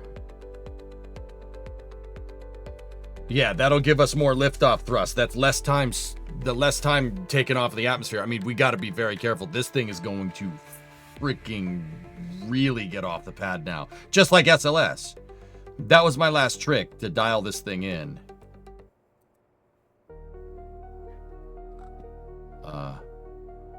Hello? Where are we? So if we reload, right? And we open the editor, the first node is off the page. Hell yeah. Oh, this thing's gonna, it's gonna this thing. Now put that thrust curve on the Ares 1. Oh yeah, we could just copy it, dude. Just merge the craft files, copy it, put it on Ares 1, and Ares 1 will cheech. All right, now let's try this. Like, okay, here's what I'm resigned to. Because if this thing was carrying EUS lander, etc., and the capsule, right? If it was doing that, in real life, core stage probably wouldn't make orbit. It would make it close, but it wouldn't make orbit. So that's what I'm trying to do. If we can get within, let's say, 200 meters a second delta V of orbit with the core stage with 144 tons of payload attached to the front, mint. Actually, no, that's actually too much. If we get past 2,000 meters a second with the core stage, I'm good. That's fine. That's 350 meters a second short of orbit. That, if I'm thinking about this correct, just crunching numbers in my head and not doing any of the analysis out, which is not how you do this, but if I'm thinking about that right, that should get us what we want. Artemis Block 3, this is basically, actually, this is just a Block 1 core stage and boosters. CR? Yeah, just Block 1 core stage and boosters. I just have a dud up here, dude. What I'm going to do is make something, eventually it'll be more in line with like a SLS-1B or 2.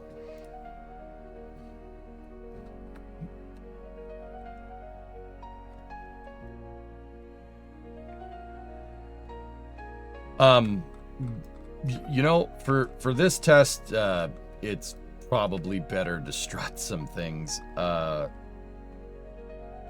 Yeah.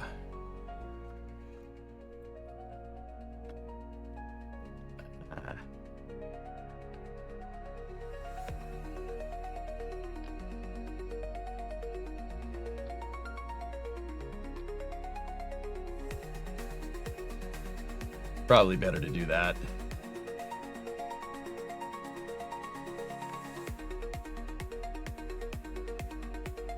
Come on, find the weak points.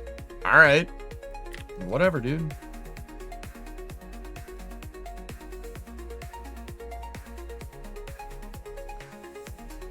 Oh, dude, does that look the part or what? If we just had the orange, oh, it would look perfect.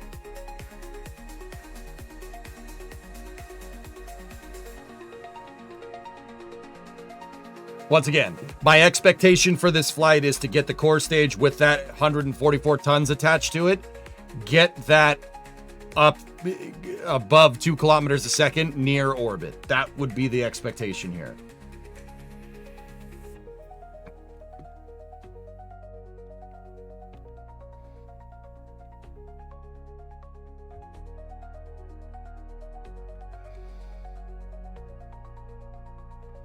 We'll make it orange. In good time, my son.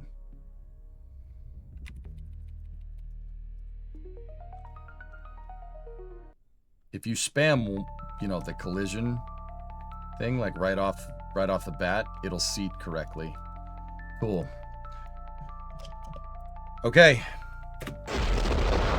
Here we go. This is going to, I'm kind of wondering what's going to happen here. This is going to get pretty hefty. All right, here we go. T minus 10, 9, 8, 7, 6, 5, 4, 3, 2, 1. There we go. 1.4 right off the bat. Oh, that's nice. Very nice.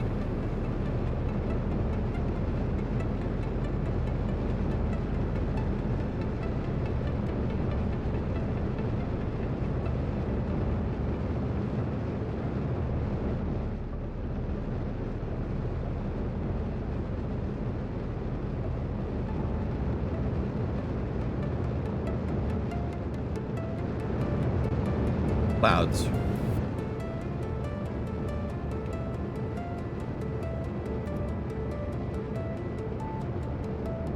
We need to adjust the throttle bucket for the SRBs.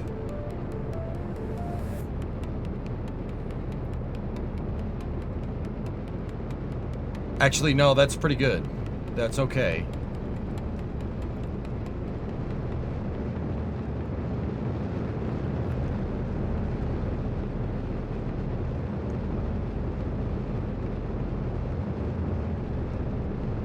Dude, she's staying nice and solid, which bodes good for us because That bodes really good for us because that means, like, if we ever wanted to, we could make a pad. We could make an integratable pad for this thing.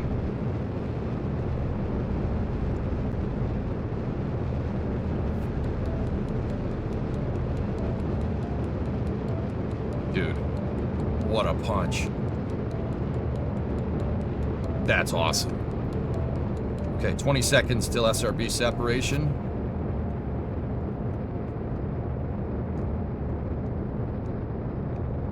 Ten seconds. Thrust tailing off, SRB standing by for separation. Oh.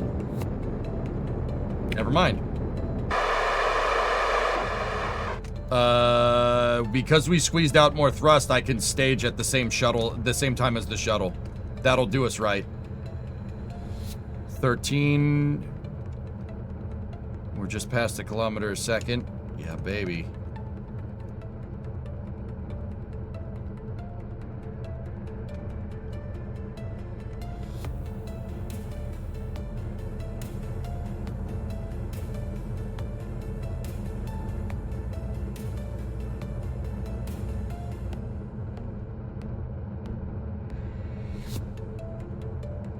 Yeah, we squeezed more power out, so we could stage it earlier. We don't need to stage it at 2 minutes anymore. We can stage it at 150.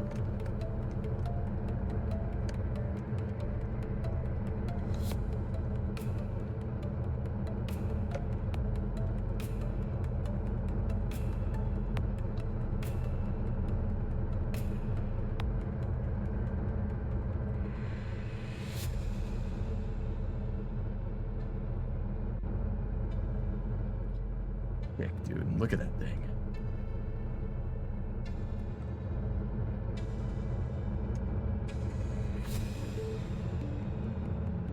Yarg, I'm using the same ascent trajectory as the shuttle, which is basically what SLS does for the most part. We're taking a little bit of an inefficiency here by not being on prograde, but I actually think this is right in line with expectations, man.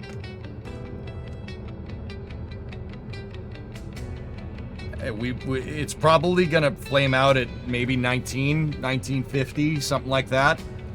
That's pretty dang close, considering I just did some, like, napkin math analysis here. Today I got my first ULA YouTube video ad. What are they cooking? Oh, I don't know.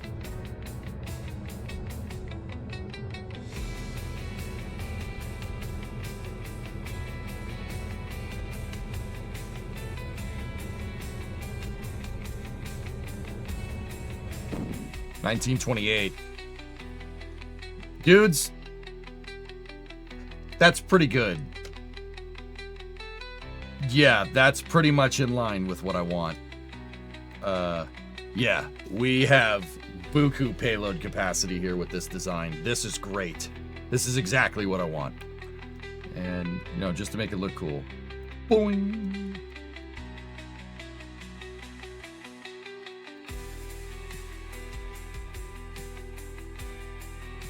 That's sick, dude.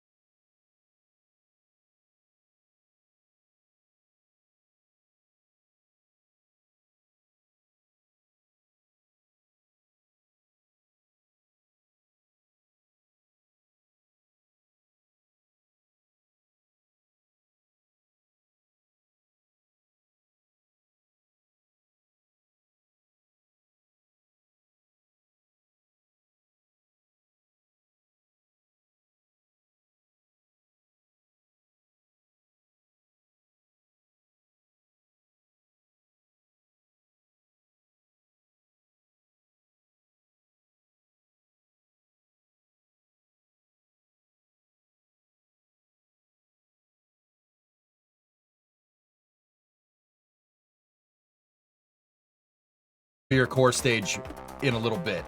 Because what we could do is dump all these, get rid of all the tanks with the oxidizer, right? And what we could do is replace them with the liquid fuel fuselages. How much fuel does this thing have? 5,700, 5,700, 5,700. So that's it's about 18,000. And then 2 more there. 24 in change. So about 30,000. 30,000 units of liquid fuel. We put 3 of these tanks in line in the center. Oh, that would be pretty cool. That would be pretty sick.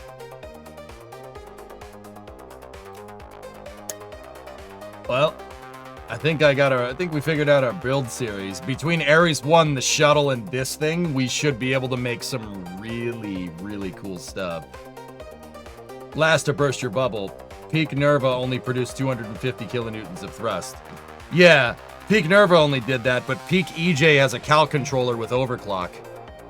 So Peak Nerva can get... Discovery, go at throttle up. Kind of want to see what your Ares 1 would do now. Morbidly curious. Alright, fine. Alright, fine. You dill hole. Would you fire the Nervas at sea level? Yeah, fire them at sea level. Sure. Why not? Have you looked into the nuclear light bulb? No. Alright. Save this one right here. Discovery, go at throttle up. Go in here. Go in here like this. Open the editor. Go here. Copy the curve. Let's see if we can copy directly.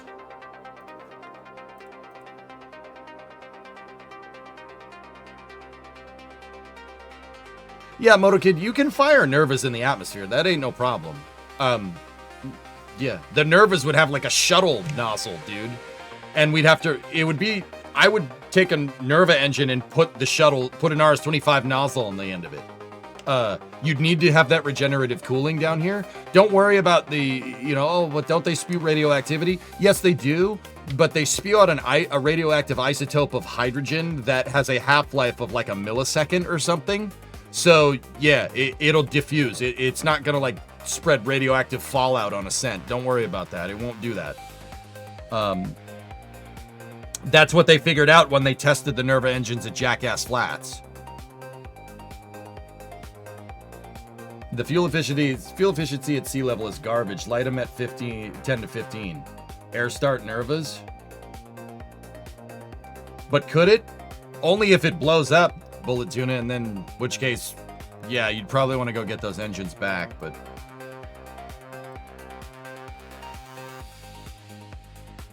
Any plan to build SR1 Freedom?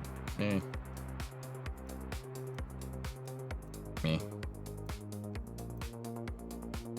Oh, it worked. Okay. All right. The separation system on this thing still is a little bit donkey nards. So let's just go back over here.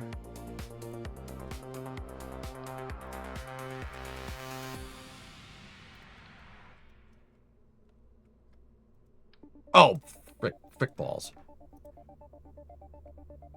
LH2 cooled quartz.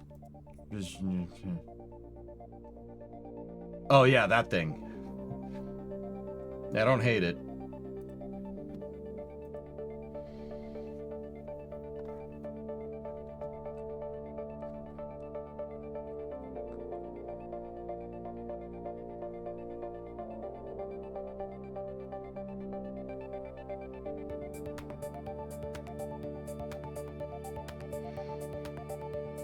Three Nerva engines on the shuttle would have been insane. They would have never done that.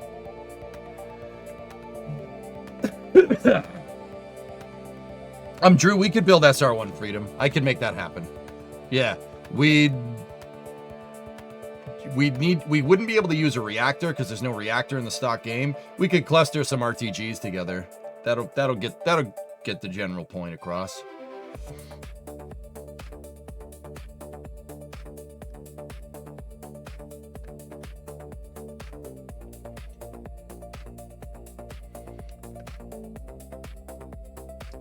What happens if I add one more shuttle engine, Shadow Mask? Oh, we probably wouldn't hit that 1900 target, but we'd get the TWR that we need. But my TWR is in line. I mean, that it is in line. Dynamic pressure never goes above 13,000 pascals. Honestly, that SLS is great. It's a really, really good vehicle. I'm actually really proud of it, and I want to use it now. Let me just make sure this is the right craft file. Yep.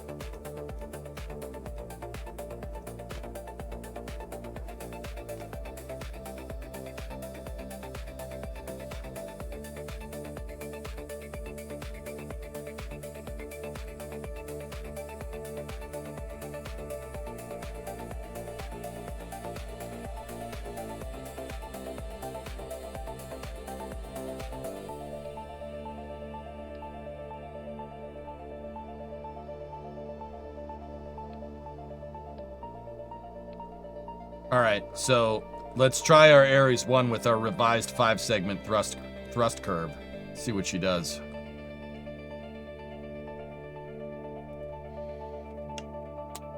You guys ready for the hurricane? Ares 5? I didn't make an Ares 5, Helios. I made SLS.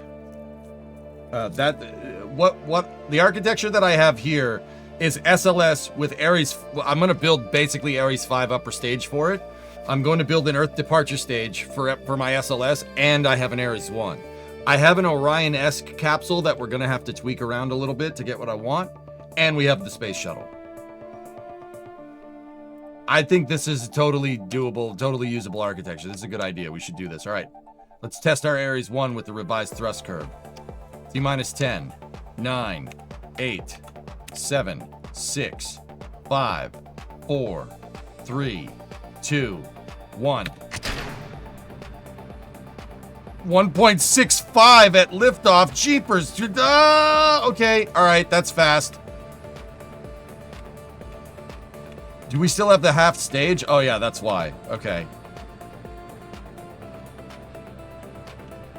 That's way too fast.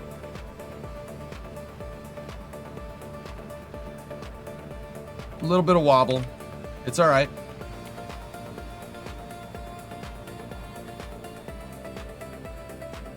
Okay, throttling back. Yeah, see, the dynamic pressure's too high.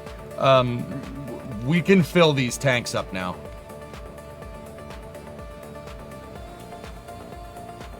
Your badgering was right. Yeah, and a blind squirrel finds a nut, you dillhole.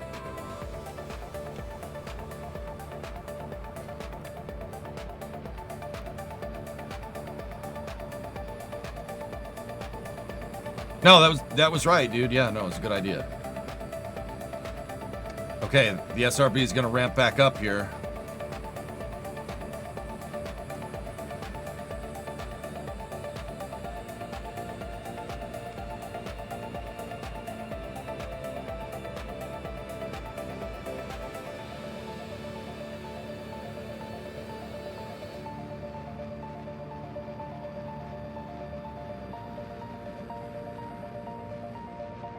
Okay.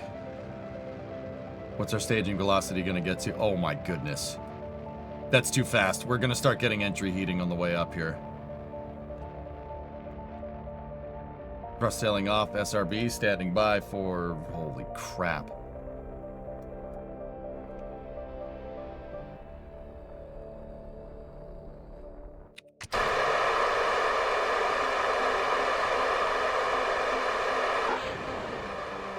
The tumble motor worked! Hell yeah! Hell yeah! That's awesome! Yes! Yes!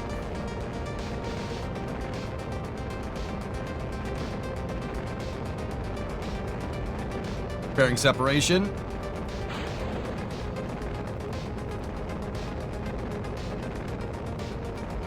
The tumble motor ignition worked! Jackass! Sorry.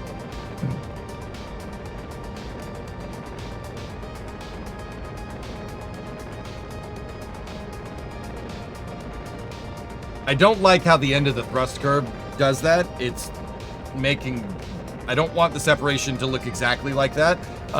The very end of the curve, we have to tweak a little bit. Just so it has that residual fuel capsule at thrust so you can separate while the SRB is still firing, which is what the real one does.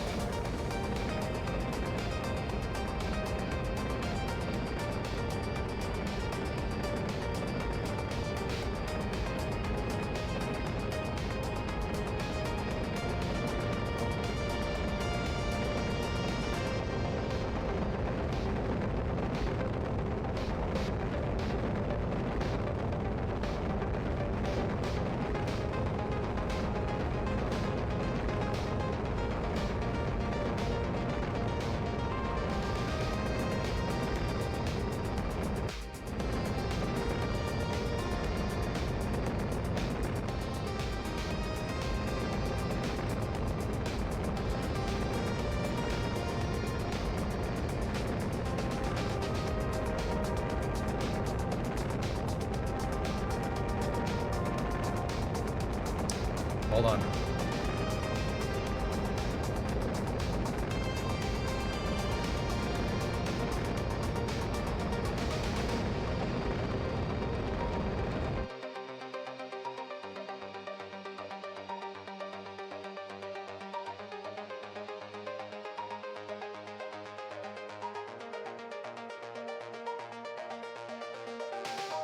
We could carry more fuel.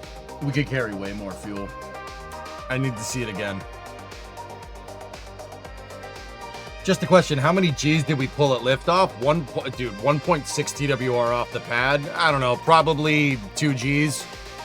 Somewhere between 1 and 2. It's not as much as you might think, but let me tweak the bottom of the thrust curve here. It's the very end that I want to set that to like 1. Or no, maybe set it to 5. It was set at 10.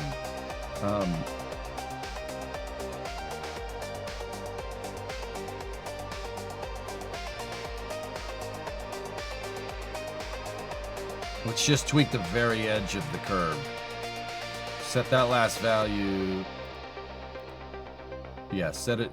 So the time value there is 103.53. We've been separating at 1 minute 50 seconds, which is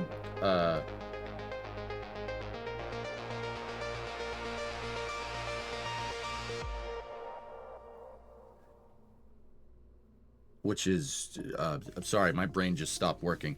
1 minute 50 seconds is 110 seconds. That gives me a time value ramped down at 103. That should do it. So we get the right type of separation here. And then we'll take the data that we learned here and we'll apply it to the other boosters so we can get the SLS to separate correctly. See, this is why, guys, I've always said that, like, it would have been better to make Ares 1 because it would have made SLS or Ares 5 development a lot easier because you would have buy down a lot of risk by flying that 5-segment booster a lot. Well, a lot. You could get like 3 or 4 test flights out of it. You know, and that's great flight data for you. Oh, the upper stage fuel. Going too fast.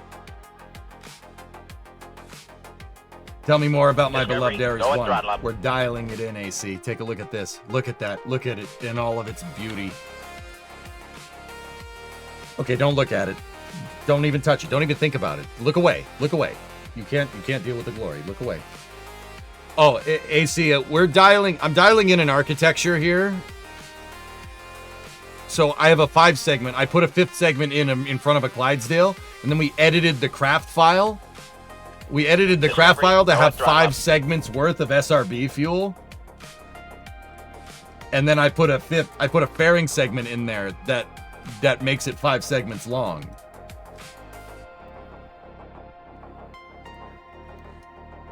All right, let's go for broke. Go for broke. Give me full tanks of fuel. Let's see what this does.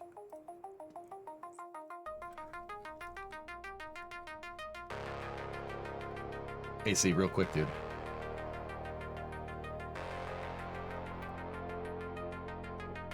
Because we have 5-segment boosters.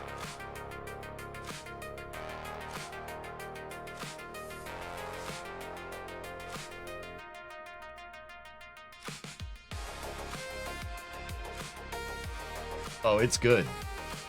Oh, it's good. Don't you worry.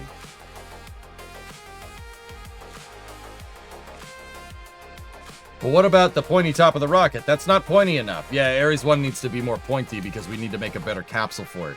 Guys, probably later this week, I'm going to give the Taurus capsule. We're going to redesign a couple of things on the Taurus capsule, and that should be fun.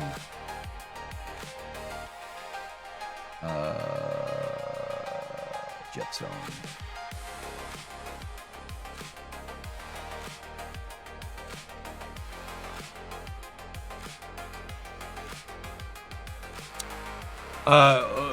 Nova, I'm going to build it more scaled.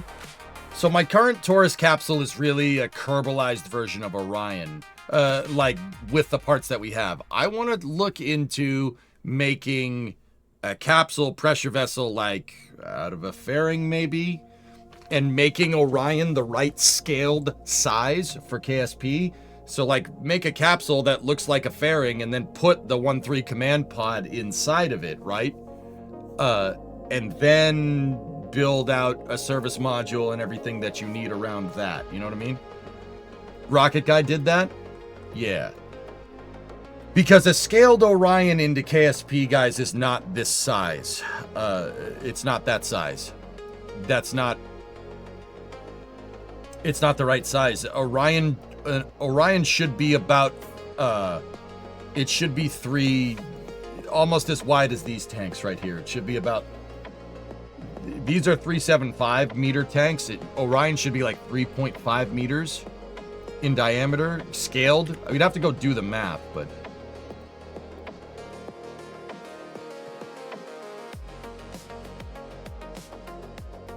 Tessellated heat shield. I have an idea for the heat shield, Hellfish. Total booster cost for SLS. Each SRB is roughly 320 million, significantly higher than smaller commercial boosters. Yeah, Moondove, that puts an Ares 1 for the most part at about 500 million a pop, which is pretty damn good considering you get an Orion capsule into space. Just saying.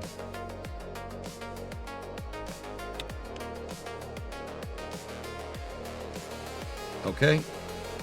Roll RCS is on. T minus 10, 9, 8, 7, 6, 5, 4, 3, 2, 1. Oh, hell yeah.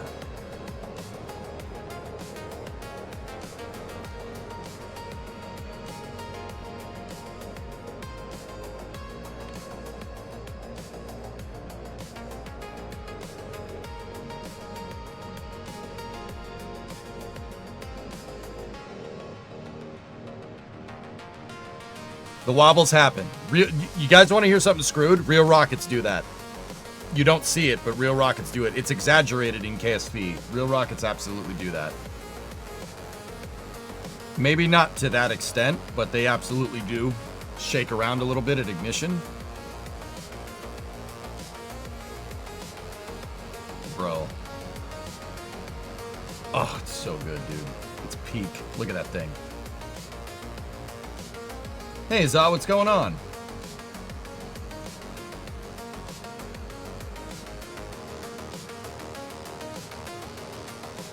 Like a twang to Tad. Yeah, exactly, dude.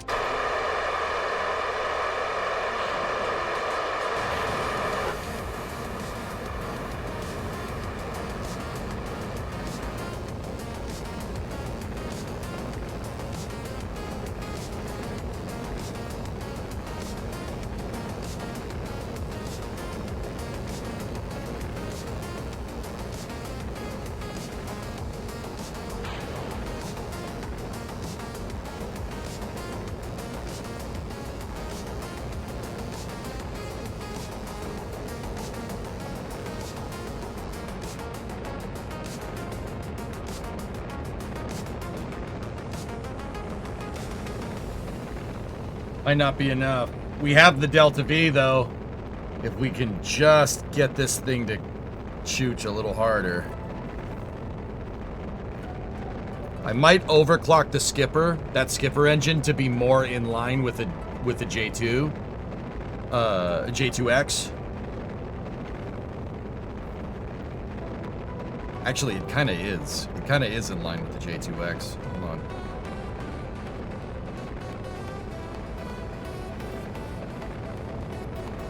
Think you can land the spinny bits on Duna, say like with SR1 Freedom? Yeah, maybe. I actually think skipper overclock is more or less in line.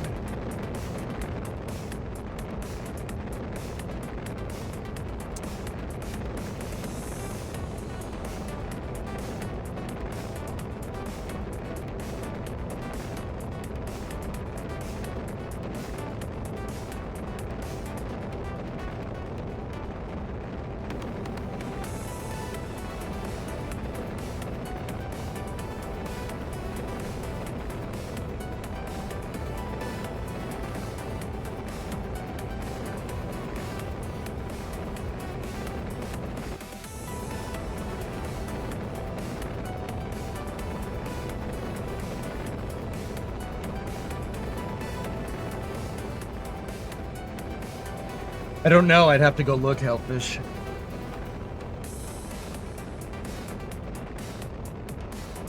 Some rockets do fly a trajectory like this, guys. The upper stage kind of goes over the hill and then it speeds up in time before it re-enters.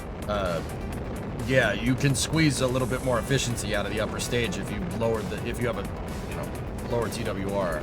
You get a lot more Delta V that way. Or just a smaller engine that would give you lower TWR.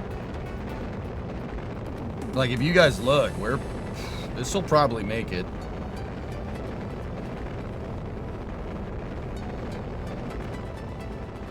Yeah, the auto-rotating stuff, Drew, I could probably get away with that. I don't know how well it would work on Duna, but...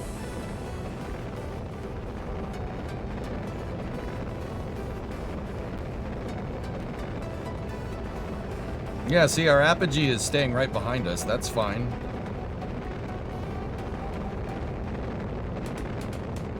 That's not fine.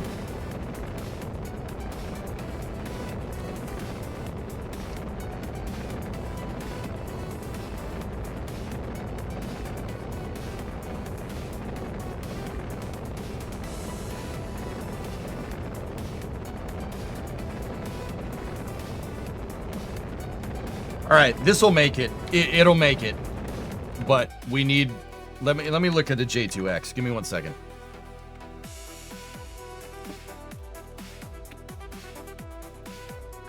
So there's a weird.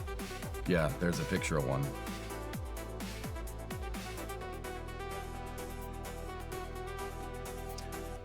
Oh. Oh. Oh, okay. Let me, Nova, I'm not saying you're wrong. Let me just run the numbers so people on stream can see it. Yeah. Yeah. Okay.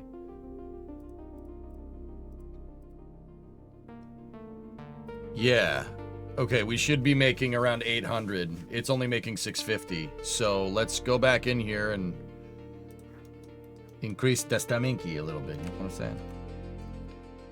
You used 0.6.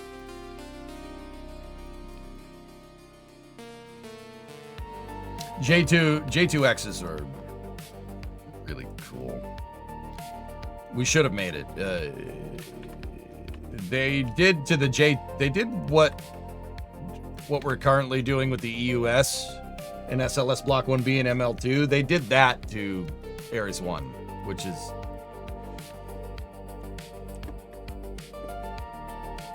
kind of annoying, but whatever.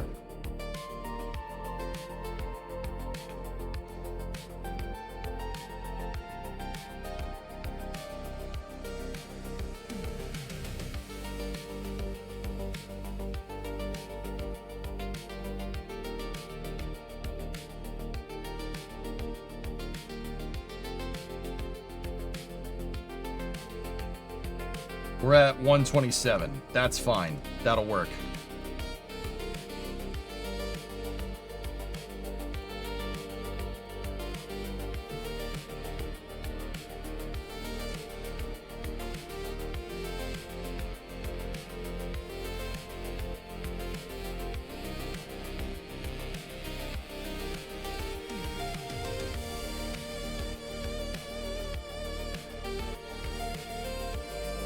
That little extra TWR is going to make a big difference here.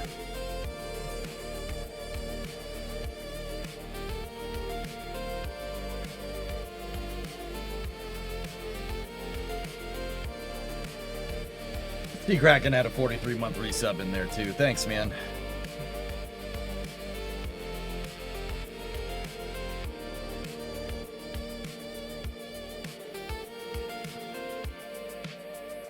Chris, on one hand, let's rather not do Ares 1. It's a silly rocket. It's not a silly rocket.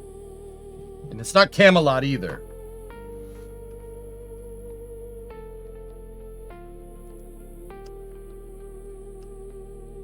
Alright, T-minus 10, 9, 8, 7, 6, 5, 4, 3, 2, 1.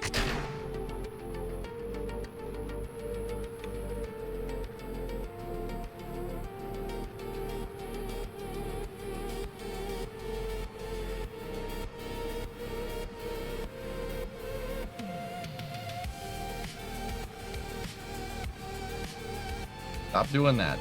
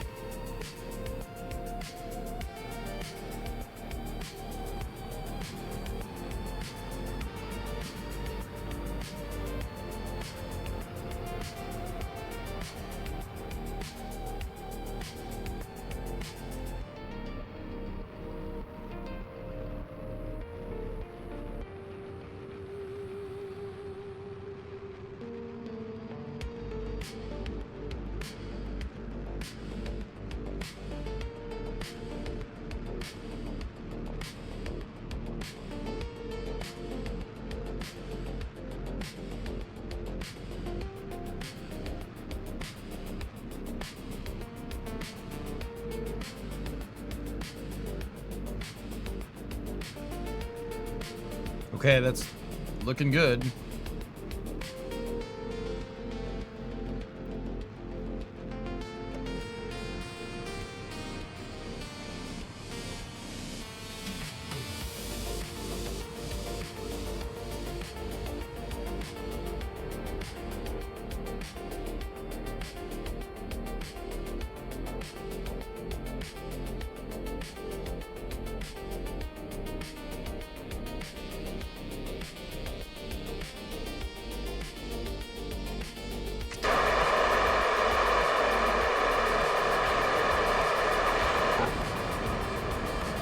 Double motor ignition.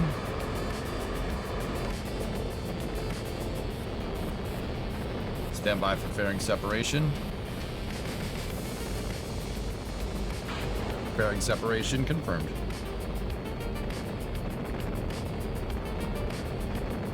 Yeah, see, 831. We're right in line.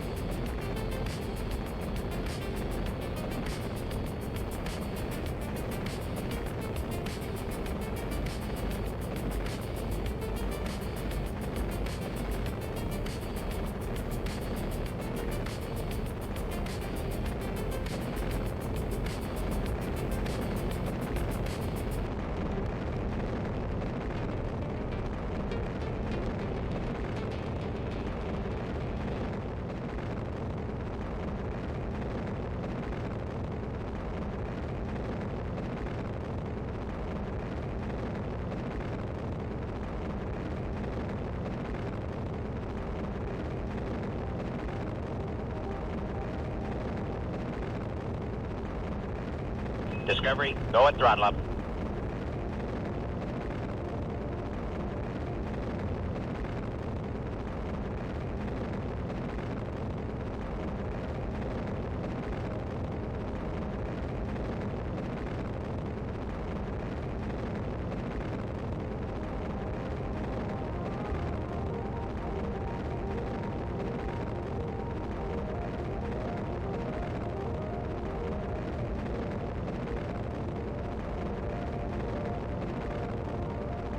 Hmm.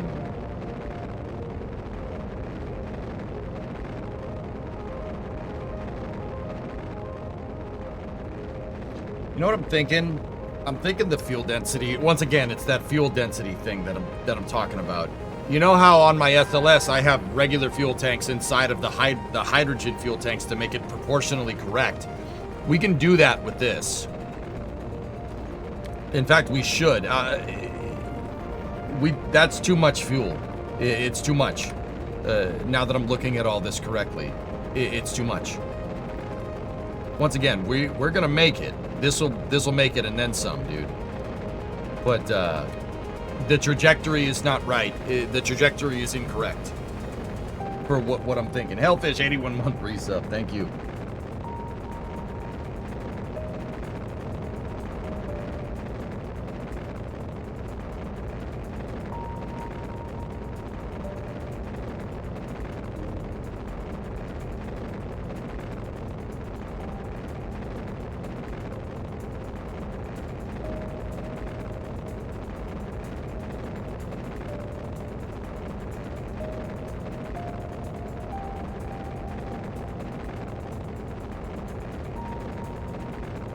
Yeah, there you go, man. 966. Pretty good. Yeah, if we were going to do this right, I think we'd go back, because I want to keep the orange upper stage. Just go back to adjusting the fuel. I went for broke there. Half of the fuel tanks is not what we want. Let's do that right there. 2268, 2272. I mean, I could make the tanks, we could bury the tanks in a fairing like before, but we got to keep the orange tanks. Can't have an all white Ares 1. It would look like Ares 1X. And Ares 1X was good, but no.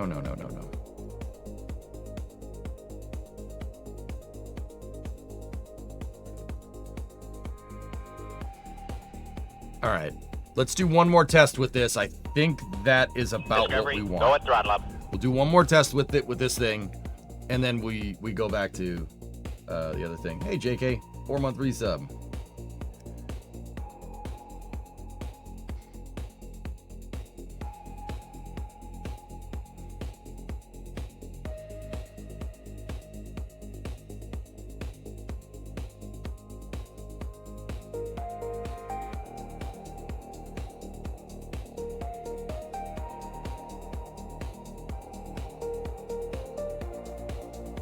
The auto rotation boosters were a cool idea, Drew.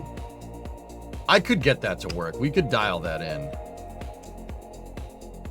It'd be kind of fun to dial it in on the 5 segment, but whatever. All right, T-minus 10, 9, 8, 7, 6, 5, 4, 3, 2, 1. Oh man, that thing books.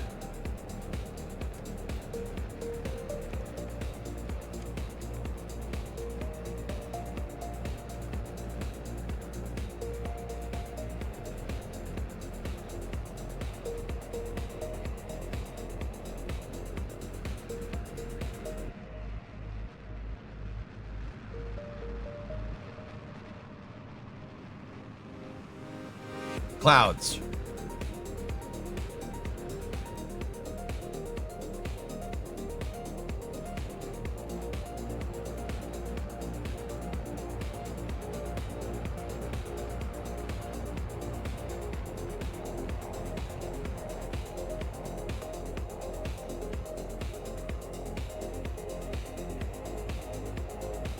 Throttling back down, 12.4 Pascal max Q. Right where we need it to be. Flip this over, turn and burn. No more clouds.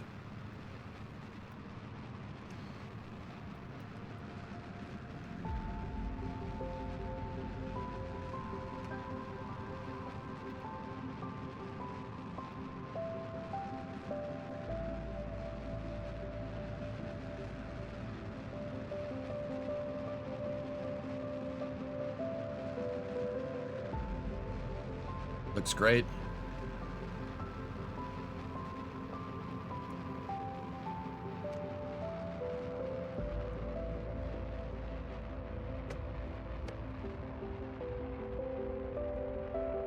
Stand by for staging.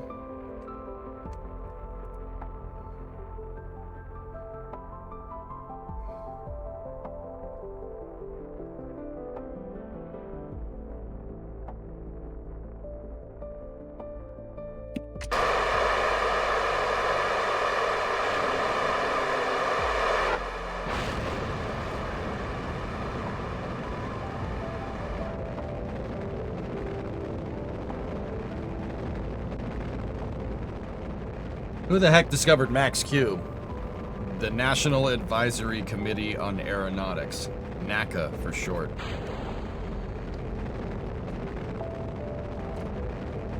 It's dynamic pressure. Dynamic pressure changes. That's dynamic, as opposed to static pressure, which would be like pressure in an atmosphere. Maximilian Q atmosphere.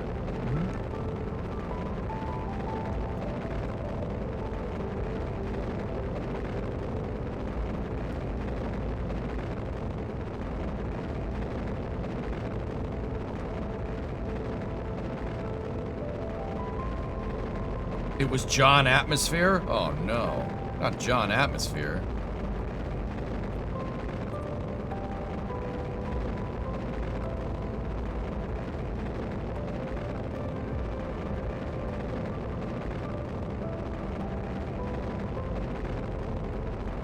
Yeah, this with the overclock is perfect. This is really, really good.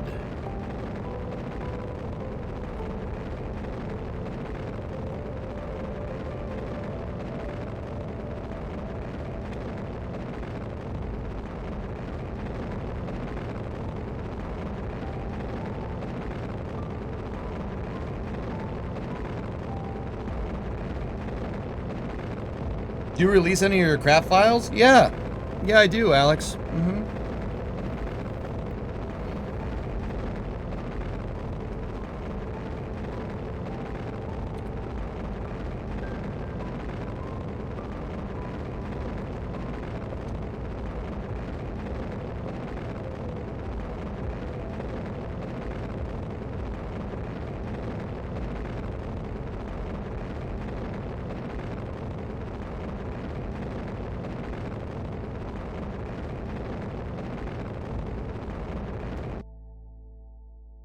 (91 by 97). This has enough to push 18 tons on translunar, which is, if I'm crunching these numbers and everything here correctly, that means we have enough time to go get that SRB back if we want. That I would rate this Ares 1 probably at about 20 to 25 tons, somewhere in there, which is right in line with the real one. Good.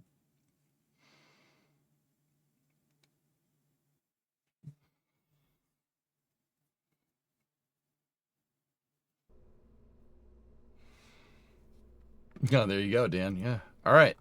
Killer. The only thing I don't like about this is the tail off. The tail off is not correct. If we open up the editor and I just keep this at like 1.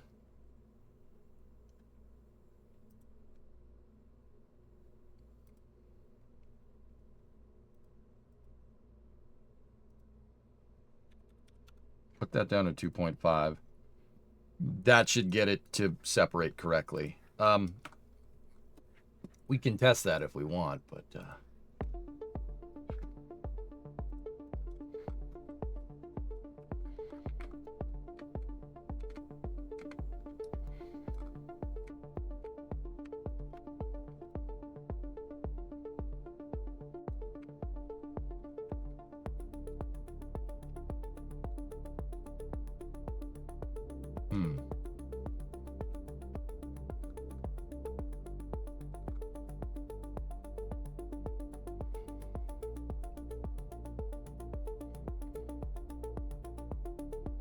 All right, we'll dial that in a second.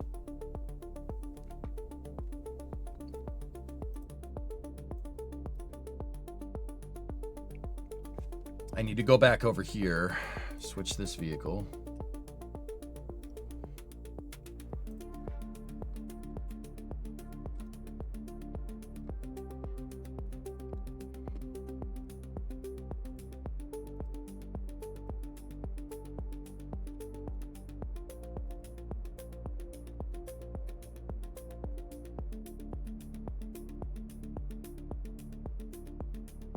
make the changes that I just made to these SRB thrust curves. Open the editor, go in here, paste that, change that ramp down at the end there.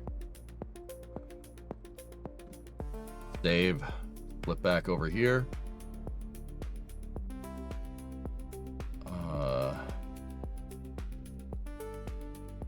Bob, your wife says hello and says, stop hypnotizing him. I ain't doing it on purpose. I'm sorry if I like talking about cool things. But here, I'll show you my secret. That's the secret right there. Oh, cars. Ah. What?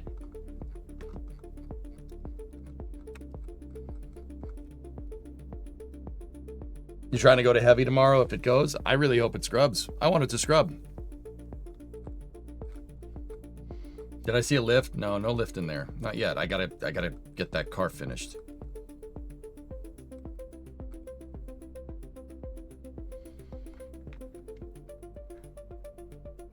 She was just yelling at the screen. I'm sorry, I can't hear you. You can yell at the screen all you want. I can't hear you. Okay, maybe a little. Stop yelling. Jeez.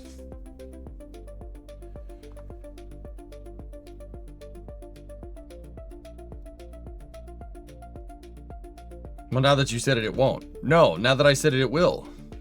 Right?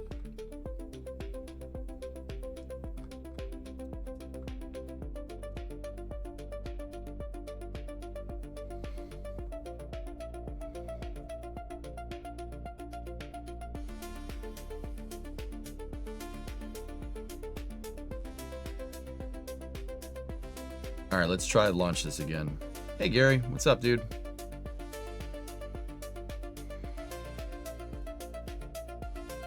Well, I hope that Falcon Heavy doesn't not scrub. There you go. See?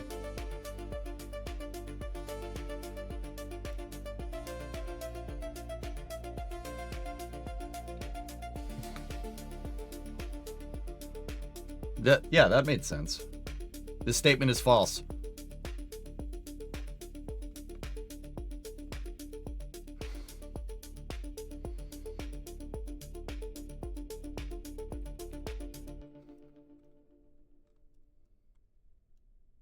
Oh, the damn thing didn't see right again.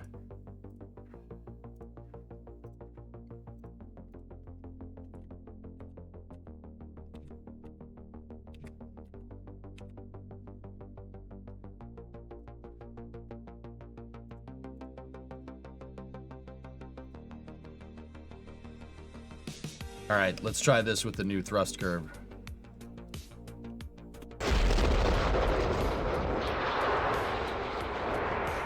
T-minus 10, 9, 8, 7, 6, 5, 4, 3, 2, 1.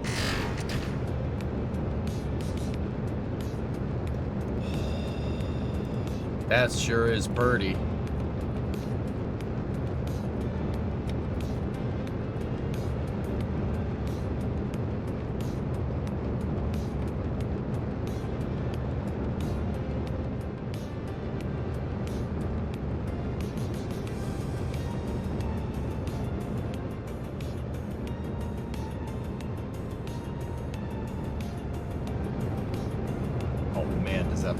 That looks perfect, dude. The silhouette is ace. It looks just like it. I'm really happy with that.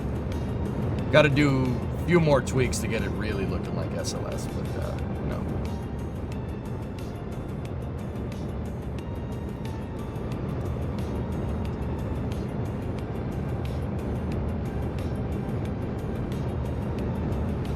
Yeah, it's the same proportions as SLS Blackbird.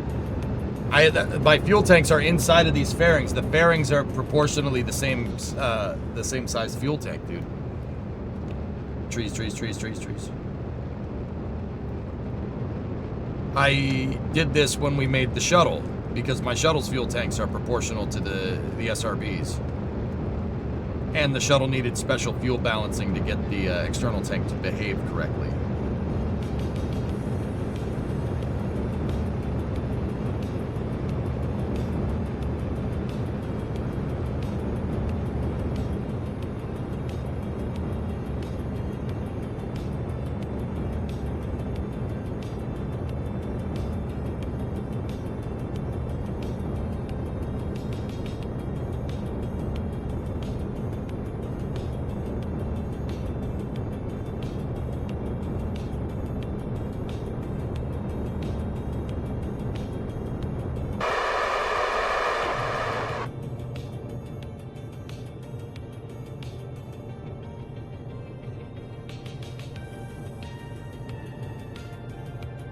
I didn't like that. I modified the craft file to get them to gimbal correctly.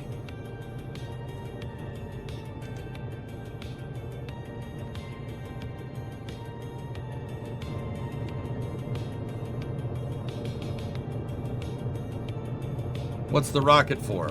Going to space. I'm building out an architecture that I'm going to build out a spaceflight architecture, Gary, that has SLS. SLS with a better upper stage. The space shuttle in Ares 1.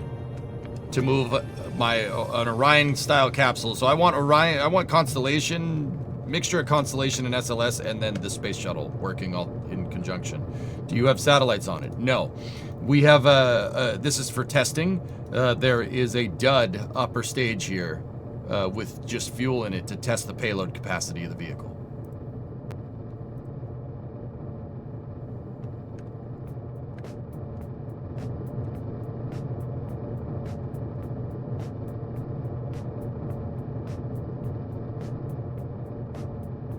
No, it's not. It's going to be for getting my Orion into space, because my Orion capsule won't fit inside the shuttle's payload bay.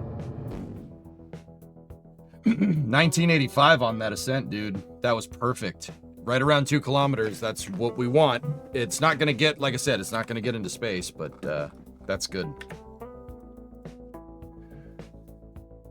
Try making it as a satellite on a large orbit. No, I'll build out the architecture. No, I don't want to do that right now. I'll build out the architecture as I see fit. I have some pretty clearly defined goals, Gary. We're not building satellites right now, dude. I'm building the rockets, and then we'll make the satellites and stuff later.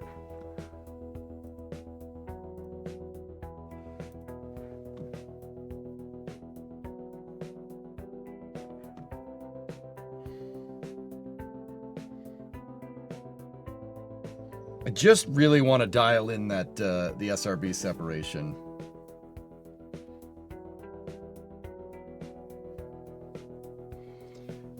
Is pre-building this part of a campaign or a career mode? So, Lavitz, I have my mission mode 3 save. MM3 is not... It's not a save that... that is using, like, it's the rule set, not necessarily the 3rd mission mode that I've done. My MM3 save has... I already flew a bunch of shuttle missions in it. So the shuttle exists canonically in that save. And it is a career mode save. The only difference between that and like mission mode 2 with the MM3 rules is like you guys don't vote on anything, and there's no need to build launch pads. Those are my 2 big things. So you could just put vehicles out and fly them. But you're more or less playing with the mission mode rules and difficulty, meaning it's a career mode save. So we're probably going to build out in that save, because that has all the high difficulty settings. And once again, the MM3 save, I originally ran it in the beginning to probably about the middle of 2023, and we used it to build a space station with the space shuttle. So, like I said, shuttle already exists canonically in that save, right? And because I'm a sucker for continuity, it would make sense that SLS and Ares 1 exist in this save too, because the shuttle exists in that save. So that's what we're probably going to use. Gary, this is sandbox mode. This current save, we're in sandbox mode, yes.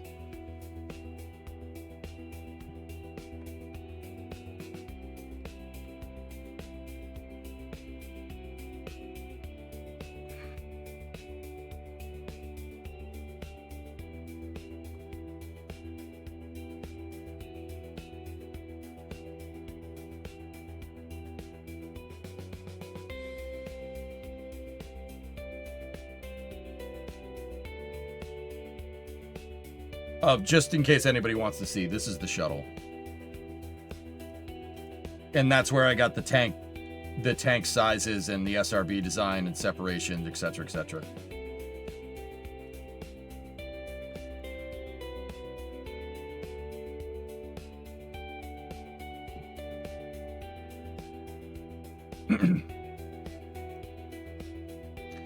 $93.07 set to 0.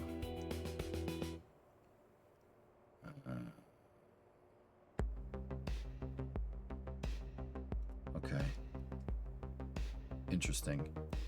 This can do the tail off correctly.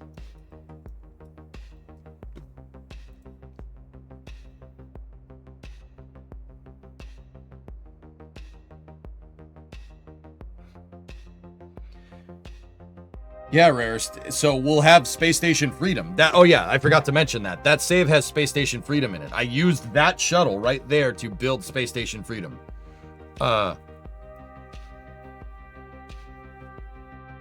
Yeah, we did it.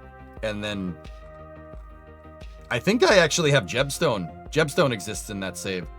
So another thing to consider, dudes, is because the shuttle exists in that save, I also have the Puma upper stage for my space shuttle. I did build a Centaur G for my shuttle. If you're a shuttle connoisseur, you know what I'm talking about. My Centaur G is recoverable. I can send it and then I can bring it back. So look, we have the Puma. I mean, the way I see it, Centaur is an imaginary creature. Puma is an imaginary creature. It makes sense. And this is the Puma Integrated Support Structure, or PIS for short. Yeah, in that save, dudes, for the people that weren't here for it, in that save, I deployed one of these out of the space shuttle. It moved to geostationary transfer, right? Sent a satellite out to geostationary transfer, went around, came back down, recircularized. I shut the stage off, and then I went and got it with the space shuttle, put the stage back in the shuttle's payload bay, back on the PIS, and brought it back down. That was a sick mission.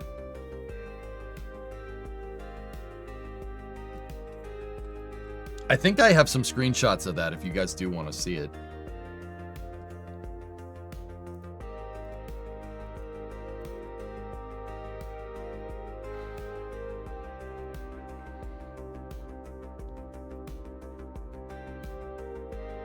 Oh, yes. There's the deployment. Out the shuttle's window. Oh my goodness, I forgot I did this. Ready? Look. Yes! And then there's us wrangling Puma 3 after it deployed its payload. And then we brought it back down. That's pretty good, right? Look at that picture. Damn, that was cool. I forgot we did this.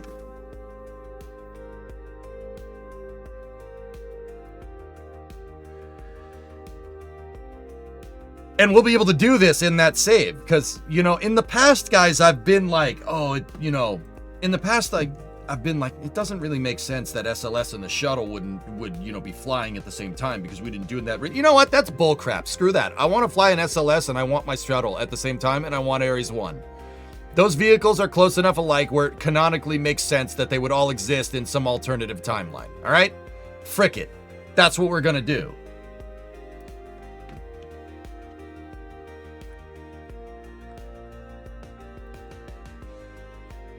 You should be able to do most of the IK with CALs and how they can mix input. Dude, if we could do an IK solver with CALs for this, holy balls, dude. So Oculex, okay, all right. I already have this kind of figured out. All right. We do that SLS variant with the nuclear transfer stage, right? The SLS nuclear powered core stage, right? And then we have like a payload adapter up at the front. And then we send the shuttle up there. And the shuttle does a quote unquote shuttle Skylab. There was a mission for the shuttle to potentially go and rescue the Skylab space station. it never happened, but it would have looked something like this. They would have sent the shuttle up to go get that, to go rescue the Skylab space station, right? And then we could do that, but with our SLS core stage, and then make, you could make a Grissom. We could make it into a Grissom.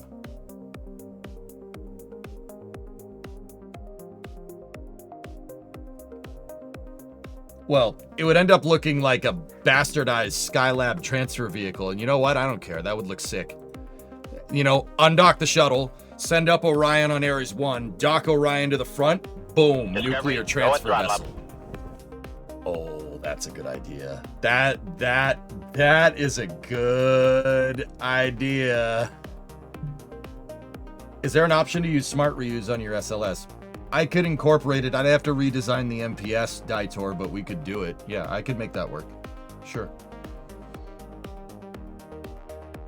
Not in an, I don't want to set it up as an initial capability, but I could retool it to make the MPS separatable. It's doable. Yeah, I could do that. Yeah, that shouldn't be an issue. It wouldn't be, I wouldn't want to make it like reusable, like come back down, go fish it out of the ocean and go bring it back. I wouldn't want to do anything like that.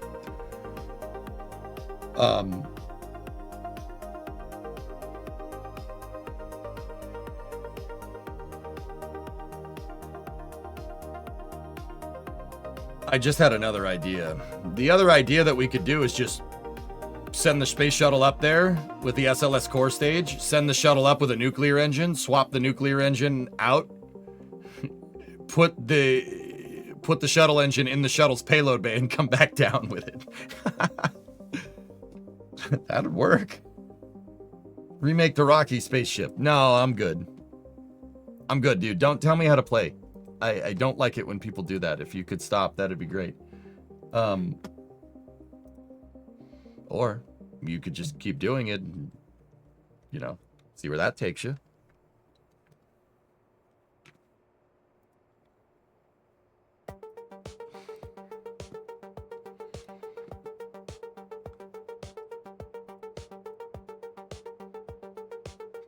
I mean, your choice, dude.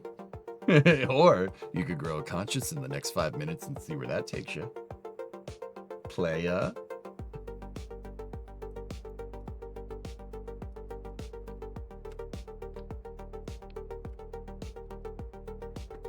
Discovery, go and throttle up. Bucket! What's up, dude? 41 months. All right, so tail off curve, that needs to be 103. It needs to be 0. That's how you get the tail off to work correctly, I think.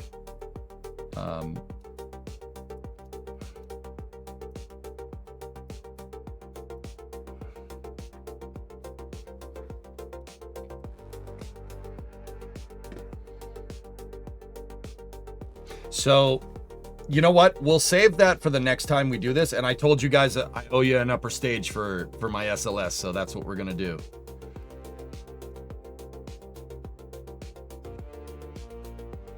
For my Suzy. Very nice. Dude, that nuclear tug thing is really growing on me. That's a really good idea. I was just like, you know what? They should do that. Holy balls, that's a great idea. What is my first rocket? I don't know, I don't remember. I've been building rockets probably longer than you've been alive, Gary, in Kerbal. Just saying.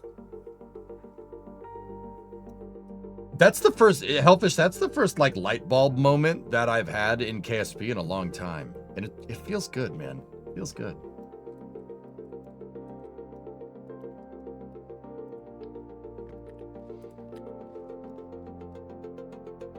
Nope, don't want to do that.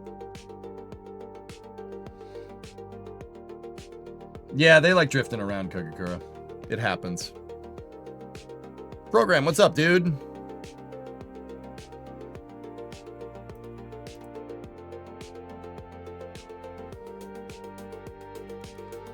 Guys, I've been streaming for 15 years. So if you're watching this and you're younger than 15 years old, I've been streaming longer than you've been on this earth. I don't know how to feel about that, but hey, whatever.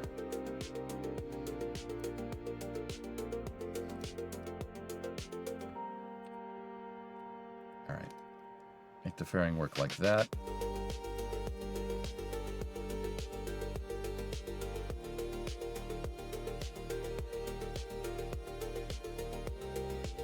So we have about 144 tons of mass to play around with here.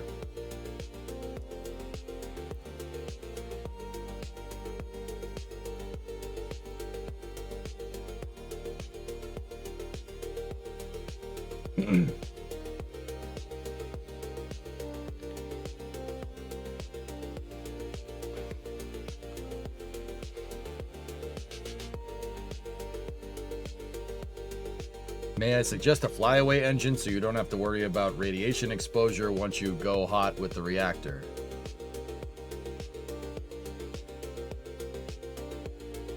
What? What's my favorite engine? Shuttle engines.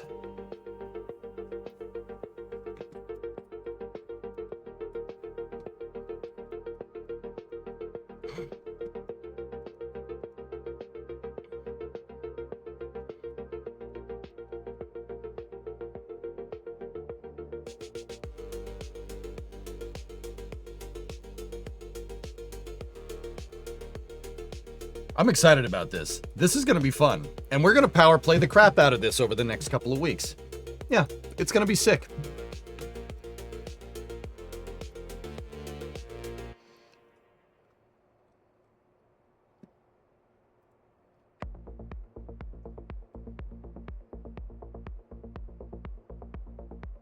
A flyaway engine. Oh. Yeah, I see.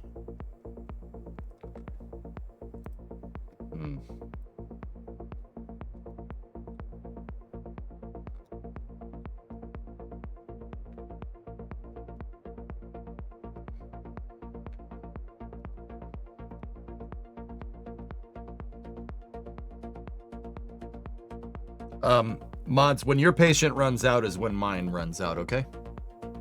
Just so we're on the same page.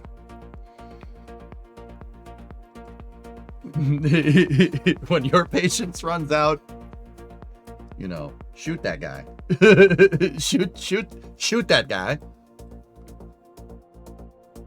Mod you real quick. I mean, do you want it? I mean, all right, yeah, that makes sense.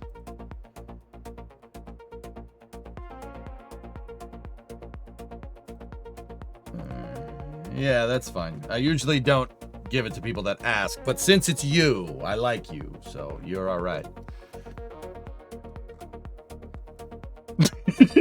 He gacked him instantly, dude.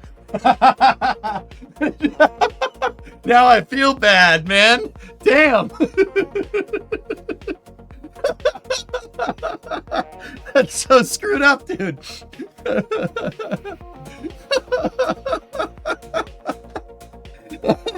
Oh, bro.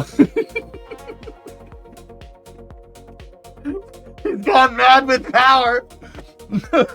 Sorry, that was really funny, dude. Oh, all right. Oh, this patience ran out a long time ago. Yeah, I guess. So, Aqualux, I suppose a flyaway engine would be really good, like, with this, but I don't know. I don't think we need to do a flyaway engine just because, like, in this design, dude, right? In this design, oh man, that's gonna look weird. With their nuclear transfer stage design, we just need the hydrogen tank, right? Like the hydrogen tank. We could just cake that thing full of liquid fuel, right? And put 4 Nervous in the back instead. And I have plenty of room in the engine section here for I mean, I'm not going to detach the shuttle engines because they're overclocked, so I don't want to screw anything up. Because this vehicle's still in development, but...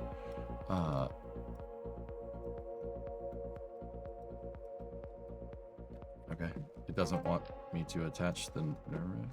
Hello? There we go. We could get away with doing that.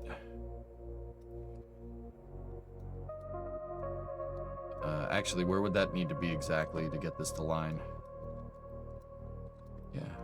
Oh, yeah. Yeah, that'd work. That'd work really well, actually. So when am I getting the VIP badge of shame?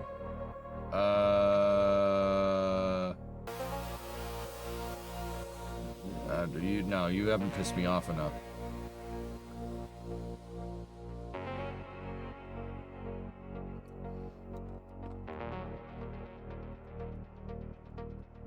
Hoovertas, what's up, dude? Yeah, can you imagine this thing? 4 nukes behind it? 4 nukes behind it, right? And then that, you know what we could do, dudes? In this version, we could take our LOX tank, right? And we could make that into a dry workshop. I could put space station components in there. Like, we could put a couple of these bad boys in there.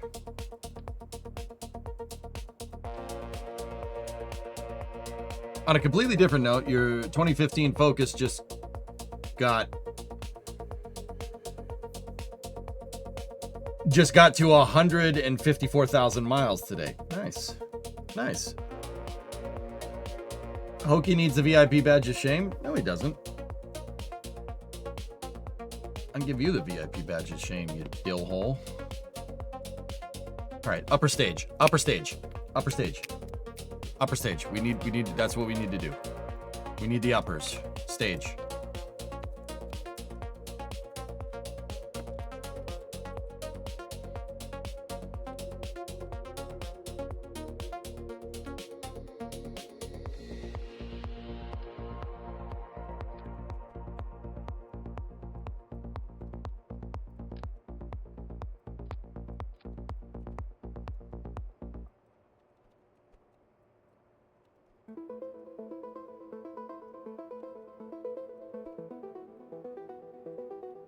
Doing that would save me $60 a year so I could stop gifting Chuck years a sub at a time.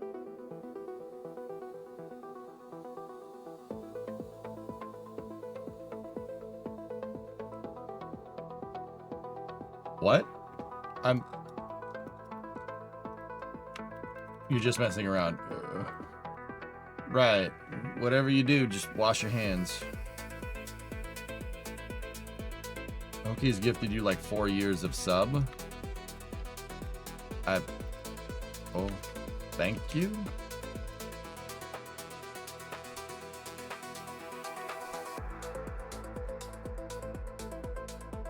All right, dudes, you're gonna learn about how to make cool stuff here. So,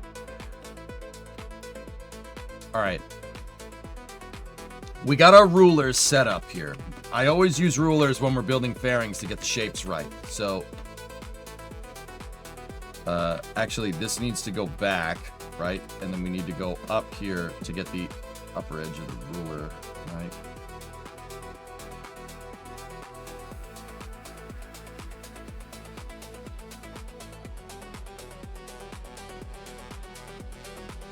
All right, what type of propulsion? So, actually, what I'm thinking, guys, is I want to build an Earth departure stage, right? From like Ares 1. Well, not with Ares 1. We want to build an Earth departure stage with our J2X analog. So that just gave us what we need. We need the skipper.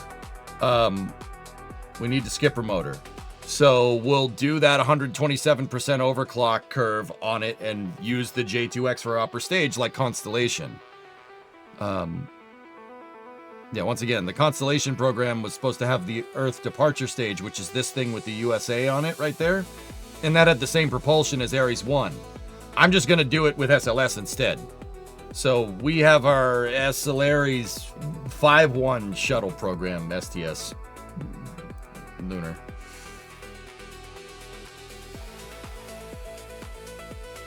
Everybody got that? Cool. Good. What was the J2X used for? Nothing. Nothing. Tech, it was supposed to be Ares 1's upper stage engine, and then they canceled the Constellation program after they built it. Oh, it was built and tested. Operational propulsion.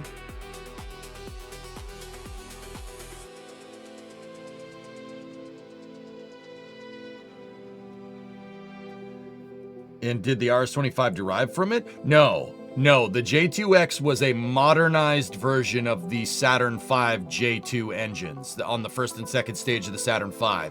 They basically made a J2 with modern components. Just like how the RS-25E, from like future variants of SLS are modern shuttle engines. G-Men Nation. What's up, dude? Thank you for the sub. I appreciate you, man.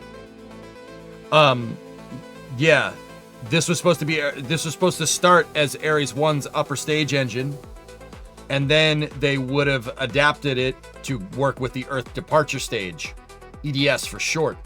The Earth Departure Stage with Ares 5 could throw 180 tons into LEO. What Constellation was going to do is have a heavy lift launch vehicle here. Super heavy lift launch vehicle, or I would even say that Ares 1 is an ultra heavy launch vehicle that could get you your transfer stage and your lander up into space, and then they would launch Ares 1 to get people up there, dock Orion to the lander in low Earth orbit, and then send the whole thing out to the moon. Did Ares even do a wet lab?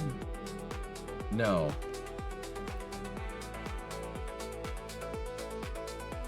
What is that? Oh, that's the Skylab 2 wiki article. Hell yeah, dude. Yeah, we're gonna do stuff like this. The J2X is a nice engine, dude. Yeah, they built them. They built them and they tested them. There is quite actually the NASA taking one to the test stand in this picture to fire the stupid thing.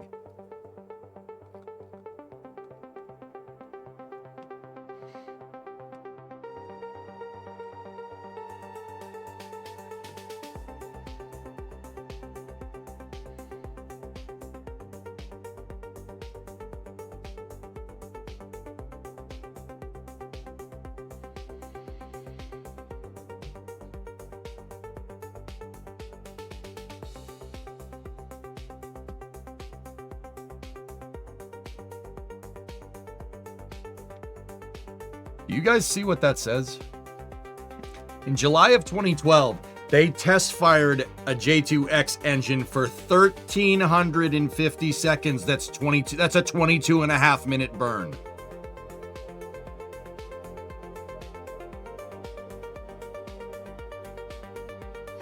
Do you see why I get annoyed about this?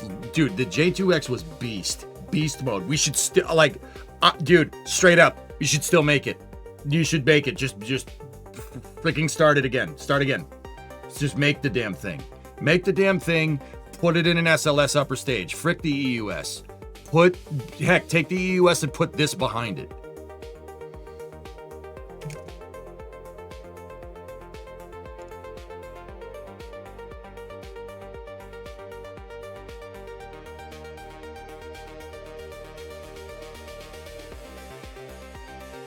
Yeah, we had it. It existed.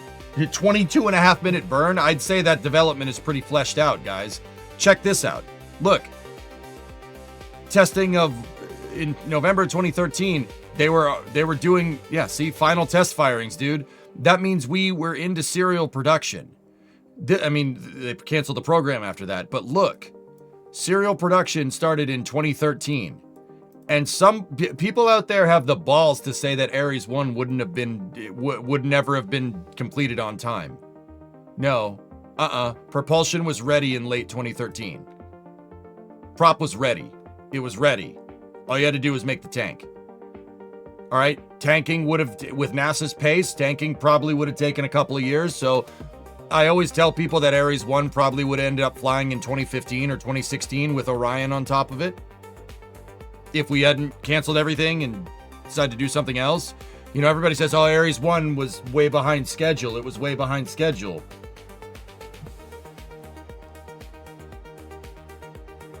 Even if it was late, like super late, like 2016, let's say Ares 1 worked in 2016, right? That's still way quicker than having a gap in your space flight, not a stopgap, right, Oculus, right? That's still way quicker. That's still 4 years of ISS rotation missions with the Orion CEV, right? And then you have Orion tested. You have the heat shield tested. You have advanced propulsion for an upper stage tested. You have your 5-segment boosters tested. That really could have eased the burden on SLS, and you could get SLS faster.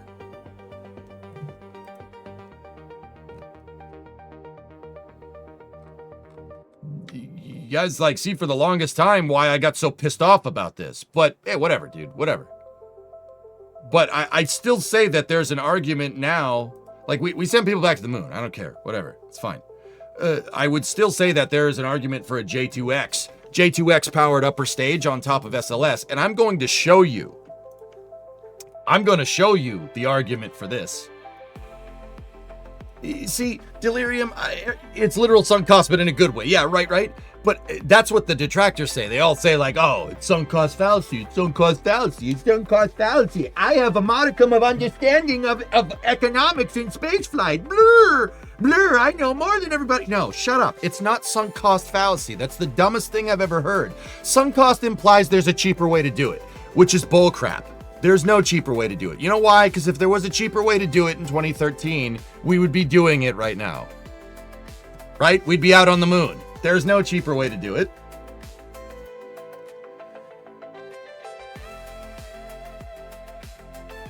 Did you hear about the LEAP 71 engine? I heard some whispers about its die, but I don't really know what it is. Is it possible for Aerojet to restart J2X production? Of course they could, dude. You gotta pay them. Oh, I don't know, an engine that can burn for 22 minutes straight at 1,300 kilonewtons of thrust? Could be useful. Could be useful for, oh, I don't know, sending stuff out to the moon. Like a lander.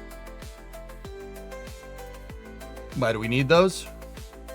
All right, anyway, let's go. I'm telling you, dude, the J2X was dialed. Ares 1 would have flown. It would have been a couple of years behind schedule, but it would have flown. Oh, yeah. Can the US take the load from the J2X? Most likely not. You'd need to design the Earth departure stage.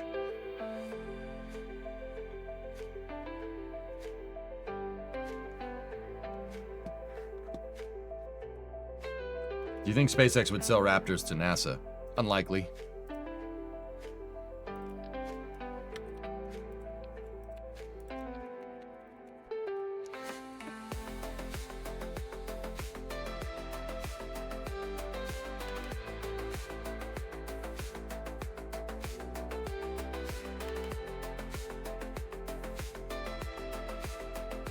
You know what? Before I come up with the adapter system for this, let's so we obviously want one of these bad boys.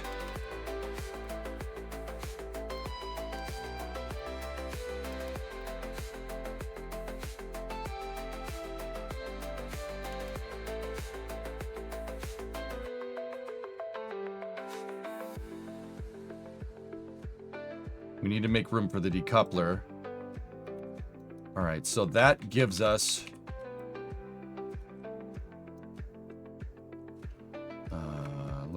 let's put this up here, right? Take this, edit that fairing.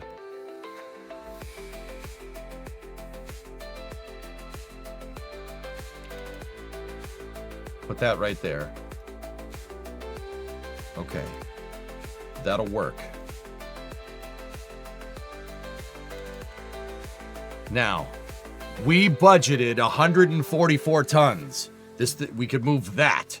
We're not going to put that in our upper stage, though, because some of that 144 tons can be used will be used for the lander. And we could either put a big fairing up here, right? Or we could put a stage adapter and we'll put our capsule up there as well. If we want to co-manifest, if we want to do that, we don't necessarily have to.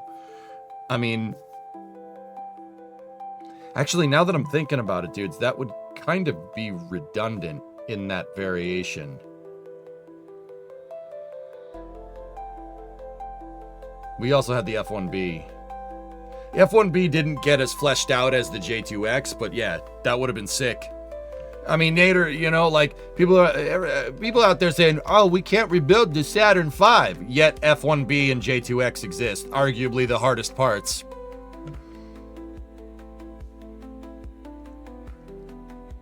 Bro, give me an F1B. Give me 5 F1Bs. All right? Stir welded. A stir welded orthogrid 10-meter core design. And then 5, actually, you wouldn't need 5 J2Xs. 4 J2Xs in the modernized S2, you'd need 4. The original J2 makes a meganewton of thrust. These make 1.3. You had 4 of them. It's really pretty much the same thrust output. You could reduce complexity in your second stage. You know, orthogrid, stir welded, common bulkhead, and then an S4B with a single J2X on top. Yeah, brother, and people are like, oh, we can't make that. We don't know how. Yeah, that's bull crap. That's bull crap, dude. I don't believe that. I don't believe that crap for a second, man. That's bull. That's bull. That's a big steaming pile of bull patootie.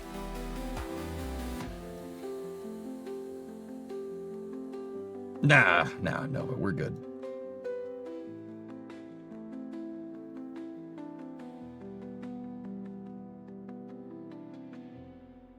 I really like your description of sunk cost fallacy. Yeah, me too, man. It's a good time. All right, so we're budgeting. If we budget 72 tons for that, let's put that there like that. How much? And then put another one on top and then cut that out.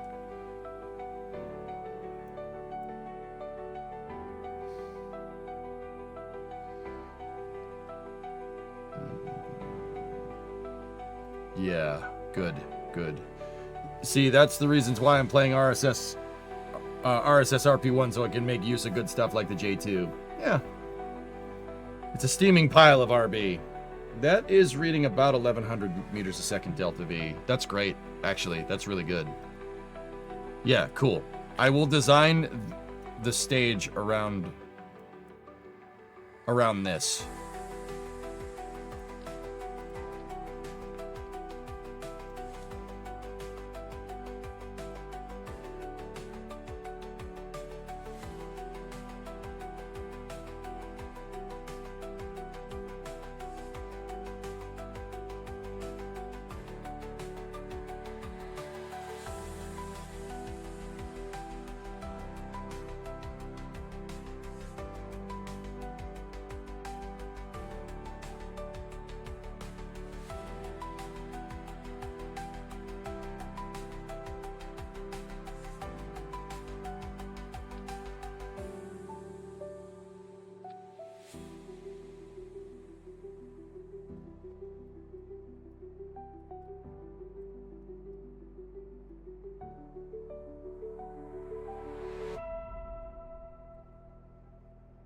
Sick, dude.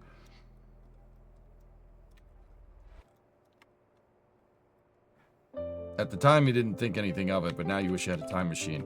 I'm telling you, canceling Constellation is why we're in the position that we're in. It was the single worst decision ever made by NASA, with the exception of canceling Apollo. Dude, that just goes to what I'm saying, man. Every time we cancel a program saying we have a better way to do it, we never do the better way.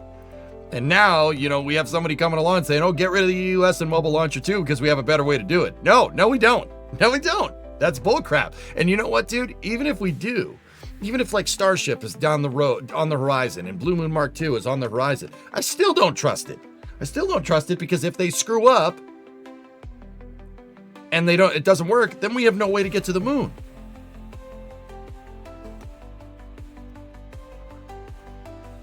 Yeah, exactly, Zonku, exactly. That is one rule as a spaceflight fan. Never take anybody's word on a promise, all right? I promise this will work. I promise we'll have a better way. I promise we can do it for cheaper. No. Every time someone has said that, we've ended up with less capability. And that is de facto doublespeak for saying defund NASA. Oh, we have a cheaper way to do it. Okay, does it exist? No, but we're still gonna pull funding anyway.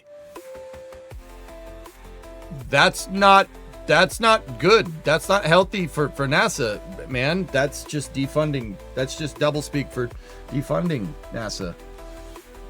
Right? Right? Not great.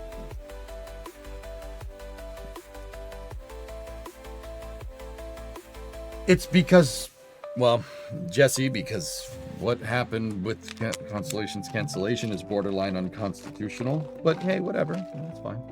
It's fine. The positive is that we did get SpaceX out of it. That's kind of the positive. I'd make the argument that SpaceX was inevitable because the Constellation program is what gave SpaceX the contract for commercial orbital transport services to the ISS, and that's the contract that basically gave us Falcon 9. Yeah, Falcon 9 is de facto part of the Constellation program. Yeah, people don't like hearing that. People really don't like hearing that. Can you imagine a world? Can you imagine a world where we have this rocket and the rocket next to it and Falcon 9 existing in the same timeline? We almost got that. It was close. We have this. That's kind of good.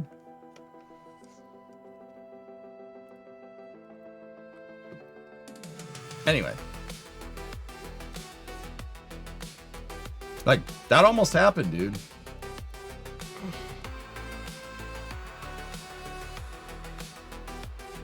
Let me think about how I want to do this. Last please. What's up, dude? I want you to say exactly that to Jared's face if you ever get a chance.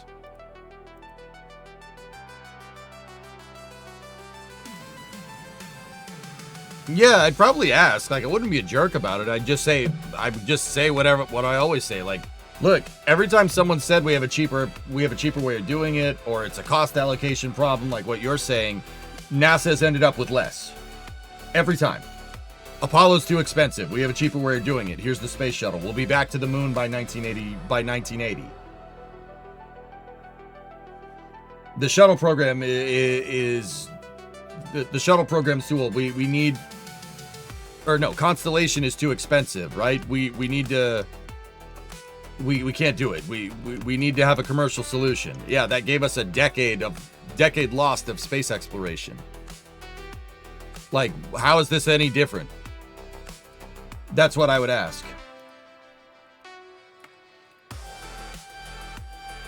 Jiskizi, what's up, dude? I'm building a better upper stage for my SLS rocket. We built out SLS, and it is nice. With a nice 5-segment boosters, good core stage, you got some shuttle engines at the back. I want to give it a better upper stage. Now, I'm just trying to think about how I want to do this. I think, let me see here.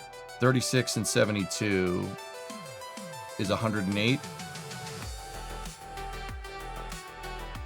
Yeah.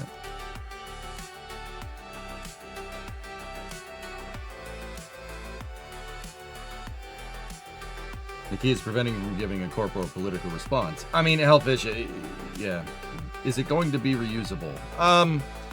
Not initially, but down the road, I could make this thing reusable, yes.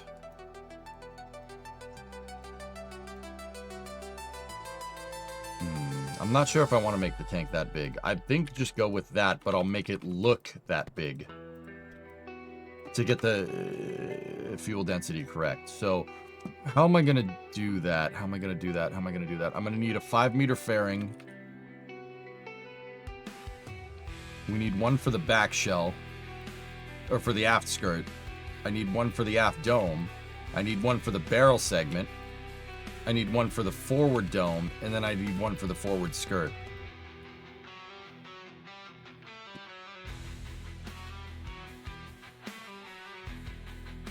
Yeah, Nader, yeah, I know. It pissed me off at the time. I got irrationally angry, and that's a cross that I've been bearing for the last 15 friggin' years, up until Artemis 2.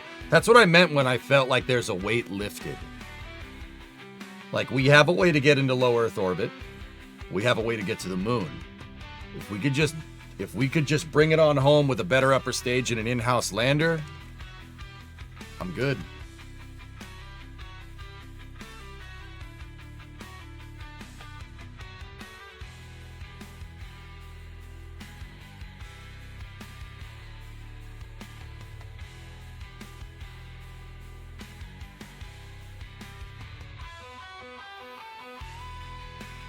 Hey, Matt Thix, what's up, dude?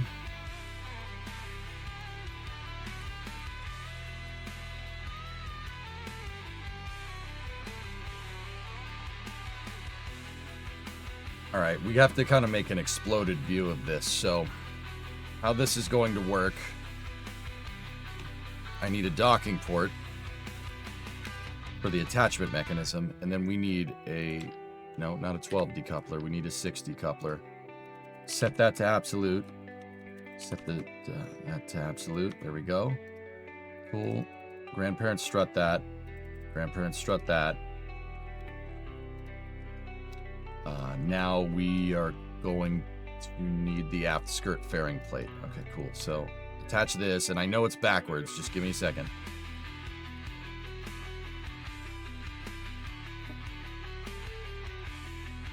Okay, so we need to make what's called an aft skirt here with this fairing shell. So we don't want the fairing stage. We need to build the fairing.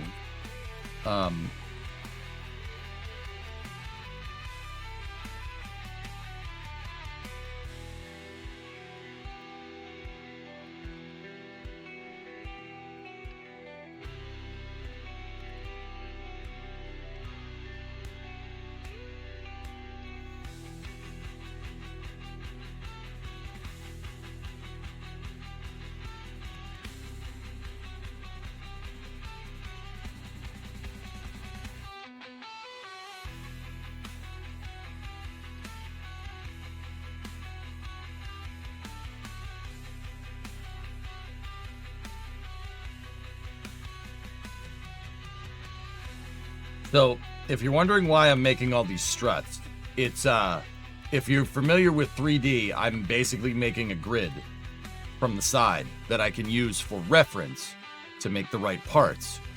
For instance, if we set these on a 10 centimeter increment, I need my aft skirt right there because we need a collision point for this. This is going to need same vehicle interaction so it can collide with that inner stage so it works correctly. So structurally it works fine. So what I'm going to end up needing here, we could probably go back with it just a little bit on the aft skirt. Yeah, that'll work. All right, cool. So build the fairing, right? And set. We have one line that shows our outer diameter, right? So right there. Oh, hold on.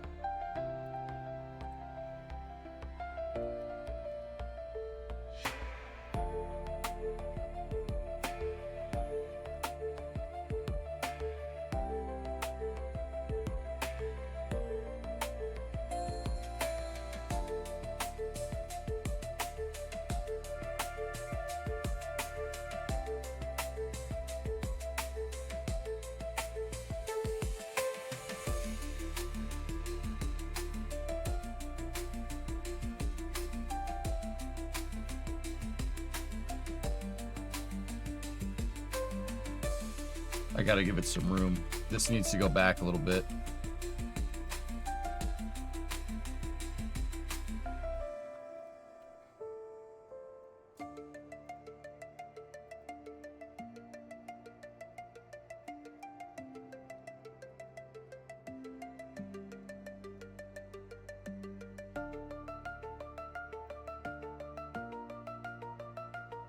They have that little ridge in it, man. That's really going to screw things up.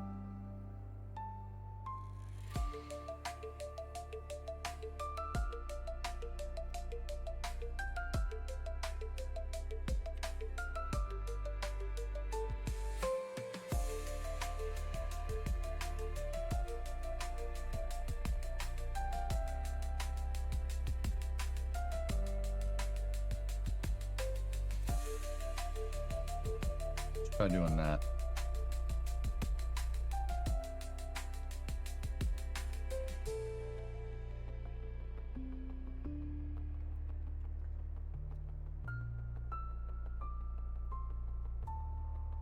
Good. All right, so that's one piece. Now we're going to need the dome, right? So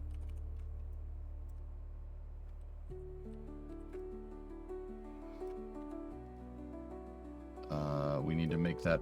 There we go.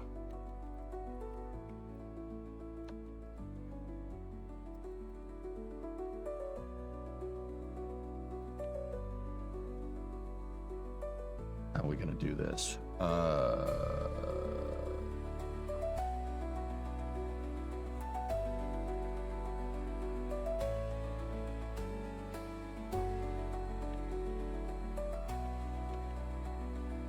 So there's a way to make this look like a tank, like what I did with this. See, like those aren't fuel tanks; those are fairings, and they have the fuel tanks inside.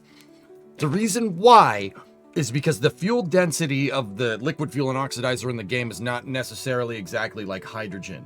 Hydrogen is stored at a different density. Hydrogen tanks tend to be way bigger. They're way bigger than this, right? That's why only half of my fuel tank, quote unquote, is filled with fuel here. See, this is all a bunch of empty space because that would be the correct fuel density proportion from hydrogen to, say, methane, for instance. I think liquid fuel in the game is liquid methane. I think. It's kind of ambiguous. It's somewhere between liquid methane and like UDMH and N2O4, somewhere in there, in terms of like density and like performance. But whatever. Point is, it's not hydrogen. So like in my LOX tank, LOX can be stored at a similar density to the liquid fuel and oxidizer in the game. So that's why that's filled with tanks, right? So I'm going to make the stage look like a common bulkhead Hydrolox upper stage, but there's going to be a methane tank and an engine implanted in it. It's going to look right, and it should perform correctly too, but it'll look really, really nice.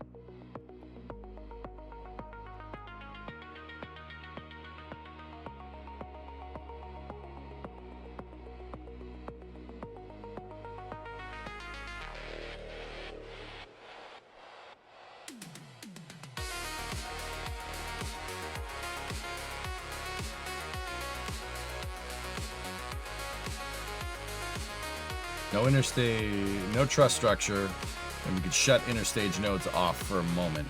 What I want to do is make the dome piece for this, so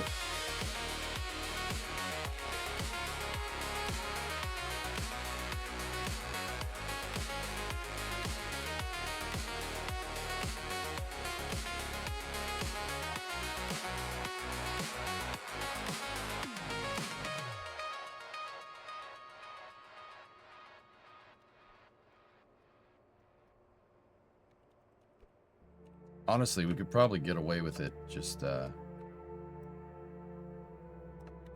this. Ready? Build this. Don't go out necessarily all the way. Just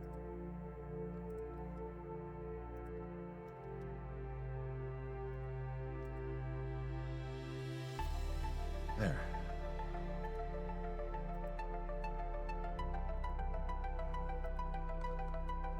And now make it, yeah.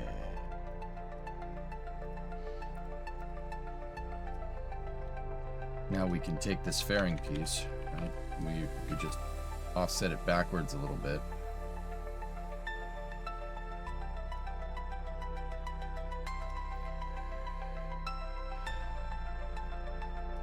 Right?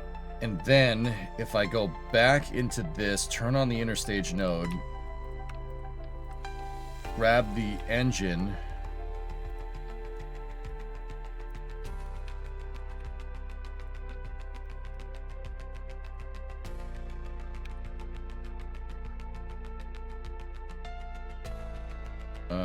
hold on one second. So there's a trick here. I don't know if the engine attached to the front or the back. So if you want to make sure that the engine attaches to the front, put a plug, an air, nose cone on the nozzle. And now that only leaves one open attachment node, and boom, there you go.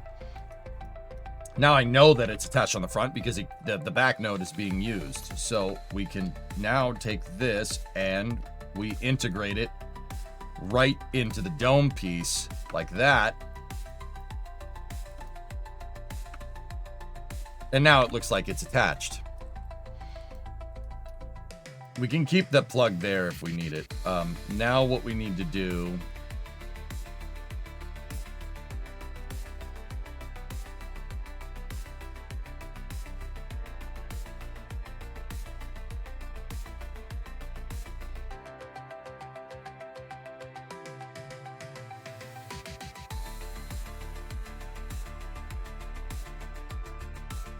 now we can move all this back into position, and I think I need to make the interstage a little bit longer.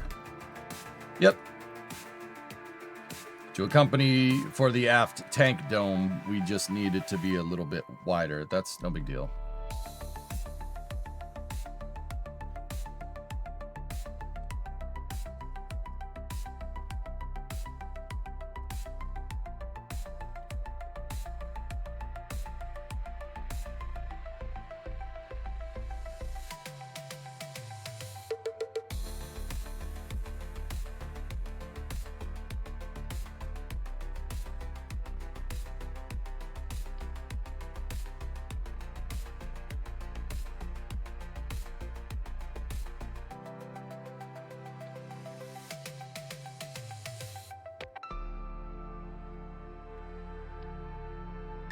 But all right, we're gonna need to make the interstage a little bit longer, like I said.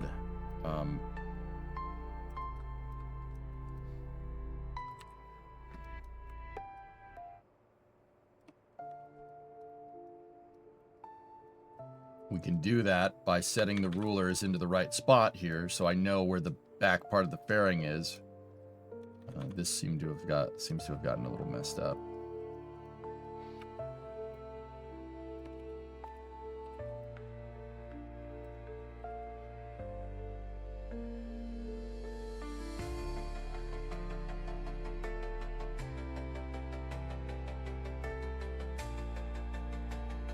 Okay. Now we take the back part of the stage, right? And we move it out of the way temporarily. Oh, that's going to look so good. And see, having the aft tank dome, guys, gives you a place to mount like RCS and thrusters all in the back of this thing. So you don't have to like, you don't have to worry about like putting RCS like on the outside of your stage and have it look ridiculous. You can put the RCS and RCS tanks here, and it makes it, dude, it makes it look real. That's what the real stages do. Centaur does this, Falcon 9 does this, so Centaur 3 does this, Falcon 9 upper stage, Centaur 5, Ariane's ESA-B, they all have their RCS on the aft dome here, so the RCS isn't sticking out the sides of the rocket during ascent. Yeah, Ops, we are back, baby. We are back.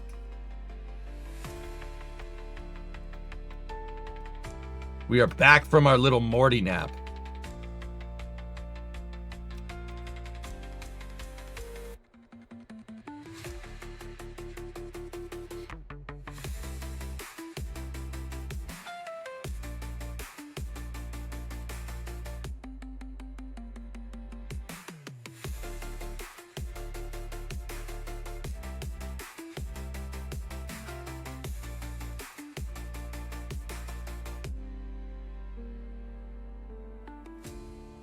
Crap.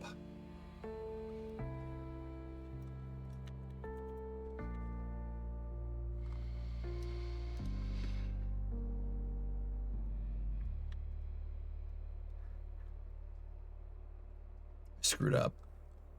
I screwed up.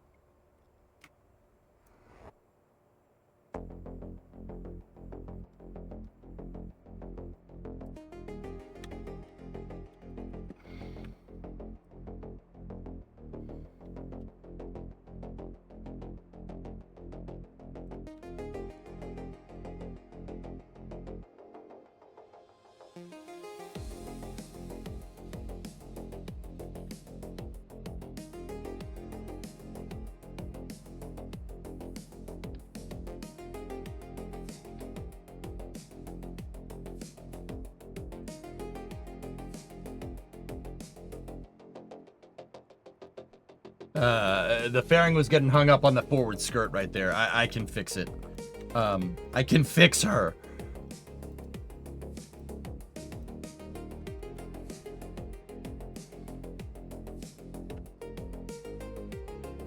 See, past DJ didn't get that exactly right, so.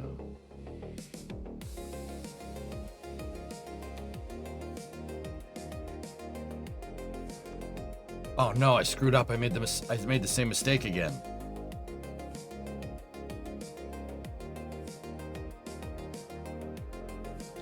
It's stuck on the fairing behind it.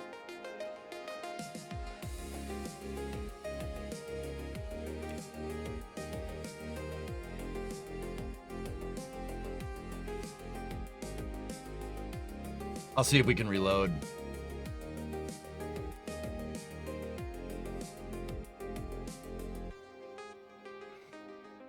Lemon, you just started working on your first ever KSP mod. I just thought I'd share it with you because you're my biggest inspiration for this game. Oh, right on, dude. Please tell me I hit the save button. If not, I can make it again. Yeah, I didn't. We'll make it again. We'll make it better this time.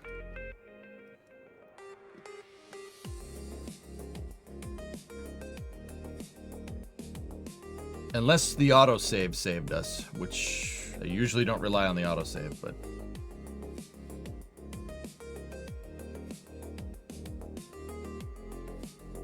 The SVH has better controls. It has better camera controls, so you can be a little bit more high fidelity with your design. No, the autosave is Project Endurance. All right, that's not going to work. All right, we're going to have to make it again. It's all right. We'll make it again, and it'll be better this time.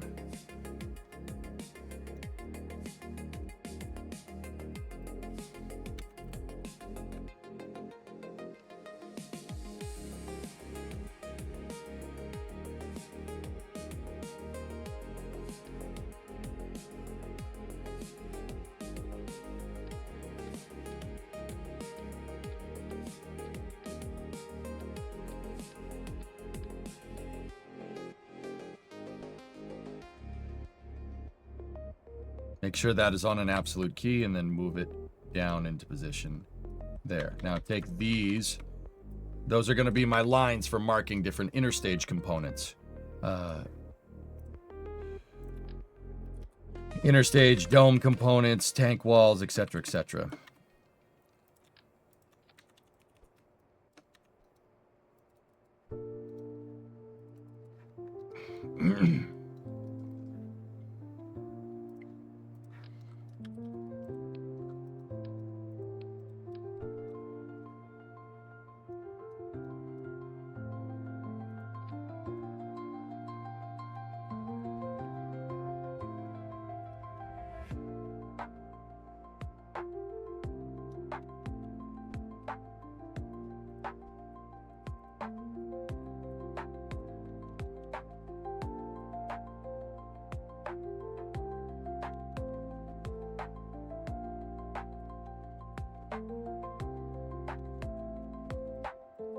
Okay, this is how we did this before.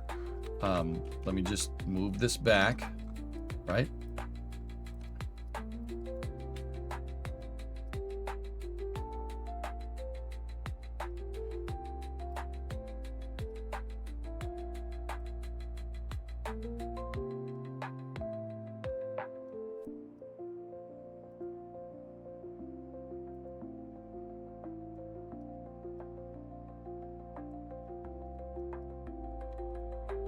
Make that again. Set the auto strut. Boom. How many side fairings? We're using 6-sided fairings. All right, cool. Excellent. So now, what I'm going to do is build the tank dome first. Do not stage that fairing. And I want to attach this onto an interstage node, like we did before. Interstage node. We're going to turn off the truss structure, right? And then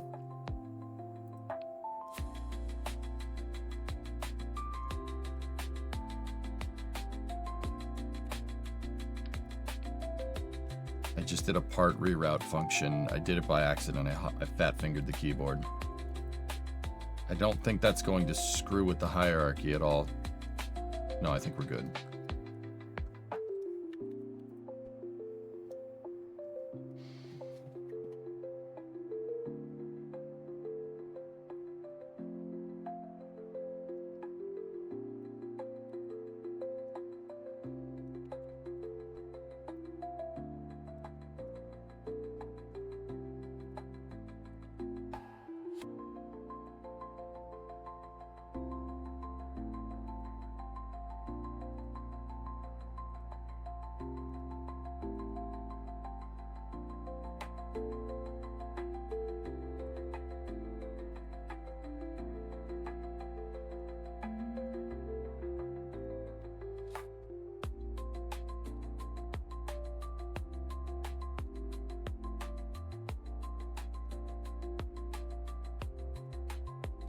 I like the way that I did this before.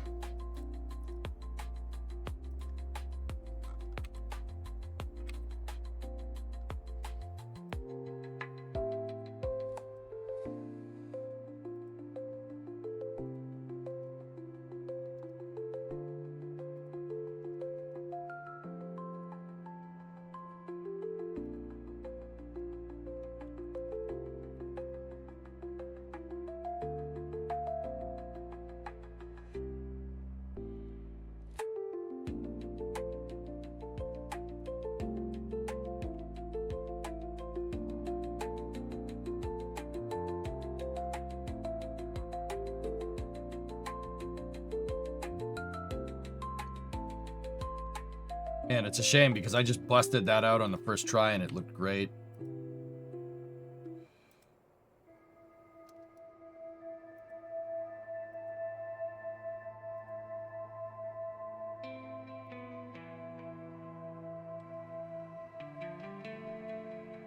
There we go. That's more in line with what we had before. I'll just make sure I can place it and it looks right.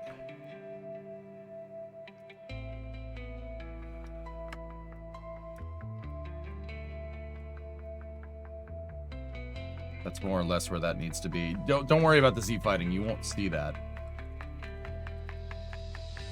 So word on this fairing, we need to put a nose cone on it to make sure I don't accidentally attach anything to it ever. Now, the next thing we were doing is we needed that skipper engine, right? And the skipper engine, temporarily place it there and grab another nose cone, attach it to the aft end of the skipper, remove the skipper from there, and then make sure that the skipper is attached to the front node of the inner stage. And then rotate that so it looks nice.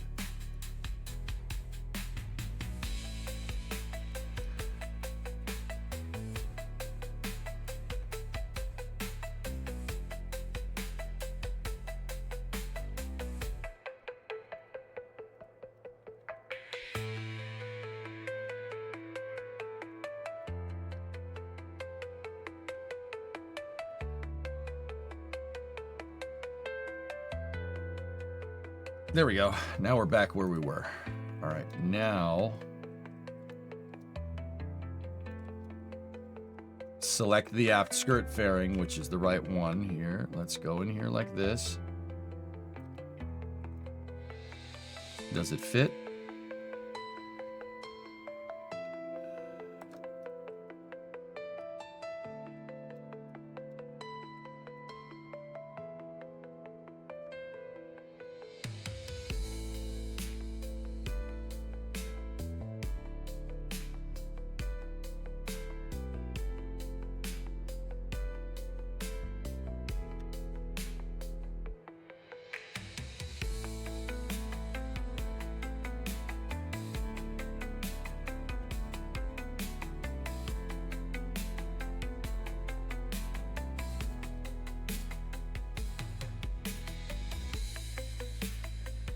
Taylor, what's good, man? How'd the move go?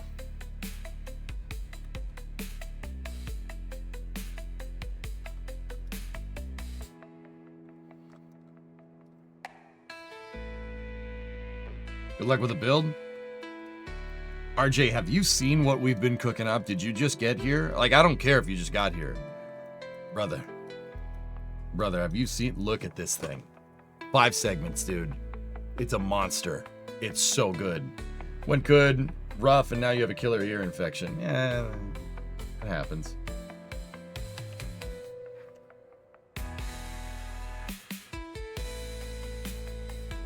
It's very nice.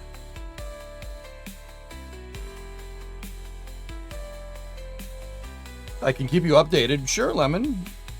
I mean, Lemon, just to be very clear, no guarantees that I'll use it. Not because I have anything against you, but I don't really like using too many mods. I don't know, maybe that'll change someday, who knows. But yeah, just manage expectations. But yeah, dude, please keep me updated. Absolutely.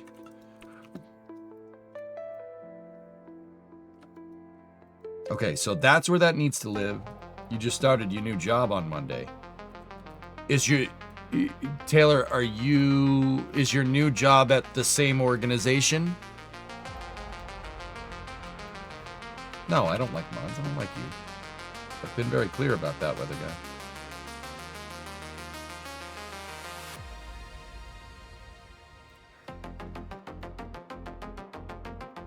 No, come back.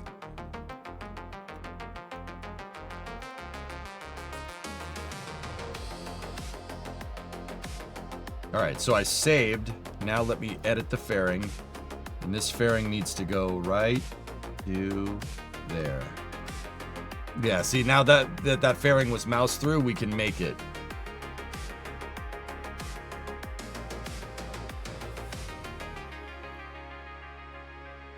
Still have that one, just got another one prepping for when I leave. Oh, for when you leave your current job. Got it, man. Yeah, right on, dude. Hey, man, side hustle's always good.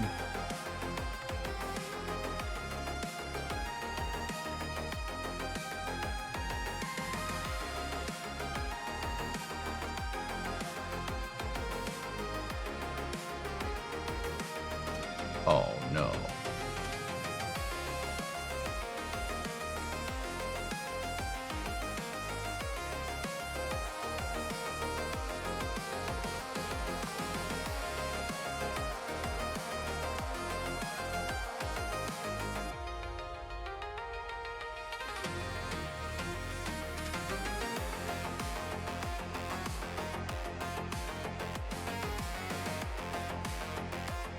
It's Z fighting, dude. Don't worry, you won't see that in the finalized design.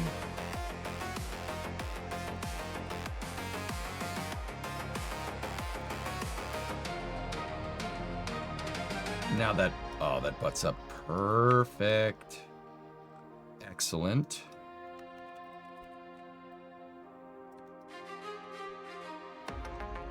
It's a total opposite of what I'm used to. You're an account executive.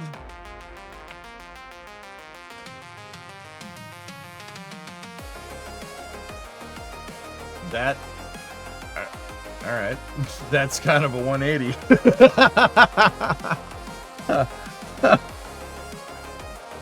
Yeah, whatever.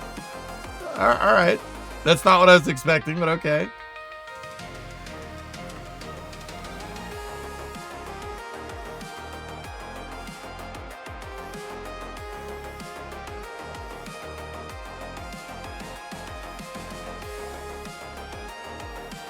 No accounting for taste, I guess. Ops. Ops.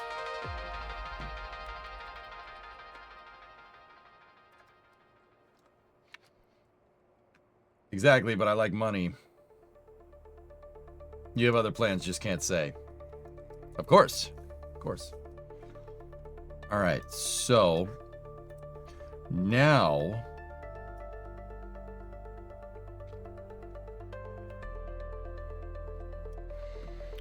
Now what we're gonna need is we're gonna need to do another trick here.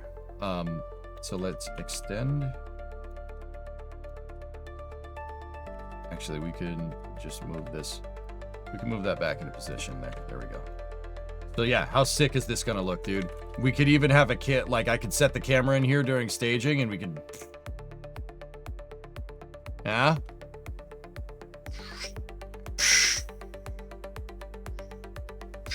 That's what it's gonna look like, with the cool sound effects and everything. I'm actually wondering if I could go one back on that thing.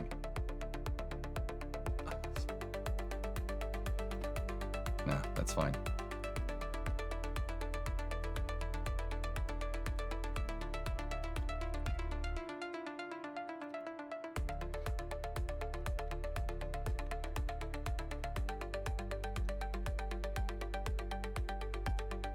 Okay, so now I'm gonna need another 5-meter fairing. Grab this, take it out of the staging category, right?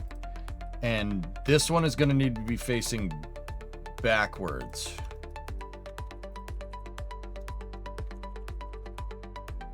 All right, now what I need is the big fuel tank.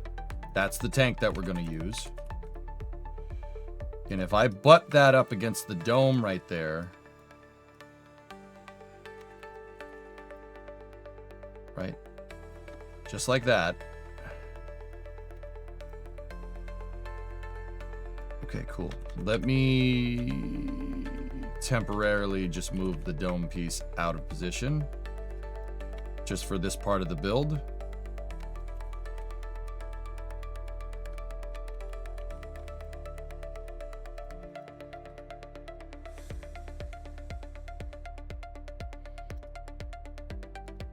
And then we need to move the tank out of the way for a second as well. So now this piece is going to need to look like this.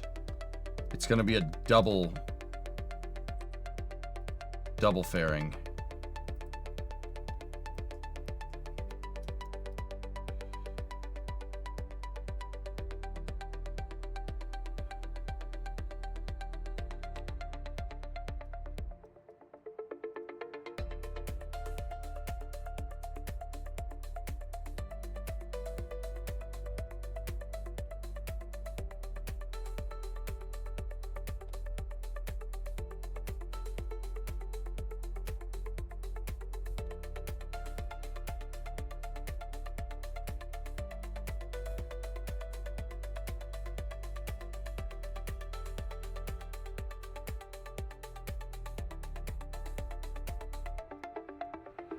Dude, we can even run the covered. Oh, the covered variant looks even better.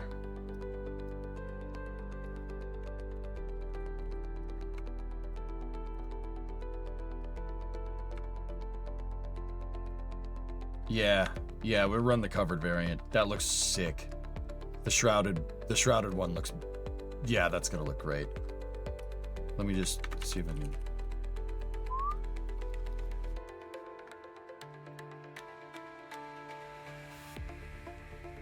That's gonna look good.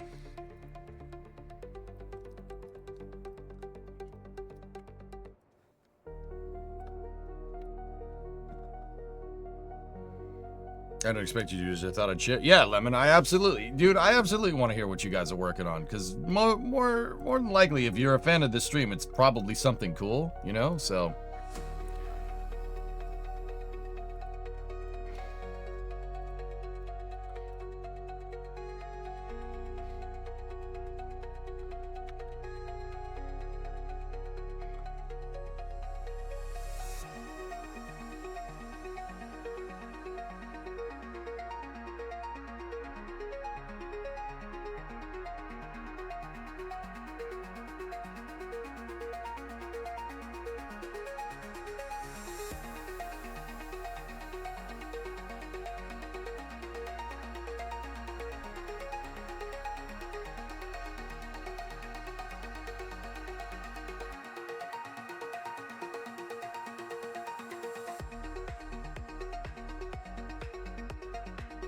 I did something wrong. Hold on.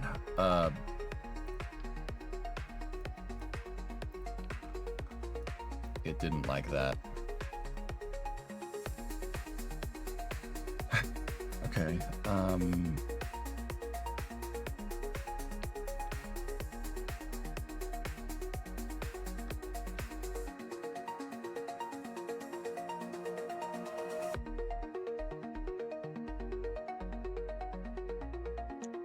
I am thinking about how I want to do this. Flip this sucker around. Flip the dome piece around. Get rid of the nose cone.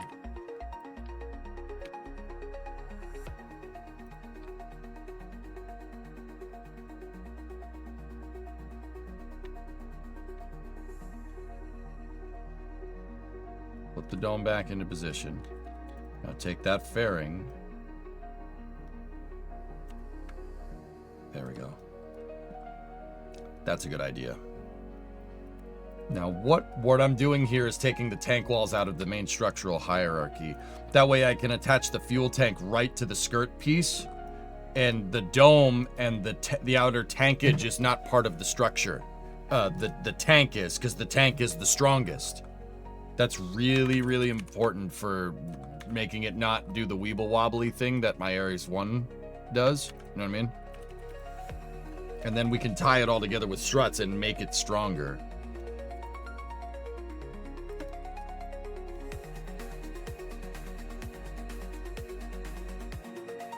Trying to figure out how this game works, and I think this is a bit much. Hydrogenesium.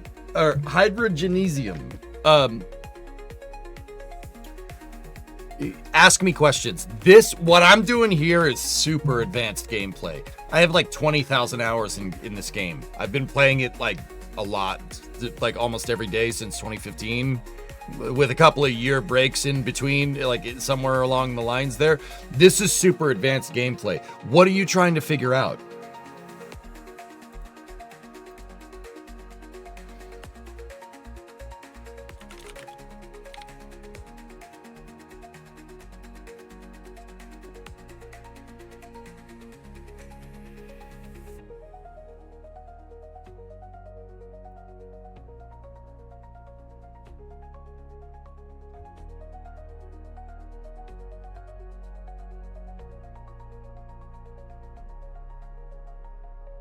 Hydrogenesium. That's a good name, dude. I like that name.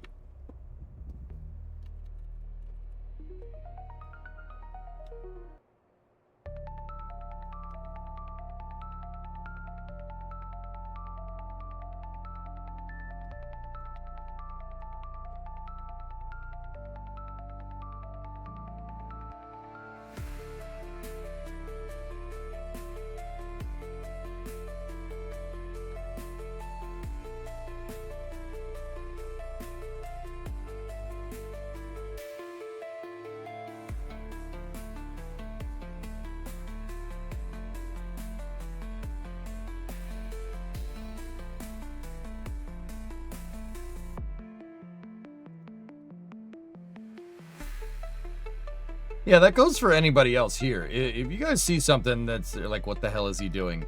Or if you have a question about Kerbal, just ask me. Just ask me. I have way too many hours in this game to not be able to answer whatever you have to ask.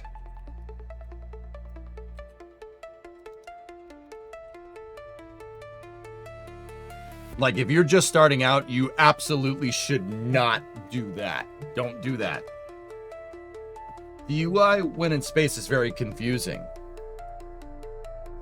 Okay, it's the reference frame. Okay, that's what's called a reference frame. So when you're up in space, right, the camera, when you make orbit, Hydra, your reference frame is going to change. I don't know if you notice, like when you get up into space, your camera like does a weird thing where it rotates 90 degrees.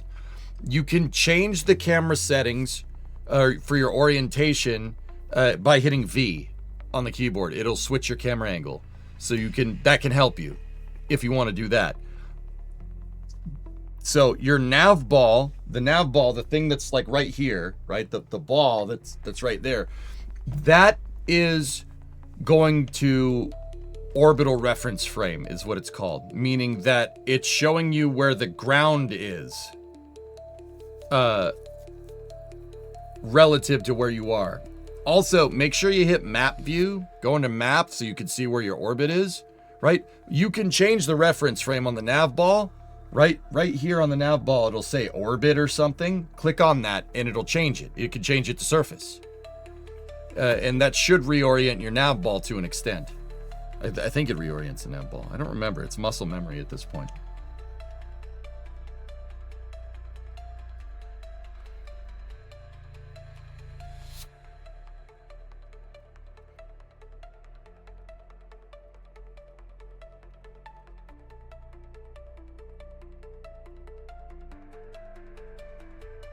Is it just me or is anybody hearing a slight echo?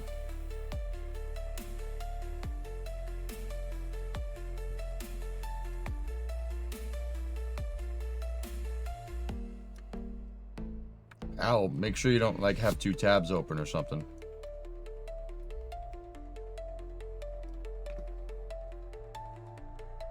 Yeah, Hydro, if you have any other questions, dude, seriously, just tag at EJSA. Tag me. Type in the chat at EJ, right? And it should pop up with my name. Enter and then type what you have to say. It highlights it in chat, so I know you're talking to me. I'll answer any question you want, dude. No echo on the YouTube side. Thank you. You missed the tone. Yeah.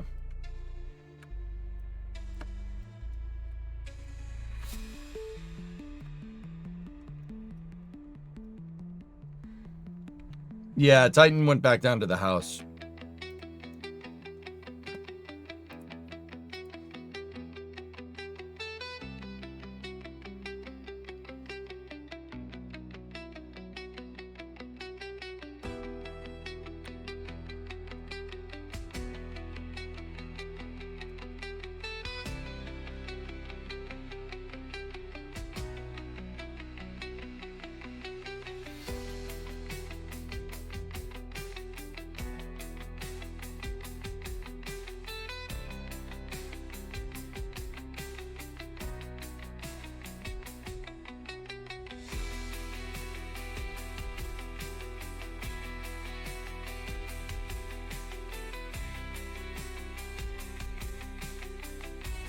Have you heard that Canada's got a launch site? Yeah, I've watched them attempt to launch stuff from it and just lit the whole thing on fire in the past, and it's kind of funny, but it's not, but it kind of is.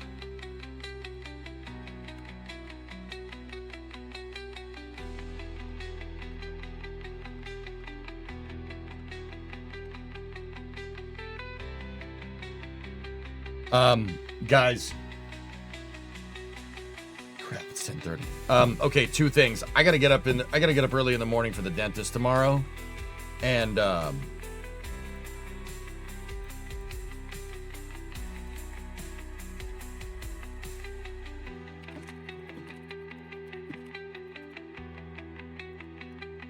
Bree needs my help with something. Her phone charger is not working. Gotta go fix that. So tomorrow, guys, I'll finish the upper stage, and then we'll design the stage adapter for this thing. Man, that thing's gonna look ridiculous. Good luck at the dentist. Yeah. So, dudes, one thing real quick. I might be a little bit late tomorrow again because driving through Boston, traffic's kind of roll of the dice. I have to drive up in the city. My dentist is up in the city. So, yeah, unfortunately, I'm kind of in the heat of this build, but it's all right.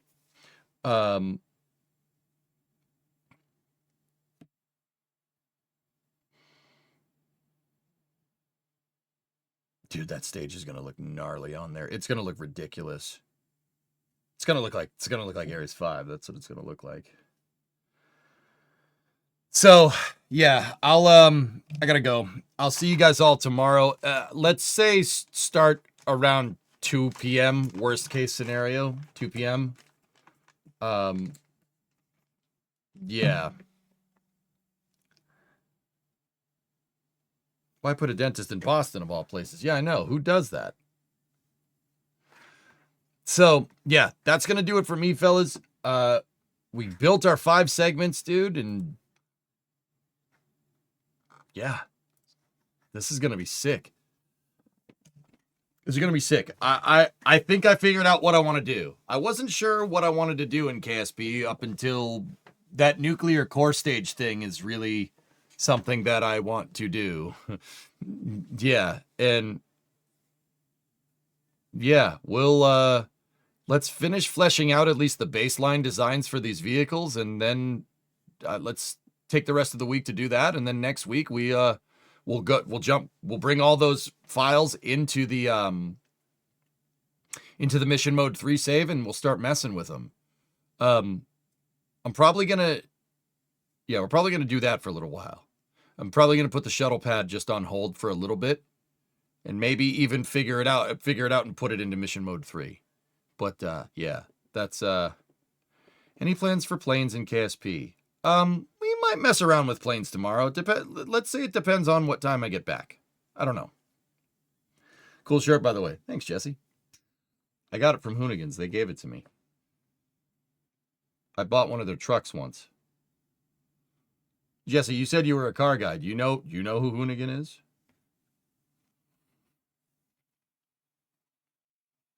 Yeah, I bought my 97 F-250 from them. If you watch their YouTube channel, do you watch their YouTube channel? Well, back in the day, they had a show on YouTube called Scumbag Labs. And in season 1, they had a 97 F-250 that they made plywood wheels for and did flaming burnouts with it. I own that truck. I bought it from them. I actually put it together in their park. I fixed it, put it together in their parking lot, put a bed on it, and then drove it home to Massachusetts. I don't live near Hoonigan. But yeah, the 97 F-250, the F2 shitty that's in Scumbag Labs. I own that truck. Yeah, it's sitting outside my garage. I still drive it. It's like my daily driver. It's a nice truck. All right, dudes. I will see you guys tomorrow. I got to go help Bree with something. And the wheel fell off in Oklahoma. Why you got to bring that up? All right, cool, sweet, great, grand, wonderful. I'll see you guys tomorrow. Have a good night. Thank you for watching.